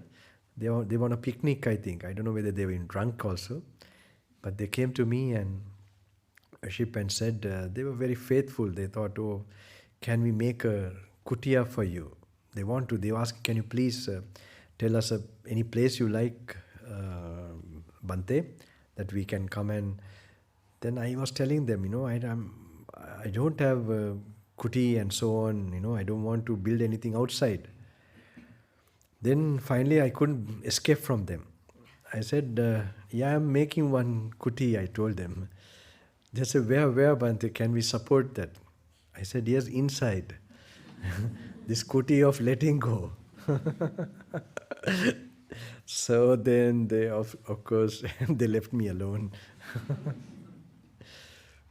Many years back. Something similar to this idea, this you have to learn later on. To learn, your dwelling place should be in a place of detachment, letting go, state of mind, a mental attitude. There you can stay anywhere then, not places and, like solitude also finally. It's helpful to get some silence, some natural environment. It's a very big help. But finally it is, what you achieve within you. Because the sense organs will be the same all the time. So the defilements working, they are the ones you have to clear. I will tell you one other example. Even this few hours you spend should make some difference. Okay? I used to go through the city in Sri Lanka, the Colombo, not in like we have a second city, not the capital, Kandy we call, they are now sometimes my parents were there when I was young, before becoming a monk, so I used to visit them coming from so when I used to go through the city, so many objects. So what I do is, now it will be very practical for you all also, this idea, because you go to a very strong area of stimulation in cities and with other environment, even maybe parties sometimes. So what happened, when I used to remember, I used to be so intense, like I used to control myself and not to look here and there. And if someone saw me outside, I'm sure would think, what's wrong with this young man? He's going slowly, and like I would definitely look very intense from outside. So later on, I was very conscious that I'm not going to look at anything, hear anything, and do the practice while I had to cut across. So after some years, I became a monk, and I also was in the jungle practicing with my teacher and all that. Again, I had to go through the city for some other reason. I don't know, maybe to see my parents, I don't know. While I was passing the city, I remember I was not that intense.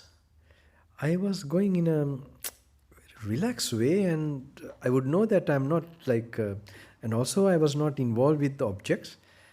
Then definitely the city would have changed by now more than the before. It would have not gone better. It would have not become a temple or a monastery. City would become city, more city. But then I realized all these practices going through, it changes, it clears your perception. It breaks that wisdom, that restraint, that those things are healing your internal being. And that when you're put back to those objects, they will not make much impact. So you must not worry about the impacts you're getting. You must worry about making sure you're doing these practices daily basis. Always says, if you can, you must try to come like this. Or it can be more even, it will be better. Then you'll find some change in your inner perceptions will be changed. And automatically these objects will be there all the time, but you will be a changed person. This will not impact on you. It will be less impact.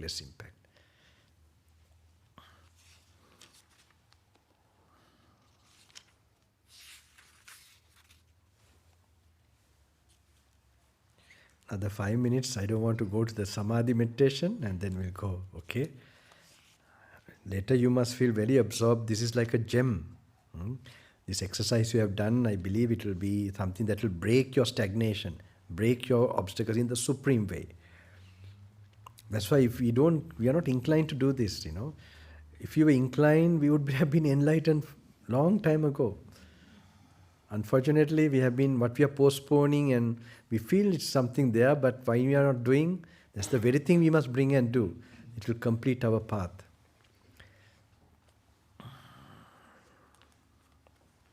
Remember, some of, not in this book, but you have complete suttas. Each sutta, when Buddha discoursed that, they became Arahant. Arahant means, fully enlightened. So these are the way of thinking that we should do for becoming that. So this is mostly called Dhammanupassana.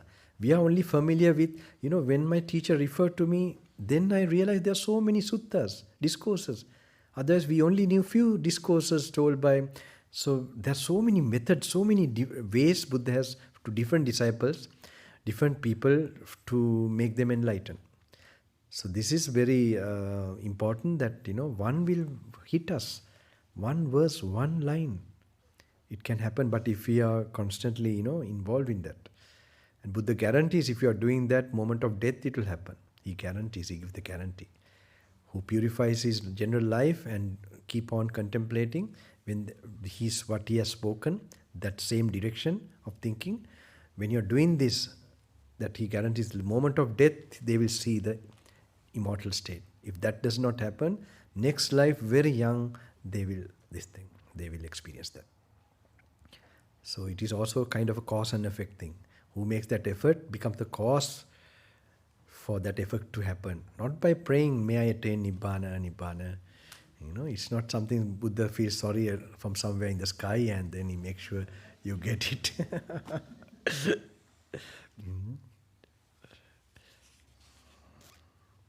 But you all are very nice, very good. I can feel the vibrations coming, very good. It's unfortunately, in the upstairs I can't see them, but doesn't matter. They also look. Another 5 minutes and then it's another 5 minutes from now, right? I don't want to lose your wonderful occasion where you are doing something good for you, for your future meditation, for everything. Remember, this is a meditation, not a book reading thing. Unfortunately, people don't have idea about it.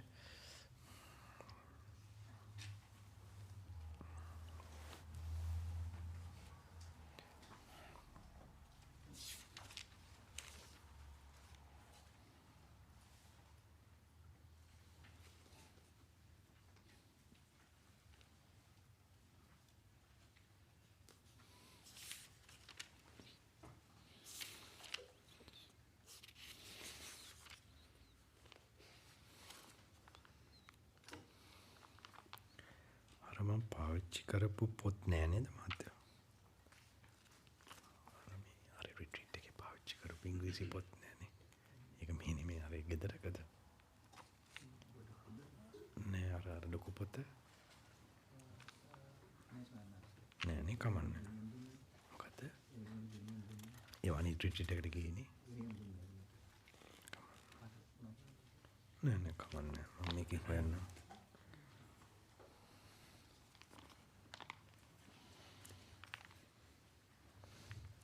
I try to find some interesting suttas.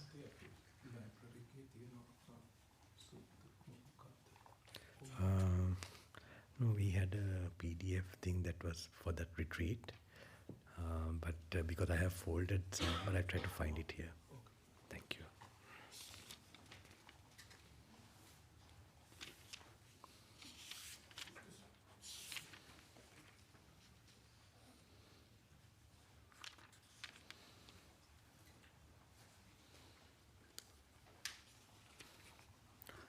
Maybe in this one.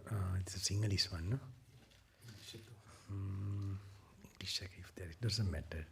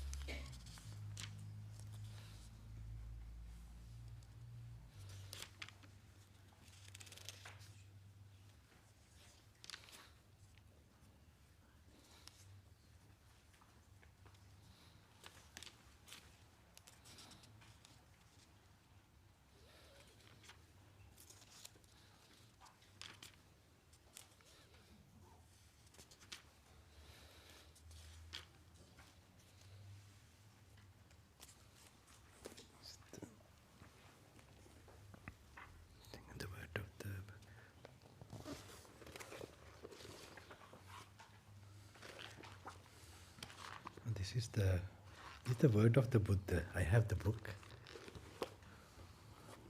It's like a big book which, yeah. Only, can you give it to that auntie? If they are using it, they can use. That book I have. I'm not. No, I can. Let's see. I hope Buddha will guide me to show you these suttas.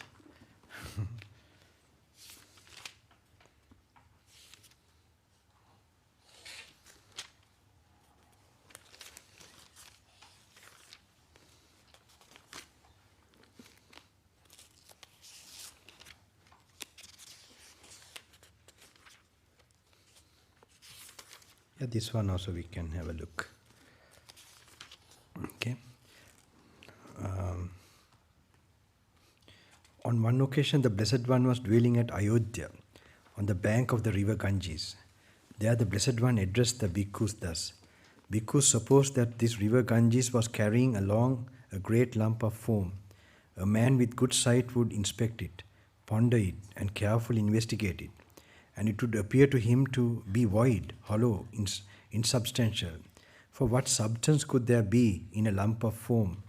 So too, bhikkhus, whatever kind of form there is, whether past, future, or present, internal or external, gross or, you know what I mean, no? Form means the body, right? I hope it's clear.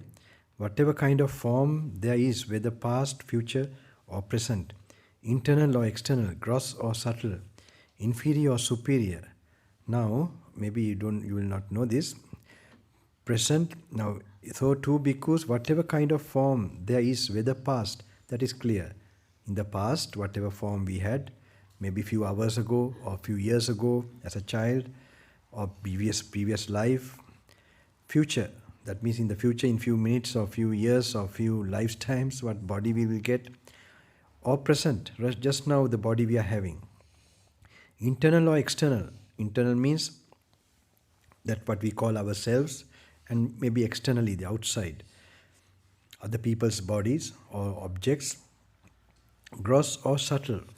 Here gross or subtle means it could be a body of an elephant, or subtle may be a microbe or amoeba, right? What are the small ones? Inferior, superior. That could be a body of a lower animal, lower being in the lower hells. And superior means like the devas or brahmas, far or near. It could be anything that is here and externally or far away from us. This is Buddha is trying to show all possibilities, okay? Far or near. A bhikkhu inspects it, ponders it, and carefully investigates it, and it would appear to him to be void, hollow, insubstantial. For what substance could there be in form? Suppose, bhikkhus, that in autumn, when it is raining and big raindrops are falling, a water bubble arises and bursts on the surface of the water. A man with good sight would inspect it, ponder it, and carefully investigate it, and it would appear to him to be void, hollow, insubstantial. For what substance could there be in a water bubble? So too, bhikkhus, whatever kind of feeling there is, whether past, future, or present, internal or external, gross or subtle, inferior or superior, far or near, a bhikkhu inspects it, ponders it, and carefully investigates it, and it would appear to him to be void, hollow, insubstantial. For what substance could there be in feeling? How true is it? Suppose, bhikkhus, that in the last month of the hot season, a high noon, a shimmering mirage appears. A man with good sight would inspect it, ponder it, and carefully investigate it, and it would appear to him to be void, hollow, insubstantial. For what substance could there be in a mirage? So too, bhikkhus, whatever kind of perception there is, whether past, future, or present, internal or external, gross or subtle, inferior or superior, far or near, a bhikkhu inspects it, ponders it, and carefully investigates it, and it would appear to him to be void, hollow, insubstantial. For what substance could there be in perception? Suppose, bhikkhus, that a man needing heartwood, seeking heartwood, wandering in search of heartwood, would take a sharp axe and enter a forest. There he would see the trunk of a large plantain tree, straight, fresh, without a fruit bud core. He would cut it down at the root, cut off the crown and unroll the coil. As he unrolls the coil, he would not find even softwood, let alone hardwood. A man with good sight would inspect it, ponder it, and carefully investigate it, and it would appear to him to be void, hollow, insubstantial. For what substance could there be in the trunk of a plantain tree? So too, bhikkhus, whatever kind of volitional formation there are, whether past, future, or present, internal or external, gross or subtle, inferior or superior, far or near, a bhikkhu inspects them, ponders them, and carefully investigates them. As he investigates them, they appear to him to be void, hollow, insubstantial. For what substance could there be in volitional formations? Suppose, bhikkhus, that a magician or a magician's apprentice would display a magical illusion at a crossroads. A man with good sight would inspect it, ponder it, and carefully investigate it, and it would appear to him to be void, hollow, insubstantial. For what substance could there be in a magical illusion? So too, bhikkhus, with whatever kind of consciousness there is, whether past, future, or present, internal or external, gross or subtle, inferior or superior, far or near, a bhikkhu inspects it, ponders it, and carefully investigates it, and it would appear to him to be void, hollow, insubstantial. For what substance could there be in consciousness? Seeing thus, bhikkhus, the instructed noble disciple experiences revulsion towards form, revulsion towards feeling, revulsion towards perception, revulsion towards volitional formations, revulsion towards consciousness. Experiencing revulsion, he becomes dispassionate. Through dispassion, his mind is liberated. When it is liberated, there comes the knowledge, it is liberated. He understands, destroyed his birth, the holy life had been lived, what had to be done had been done. There is no more for this state of being. This is the highest kind of achievement in the Buddhas. When a saint attains this, realize this.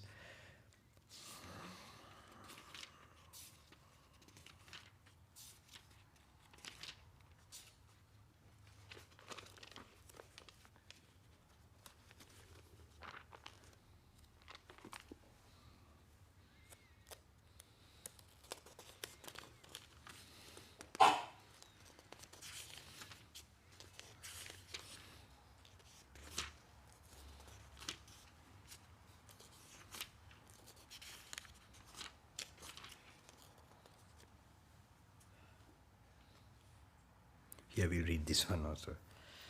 Kotita. On one occasion, the Venerable Sariputta and Venerable Mahakotita was dwelling at Benares in the deer park at Isipatana. Then in the evening, the Venerable Mahakotita emerged from seclusion and approached the Venerable Sariputta. He exchanged greetings with the Venerable Sariputta, and when they had concluded their greetings and cordial talk, he sat down to one side and said to him, "How is it, friend Sariputta? Is the eye the fetter of forms, or are the forms the fetter of the eye? Is the ear the fetter of sounds, or sounds the fetter of ear? Like that, the nose the fetter of smells, smell the fetter of nose. Like that, it goes to, is the mind the fetter of mental phenomena, or the mental phenomena the fetter of mind? Friends Kotika, the eye is not the fetter of forms, nor are the forms the fetter of the eye, but rather the desire and lust that arises therein dependent on both. That is the fetter there. The ear is not the fetter of sounds, nor are the sounds the fetter of ear, but rather the desire and lust that arise there in dependence on both. That is the fetter. The mind is not, it cut short the six sense organs. The mind is not the fetter of the mental phenomena, nor are mental phenomena the fetter of the mind, but rather the desire and lust that arise there in dependence on both. That is the fetter there. Suppose, friends, a black ox and a white ox were yoked together by a single harness or yoke. Would one be speaking rightly if one were to say, the black ox is the fetter of the white ox, the white ox is the fetter of the black ox? No, friend, the black ox is not the fetter of the white ox, nor is the white ox the fetter of the black ox, but rather the single harness or yoke by which the two are yoked together. That is the fetter there. So too, bhikkhu, the eye is not the fetter of forms, nor mental phenomena the fetter of mind, but rather the desire and lust that arises there in dependence on both. That is the fetter there. If, friends, the eye were the fetter of the form, or form were the fetter of the eye, this living of the holy life could not be discerned for the complete destruction of suffering. But since the eye is not the fetter of forms, nor are forms the fetter of the eye, but rather the desire and lust that arise there in dependence on both, is the fetter there.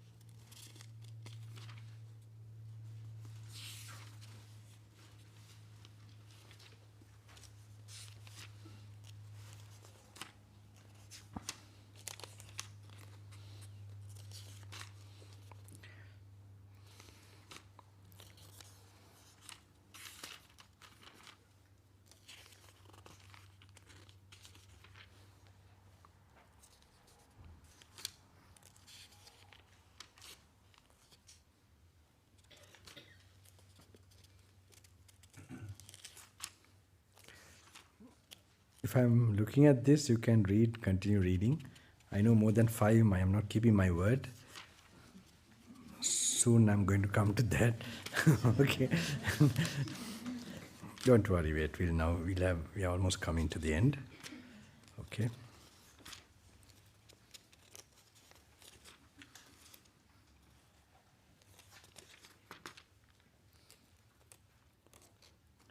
Okay, this was a good one, last one we'll do.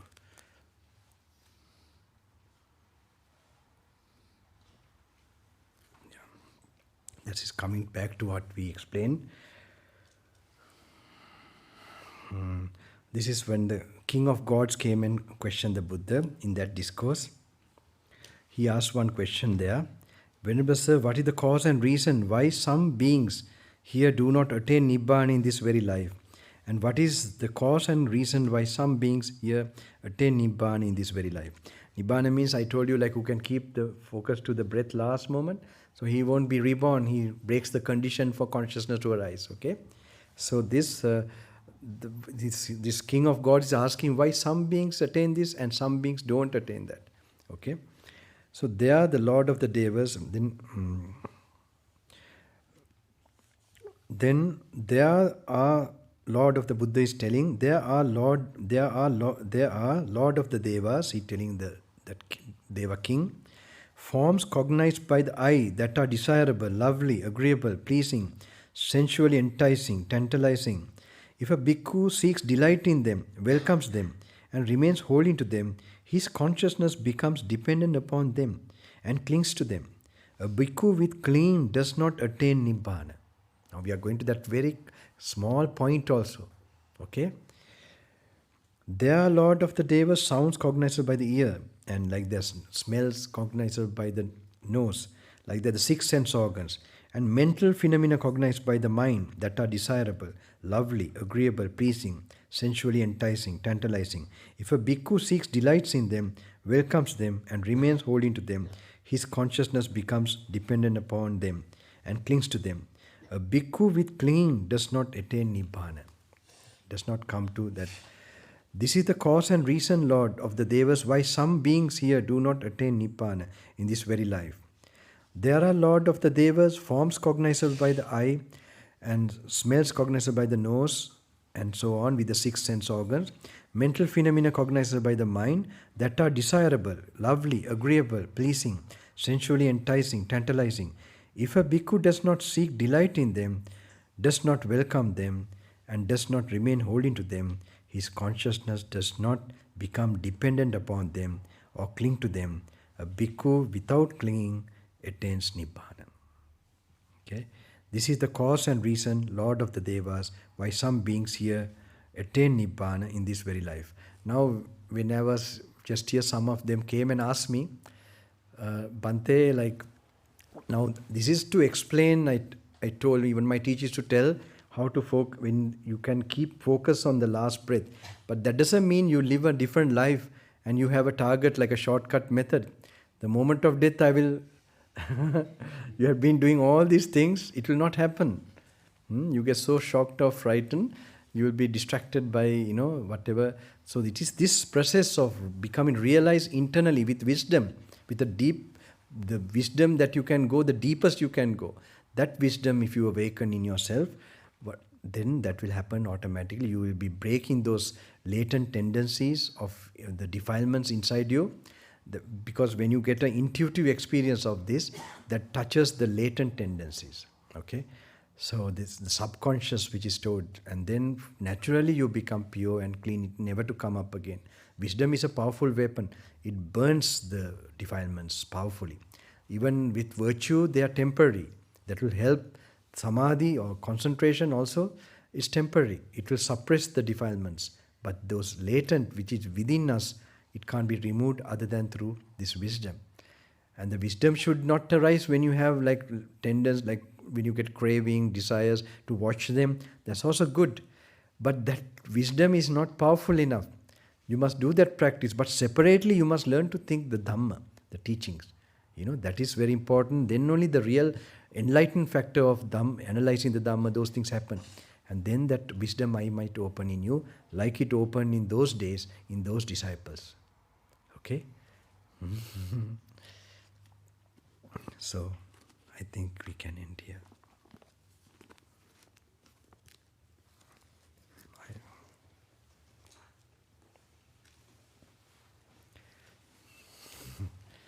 Yeah. Okay, we can go.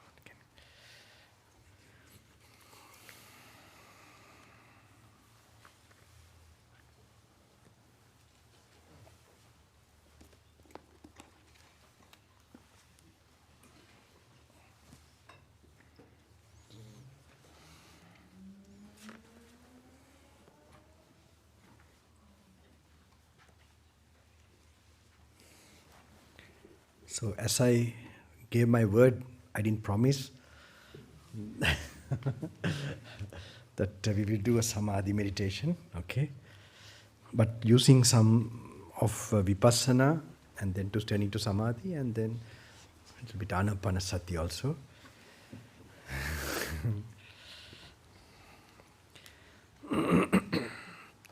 I must thank, and I am actually very grateful to people who organized this. Okay, I don't know whoever they are. I'm extremely grateful. It's one of these meetings I would feel I can close my eyes, make it easy. I had regrets one time, in 2015 also, when I was in high altitude, and then there's a practice we have used to, so I was doing that. First the thought came, I couldn't do enough to the people. And then I told to myself, can't help it, next life I will do it. And with this thought only, but then I was looking at myself to prepare for this to go, because how can you keep on breathing? Like, for how long can you go? Grasping for breath. Because when you get altitude sickness, you are gone. You have to go to a down. So it went on. Anyway, I survived that. Then only the 2017 I came, did this thing. But anyway, and another one was the retreat.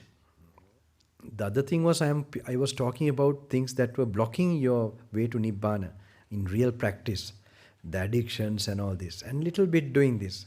But this time only I'm giving it in a solid way.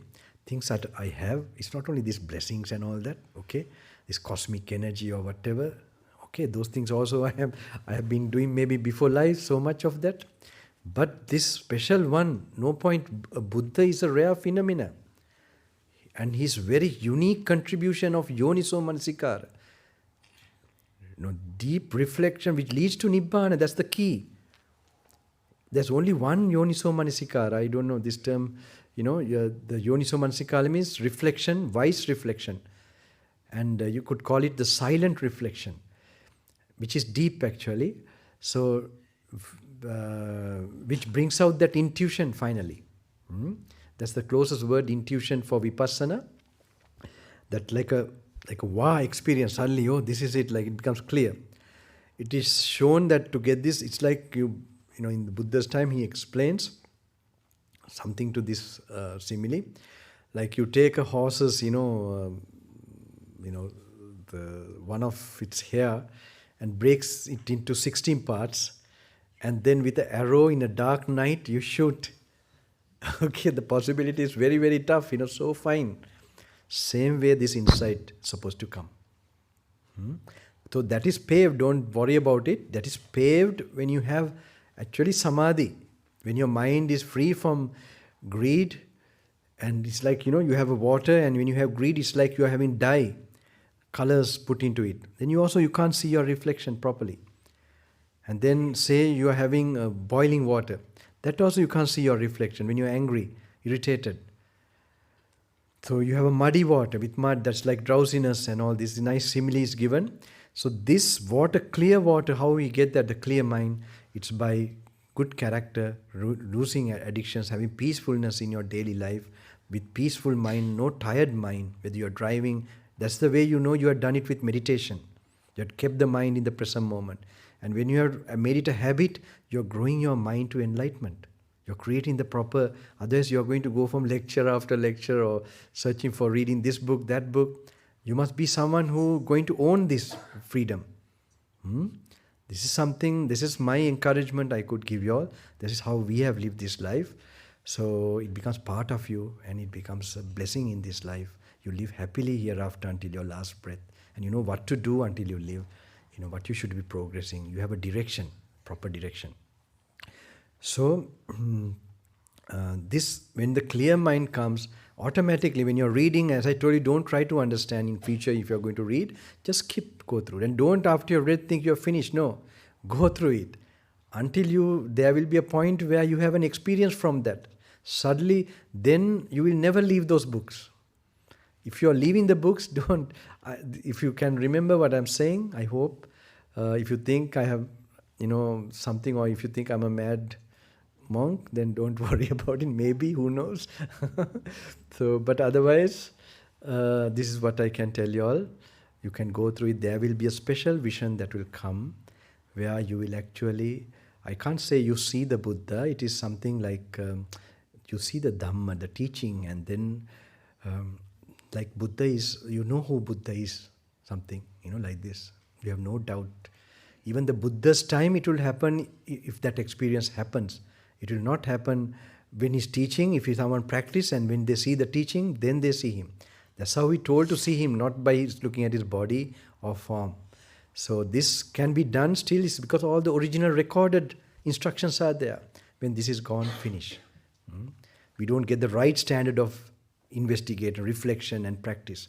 We will, we can't change it even one word and the way how it is done. It's not possible. We are not a Buddha. So that's why I'm sure I didn't explain even a sutta. Just reading, but that will happen. If you do that, something will happen to you. Buddha will directly, you have a connection with him. He called it yo dhammam passati so mam passati. Who sees the Dhamma sees me. Who sees me sees the Dhamma. What is that Dhamma? It is the conditionality. The paticca samuppada, the condition, that cycle, the life cycle, the conditioned nature, those links, when you're seeing the conditioned nature, only you realize the impermanence. That's a very special type of awareness of impermanence coming. You must make your mind like a baby also meantime. Then only you can see this clearly.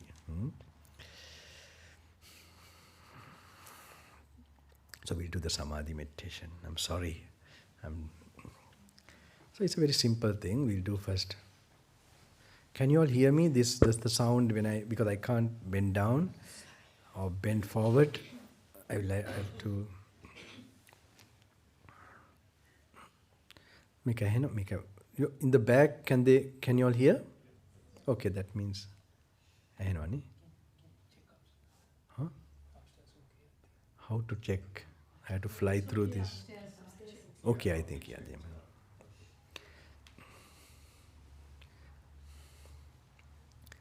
So, Rupam bhikkhave anatta, Rupanchidam bhikkhave atta abhavisanaidam rupang apadaya. Buddha says rupa is form, is not yours. Why is it not yours? It's subject to affliction. You must relax comfortably, sit, okay? Don't have any pains and struggle. Keep your back straight, but if your legs are paining, stretch out or whatever. Don't wait for the pain. My way of practice is not painful practice, hopefully. When you get proper deep wisdom, you can later, when it's unavoidable, you will be able to. But otherwise, if you get distracted and try to concentrate, it will be not strong concentration, focus. I know in the Western world, we are not used to letting cross-legged and all that. So, Buddha says, body is not yours. Why is it not yours? It's subject to affliction. Then you must reflect. If you're an old person like me, you can think how I became old, how I felt sick. This is something not what I want. So that's the reason, one of the reasons. And you can't order it. May my body not be old. May my body be fat. May my body not be too thin. It doesn't follow your orders. When you look like that, that's why the body is not yours. First you must learn to relax. Properly relaxing, you will see the natural breathing process. That means you will see how you're drawing the breath in and sending the breath out. No, you don't try to be conscious of it. It should become naturally. When you're relaxing, you can hear the car sound outside. Learn to relax and listen. And then look at your body seated or whatever, like from outside. And then what the Buddha says is not yours. Why is it not yours? It's subject to affliction. And it doesn't follow your orders. You think like this so that you let go of this body. Or you, with the idea of letting go, relaxing more.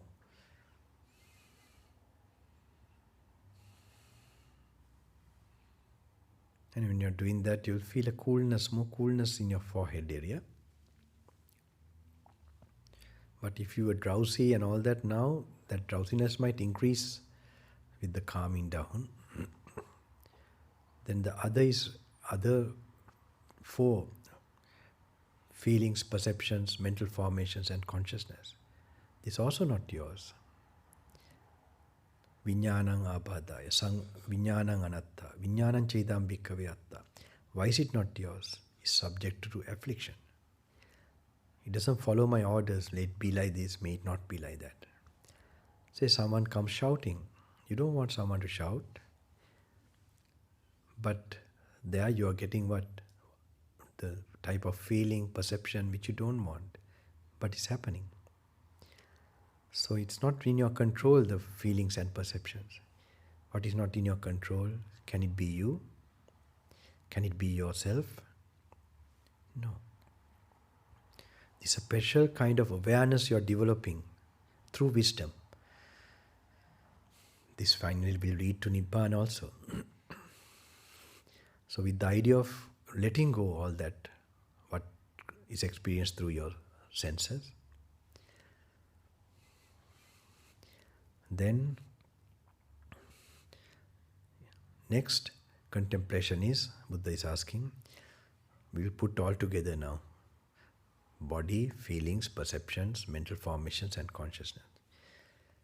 And we will just do only for consciousness. Rupa Vedana Sanya Sankara Vijnanam Bhikkhave Nityang va Anityang vati. He's questioning the monks, is it permanent or impermanent? You must think, you might think, oh, I know it, yes, it's impermanent. Not like that. You must think you don't know anything up till now, and with an empty mind, like, you must really, like, originally again, like new, really think about it. All form, feelings, perceptions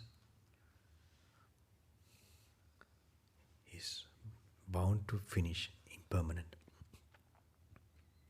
After you get your own personal, some kind of awareness of it, not from some memory or something, you try to do that. Then with the idea of letting go, if it is impermanent, is happiness or sadness? It's sadness. Even if a suffering feeling of perception is impermanent, okay, it's good. But a pleasant feeling and perception, if it is also bound to be impermanent, then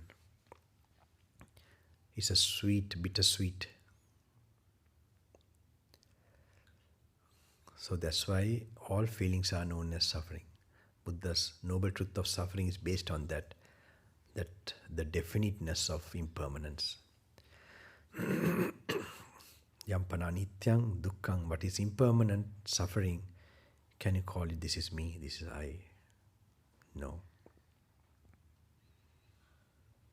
Then the other last way of reflecting, body, feelings, perceptions, mental formations and consciousness, whether it's past, present or future.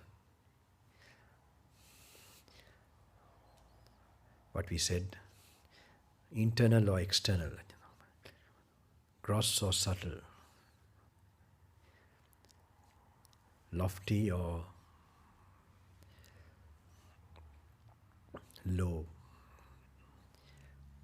near or far, all types of forms, all possibilities of body, feelings, perceptions, all that, they are not me, not I, not myself.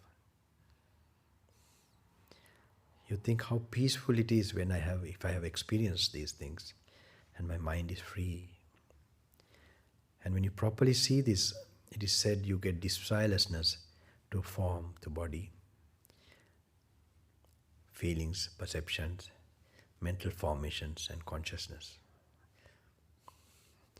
When you find this particular freedom because of desirelessness, you are getting free from these 5 things. That is Nibbana. How blissful, how peaceful this is. You must think about it. You experiencing it. And they are related to greed, hate and delusion. So the absence of greed, hate and delusion in your mind, that is Nibbana. And this very peace, you must wish for this whole hall, all who are in this hall.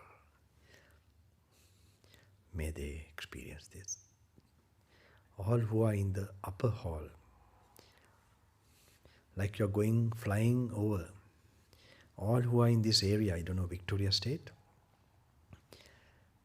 all human beings, and slowly to whole of Australia. Then maybe to Sri Lanka, a lot of Sri Lankans here. And there to the city area and to all the villages and all that in Sri Lanka, the human beings. South of India, central India, North India, like so many, the population is more in India. Like ants, so many human beings. May they come to this way, may they be liberated. And Nepal, Tibet, China, Russia, Afghanistan, Pakistan, Iran, Iraq, Doha, Qatar, Dubai, Abu Dhabi, Saudi Arabia, Israel, Palestine, Morocco, Dubai, Abu Dhabi, Saudi Arabia, Iran, and Mediterranean, Libya, all of Africa, Europe,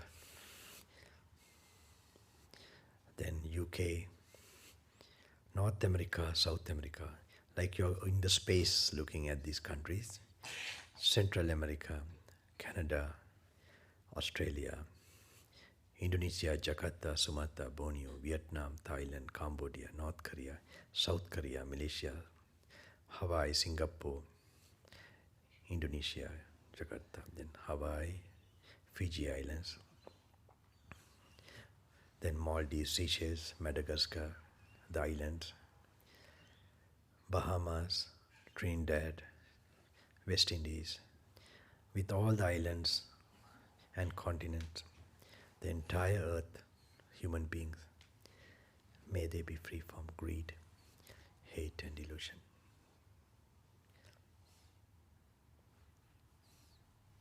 The entire planet, may they be free from this heaviness of the form, feelings, perceptions.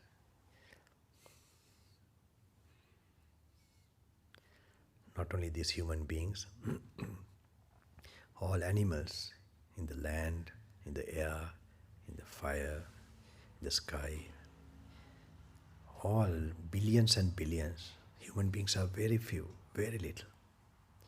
May they get a human birth. May they come to this way of liberation, peace of mind. Not only animals, spirits, ghosts, there are also so many, billions and billions, trillions. May they get a human birth. And may they follow this way.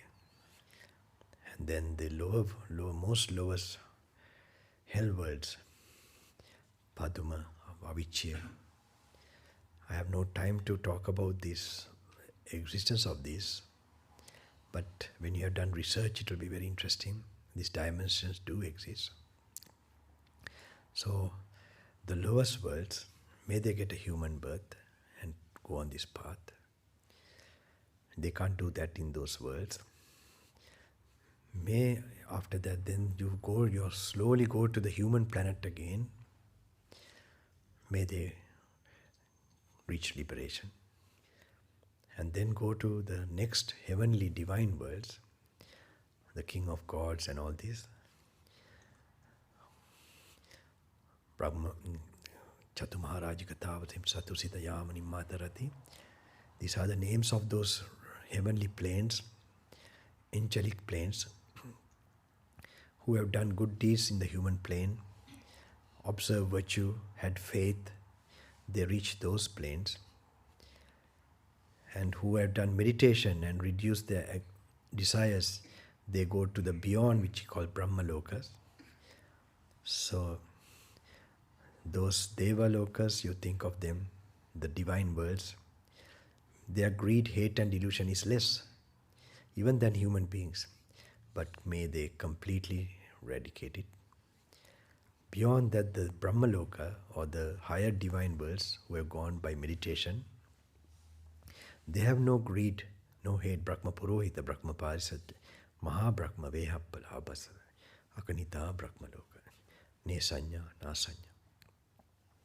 Those higher worlds have no greed, no hate, but there is delusion as to a self, a person, a subtle sense of ego, not in a gross way. So may those worlds, may they see the conditionality with this ignorance as the cause for mental formation, and they are just cause and effect, cause and effect. There's no person which is permanently abiding as a, see this, and may that experience of Nibbana, where the person, delusion of a person disappears, may that lightness, peacefulness and touch of liberation be experienced by those beings too. And come back down to the heavenly worlds, may they also experience this. And then the human plane, and then to the lower animal and other creatures down below.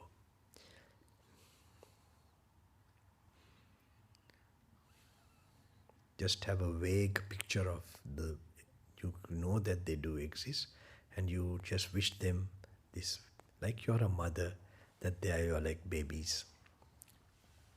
That is the feeling you have to get, that they will get this peacefulness.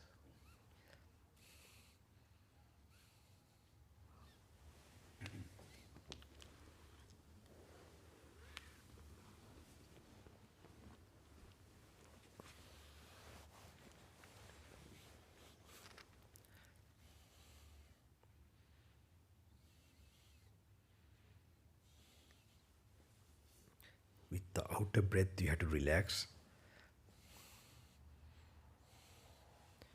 Try to visualize this from top to bottom. May they be free from suffering. The human plane, the angelic divine plane, and the Brahmaloka, the higher planes, and go down to human plane, the animal plane, and the ghost, and then further down.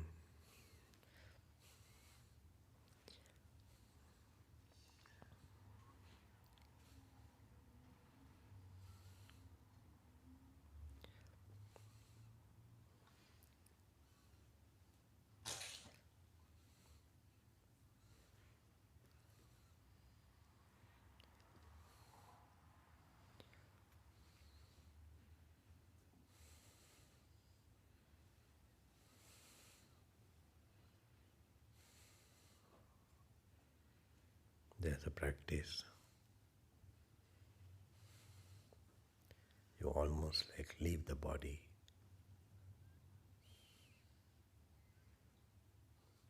You're not focused externally too much.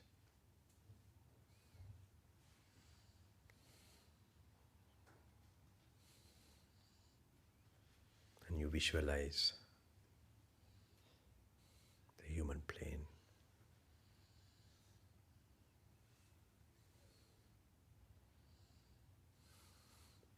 May they be liberated.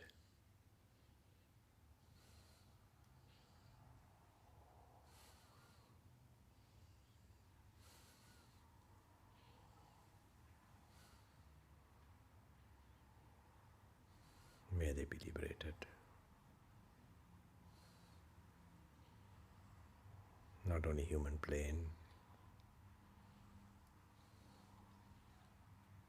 the angelic worlds,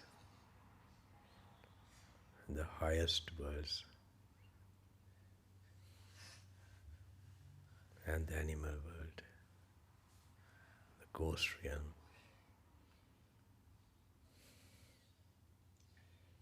the lowest suffering worlds.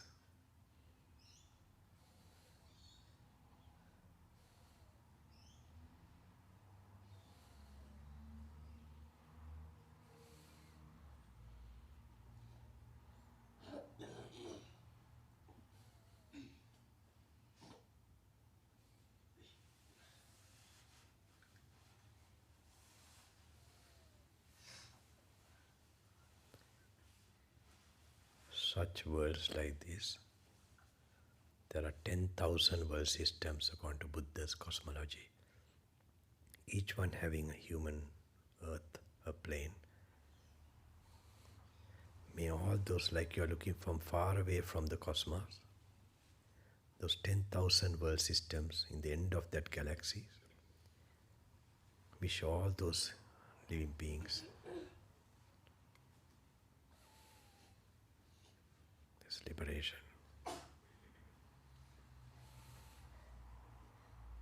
free from suffering, free from suffering.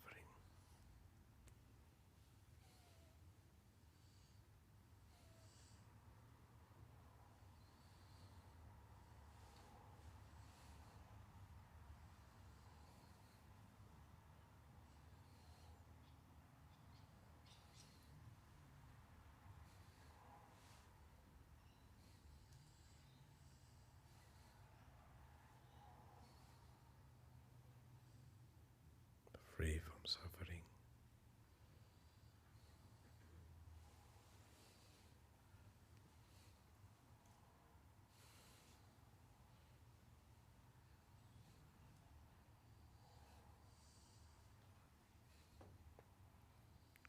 you can stop doing that. Focus on your breath. Leave that also aside, doing that exercise. Just try to notice the breath touching your nostril. Use it to let go even that thinking, that peacefulness.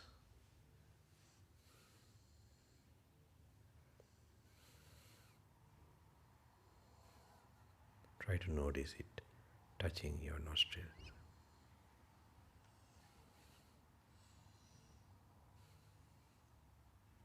Like a river flowing, you're standing outside.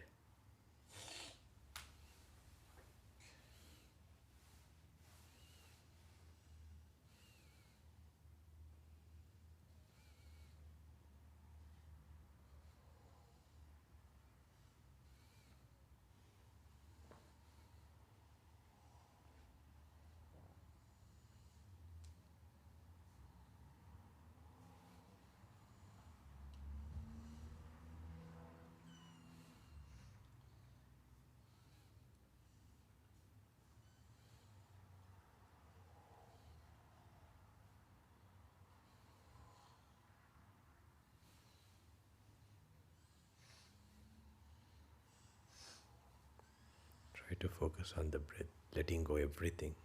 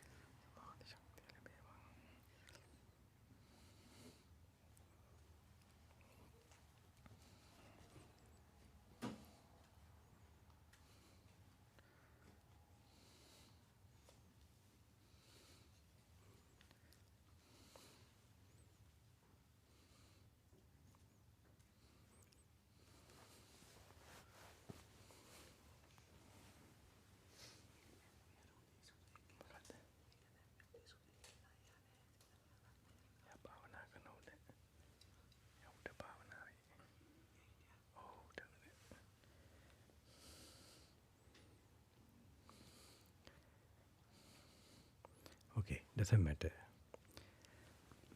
So, it doesn't matter. We can call him. We are going to end now, okay? I know you like to be there. So, I have to call him. So all the merit that you have acquired, so many hours, I hope you think of it. It's not it's a rare occasion of getting this kind of energy and merits. You never forget your parents, wherever they are. Think of them to give you this body and to do all these things. You transfer these merits to your parents, this good energy.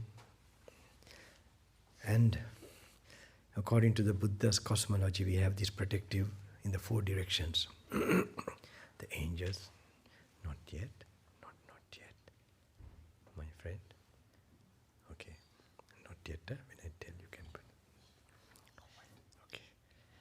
And you transfer the merits to the 4 angels, 4 directions.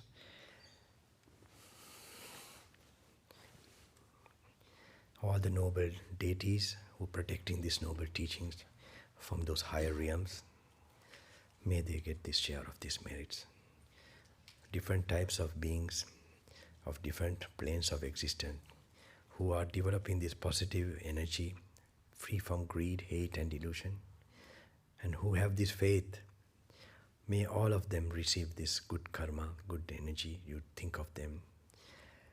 And Satarvaram Devi Varuntat, Sakra Deventrat, Vishwakarma Divya Putran Mahasirat, Sahampati Brahma Divirajan Mahasirat, Ishivaru Munivaru Siddhallatat, Sambuddha Sasana Araksha Karna, Evutum Samyak Dushtika Devatan Mahasala, Gandharvan, Devasenadipati Varun, Siv Denama me Utum Aramunvalta Rakavarne Dena, me Prathviyata, me Akashata, Sielu Jaleta, Subhadharmයට, Vishwයට, Arakkan Rajan Mahasala වශයෙන් ඉන්න සියලු දේවතාන් වහන්සේලාට අනුමෝදන් වෙත්වා. ඒගොල්ලන්ගේ රැකවරණයෙන් තමයි මේ බුද්ධ ශාසනය පරිස්සමෙන් මණිකක් වගේ මේ පොළවේ ආරක්ෂා කරගන්නේ. සත්වයාගේ සුභ සිද්ධිය වෙනුවෙන්. පේන නොපෙනෙන ලෝකේ in the seen and unseen world පෙරම් පුරන උතුමන් වහන්සේලාගේ බල ශක්තිය මේ පොළවේ ආයි පිහිටන්න සත්‍ය රකින්න ඇති කරවන්න. May there be beings who are practicing honestly with determination and willpower. May that yogic willpower rise in the humanity. May those noble beings, their energy, their power rise so that they can practice towards enlightenment, away from the asuric or the demonic influence, that towards this highest well-being, highest purity, that all religions which has this purity based, may that they rise, awaken. May that strength which gives a solace to humanity. And may those noble divine beings, may they rise in this planet, giving hope and peace and purity and solace to all living beings. Humanity first, and then all other creatures in this planet. May they all get the strength and share of these merits. May the Devatas give all protection. May those noble children of God, children of truth, children of the masters, may they get all the strength so that they be a guiding light to many as possible, from absence of greed, hate and delusion, with compassion, unconditional love, sacrifice. May those spirits arise in humanity more and more. Dharmadvipe, eutum saddharme apativetva, eutum senkadagala purve dalada vahanse, unahasege mahanubhave, purane tibbaye uttama, gunapurana uttama balasakti, mulu purthuye vataatama, rahatta je mahime, loke pura sattva, he uttama sanasilla, tun loka sattvyantama, ai vidyamana venta, me utum Buddha Rashmi Malave, Sambudunke Buddha Rashmi Kadambe, Loka Satvyaata Sansilak Vedva, Sukini Dukkani Roga, Nibbana Pachodu, Sobat Vedva, Dukim Detva, Nivan Solabadva. May all of them get peace of mind, and not only human beings here, all of Australia, This is duty. They're all our family in this long journey. All the beings, all the humanity in Australia, may they get a share of these blessings. And not only Australia, all other countries too, may they receive a share as one family. May they receive this strength of these merits. And all other living beings, animals, creatures, and the highest worlds, all living existences, may they get this share of merit.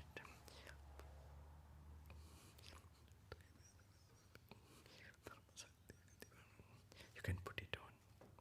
You can put it.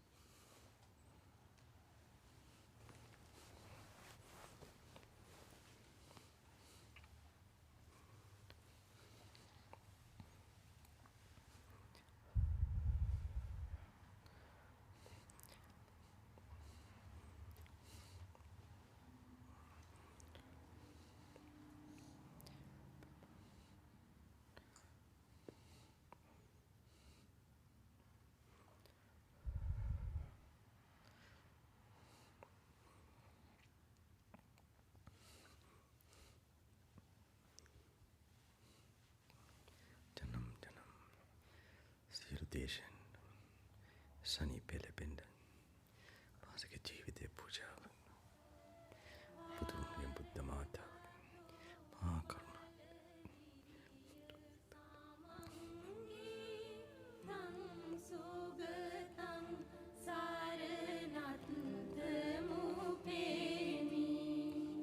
වහන්සේගේ බුද්ධ ගුණ කදම්බය ලෝක සත්වයාට සිසිලක් වෙත්වා වහන්සේගේ පාරමී බලය කරුණා අරමුණ ඉෂ්ට වෙත්වා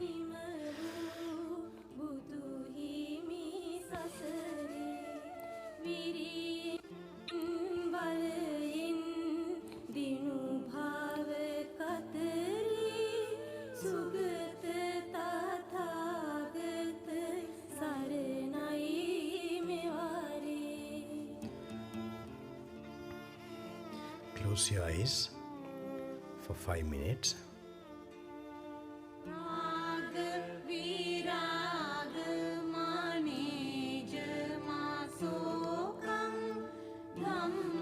all Australia, may they get these blessings too.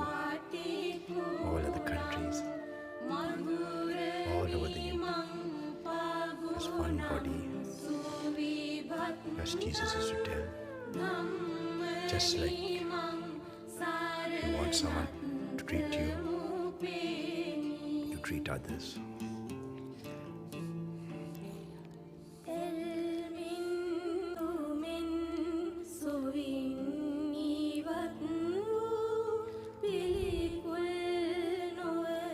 Keep this going 5 minutes. Keep this going 5-10 minutes.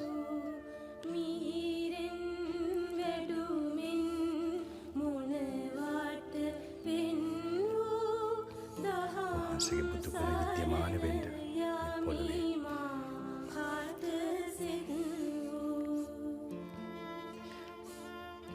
ශ්‍රී සම්බුදු ශ්‍රීපාදයේ ශ්‍රී චක්‍රය ශ්‍රී සංඛ්‍ය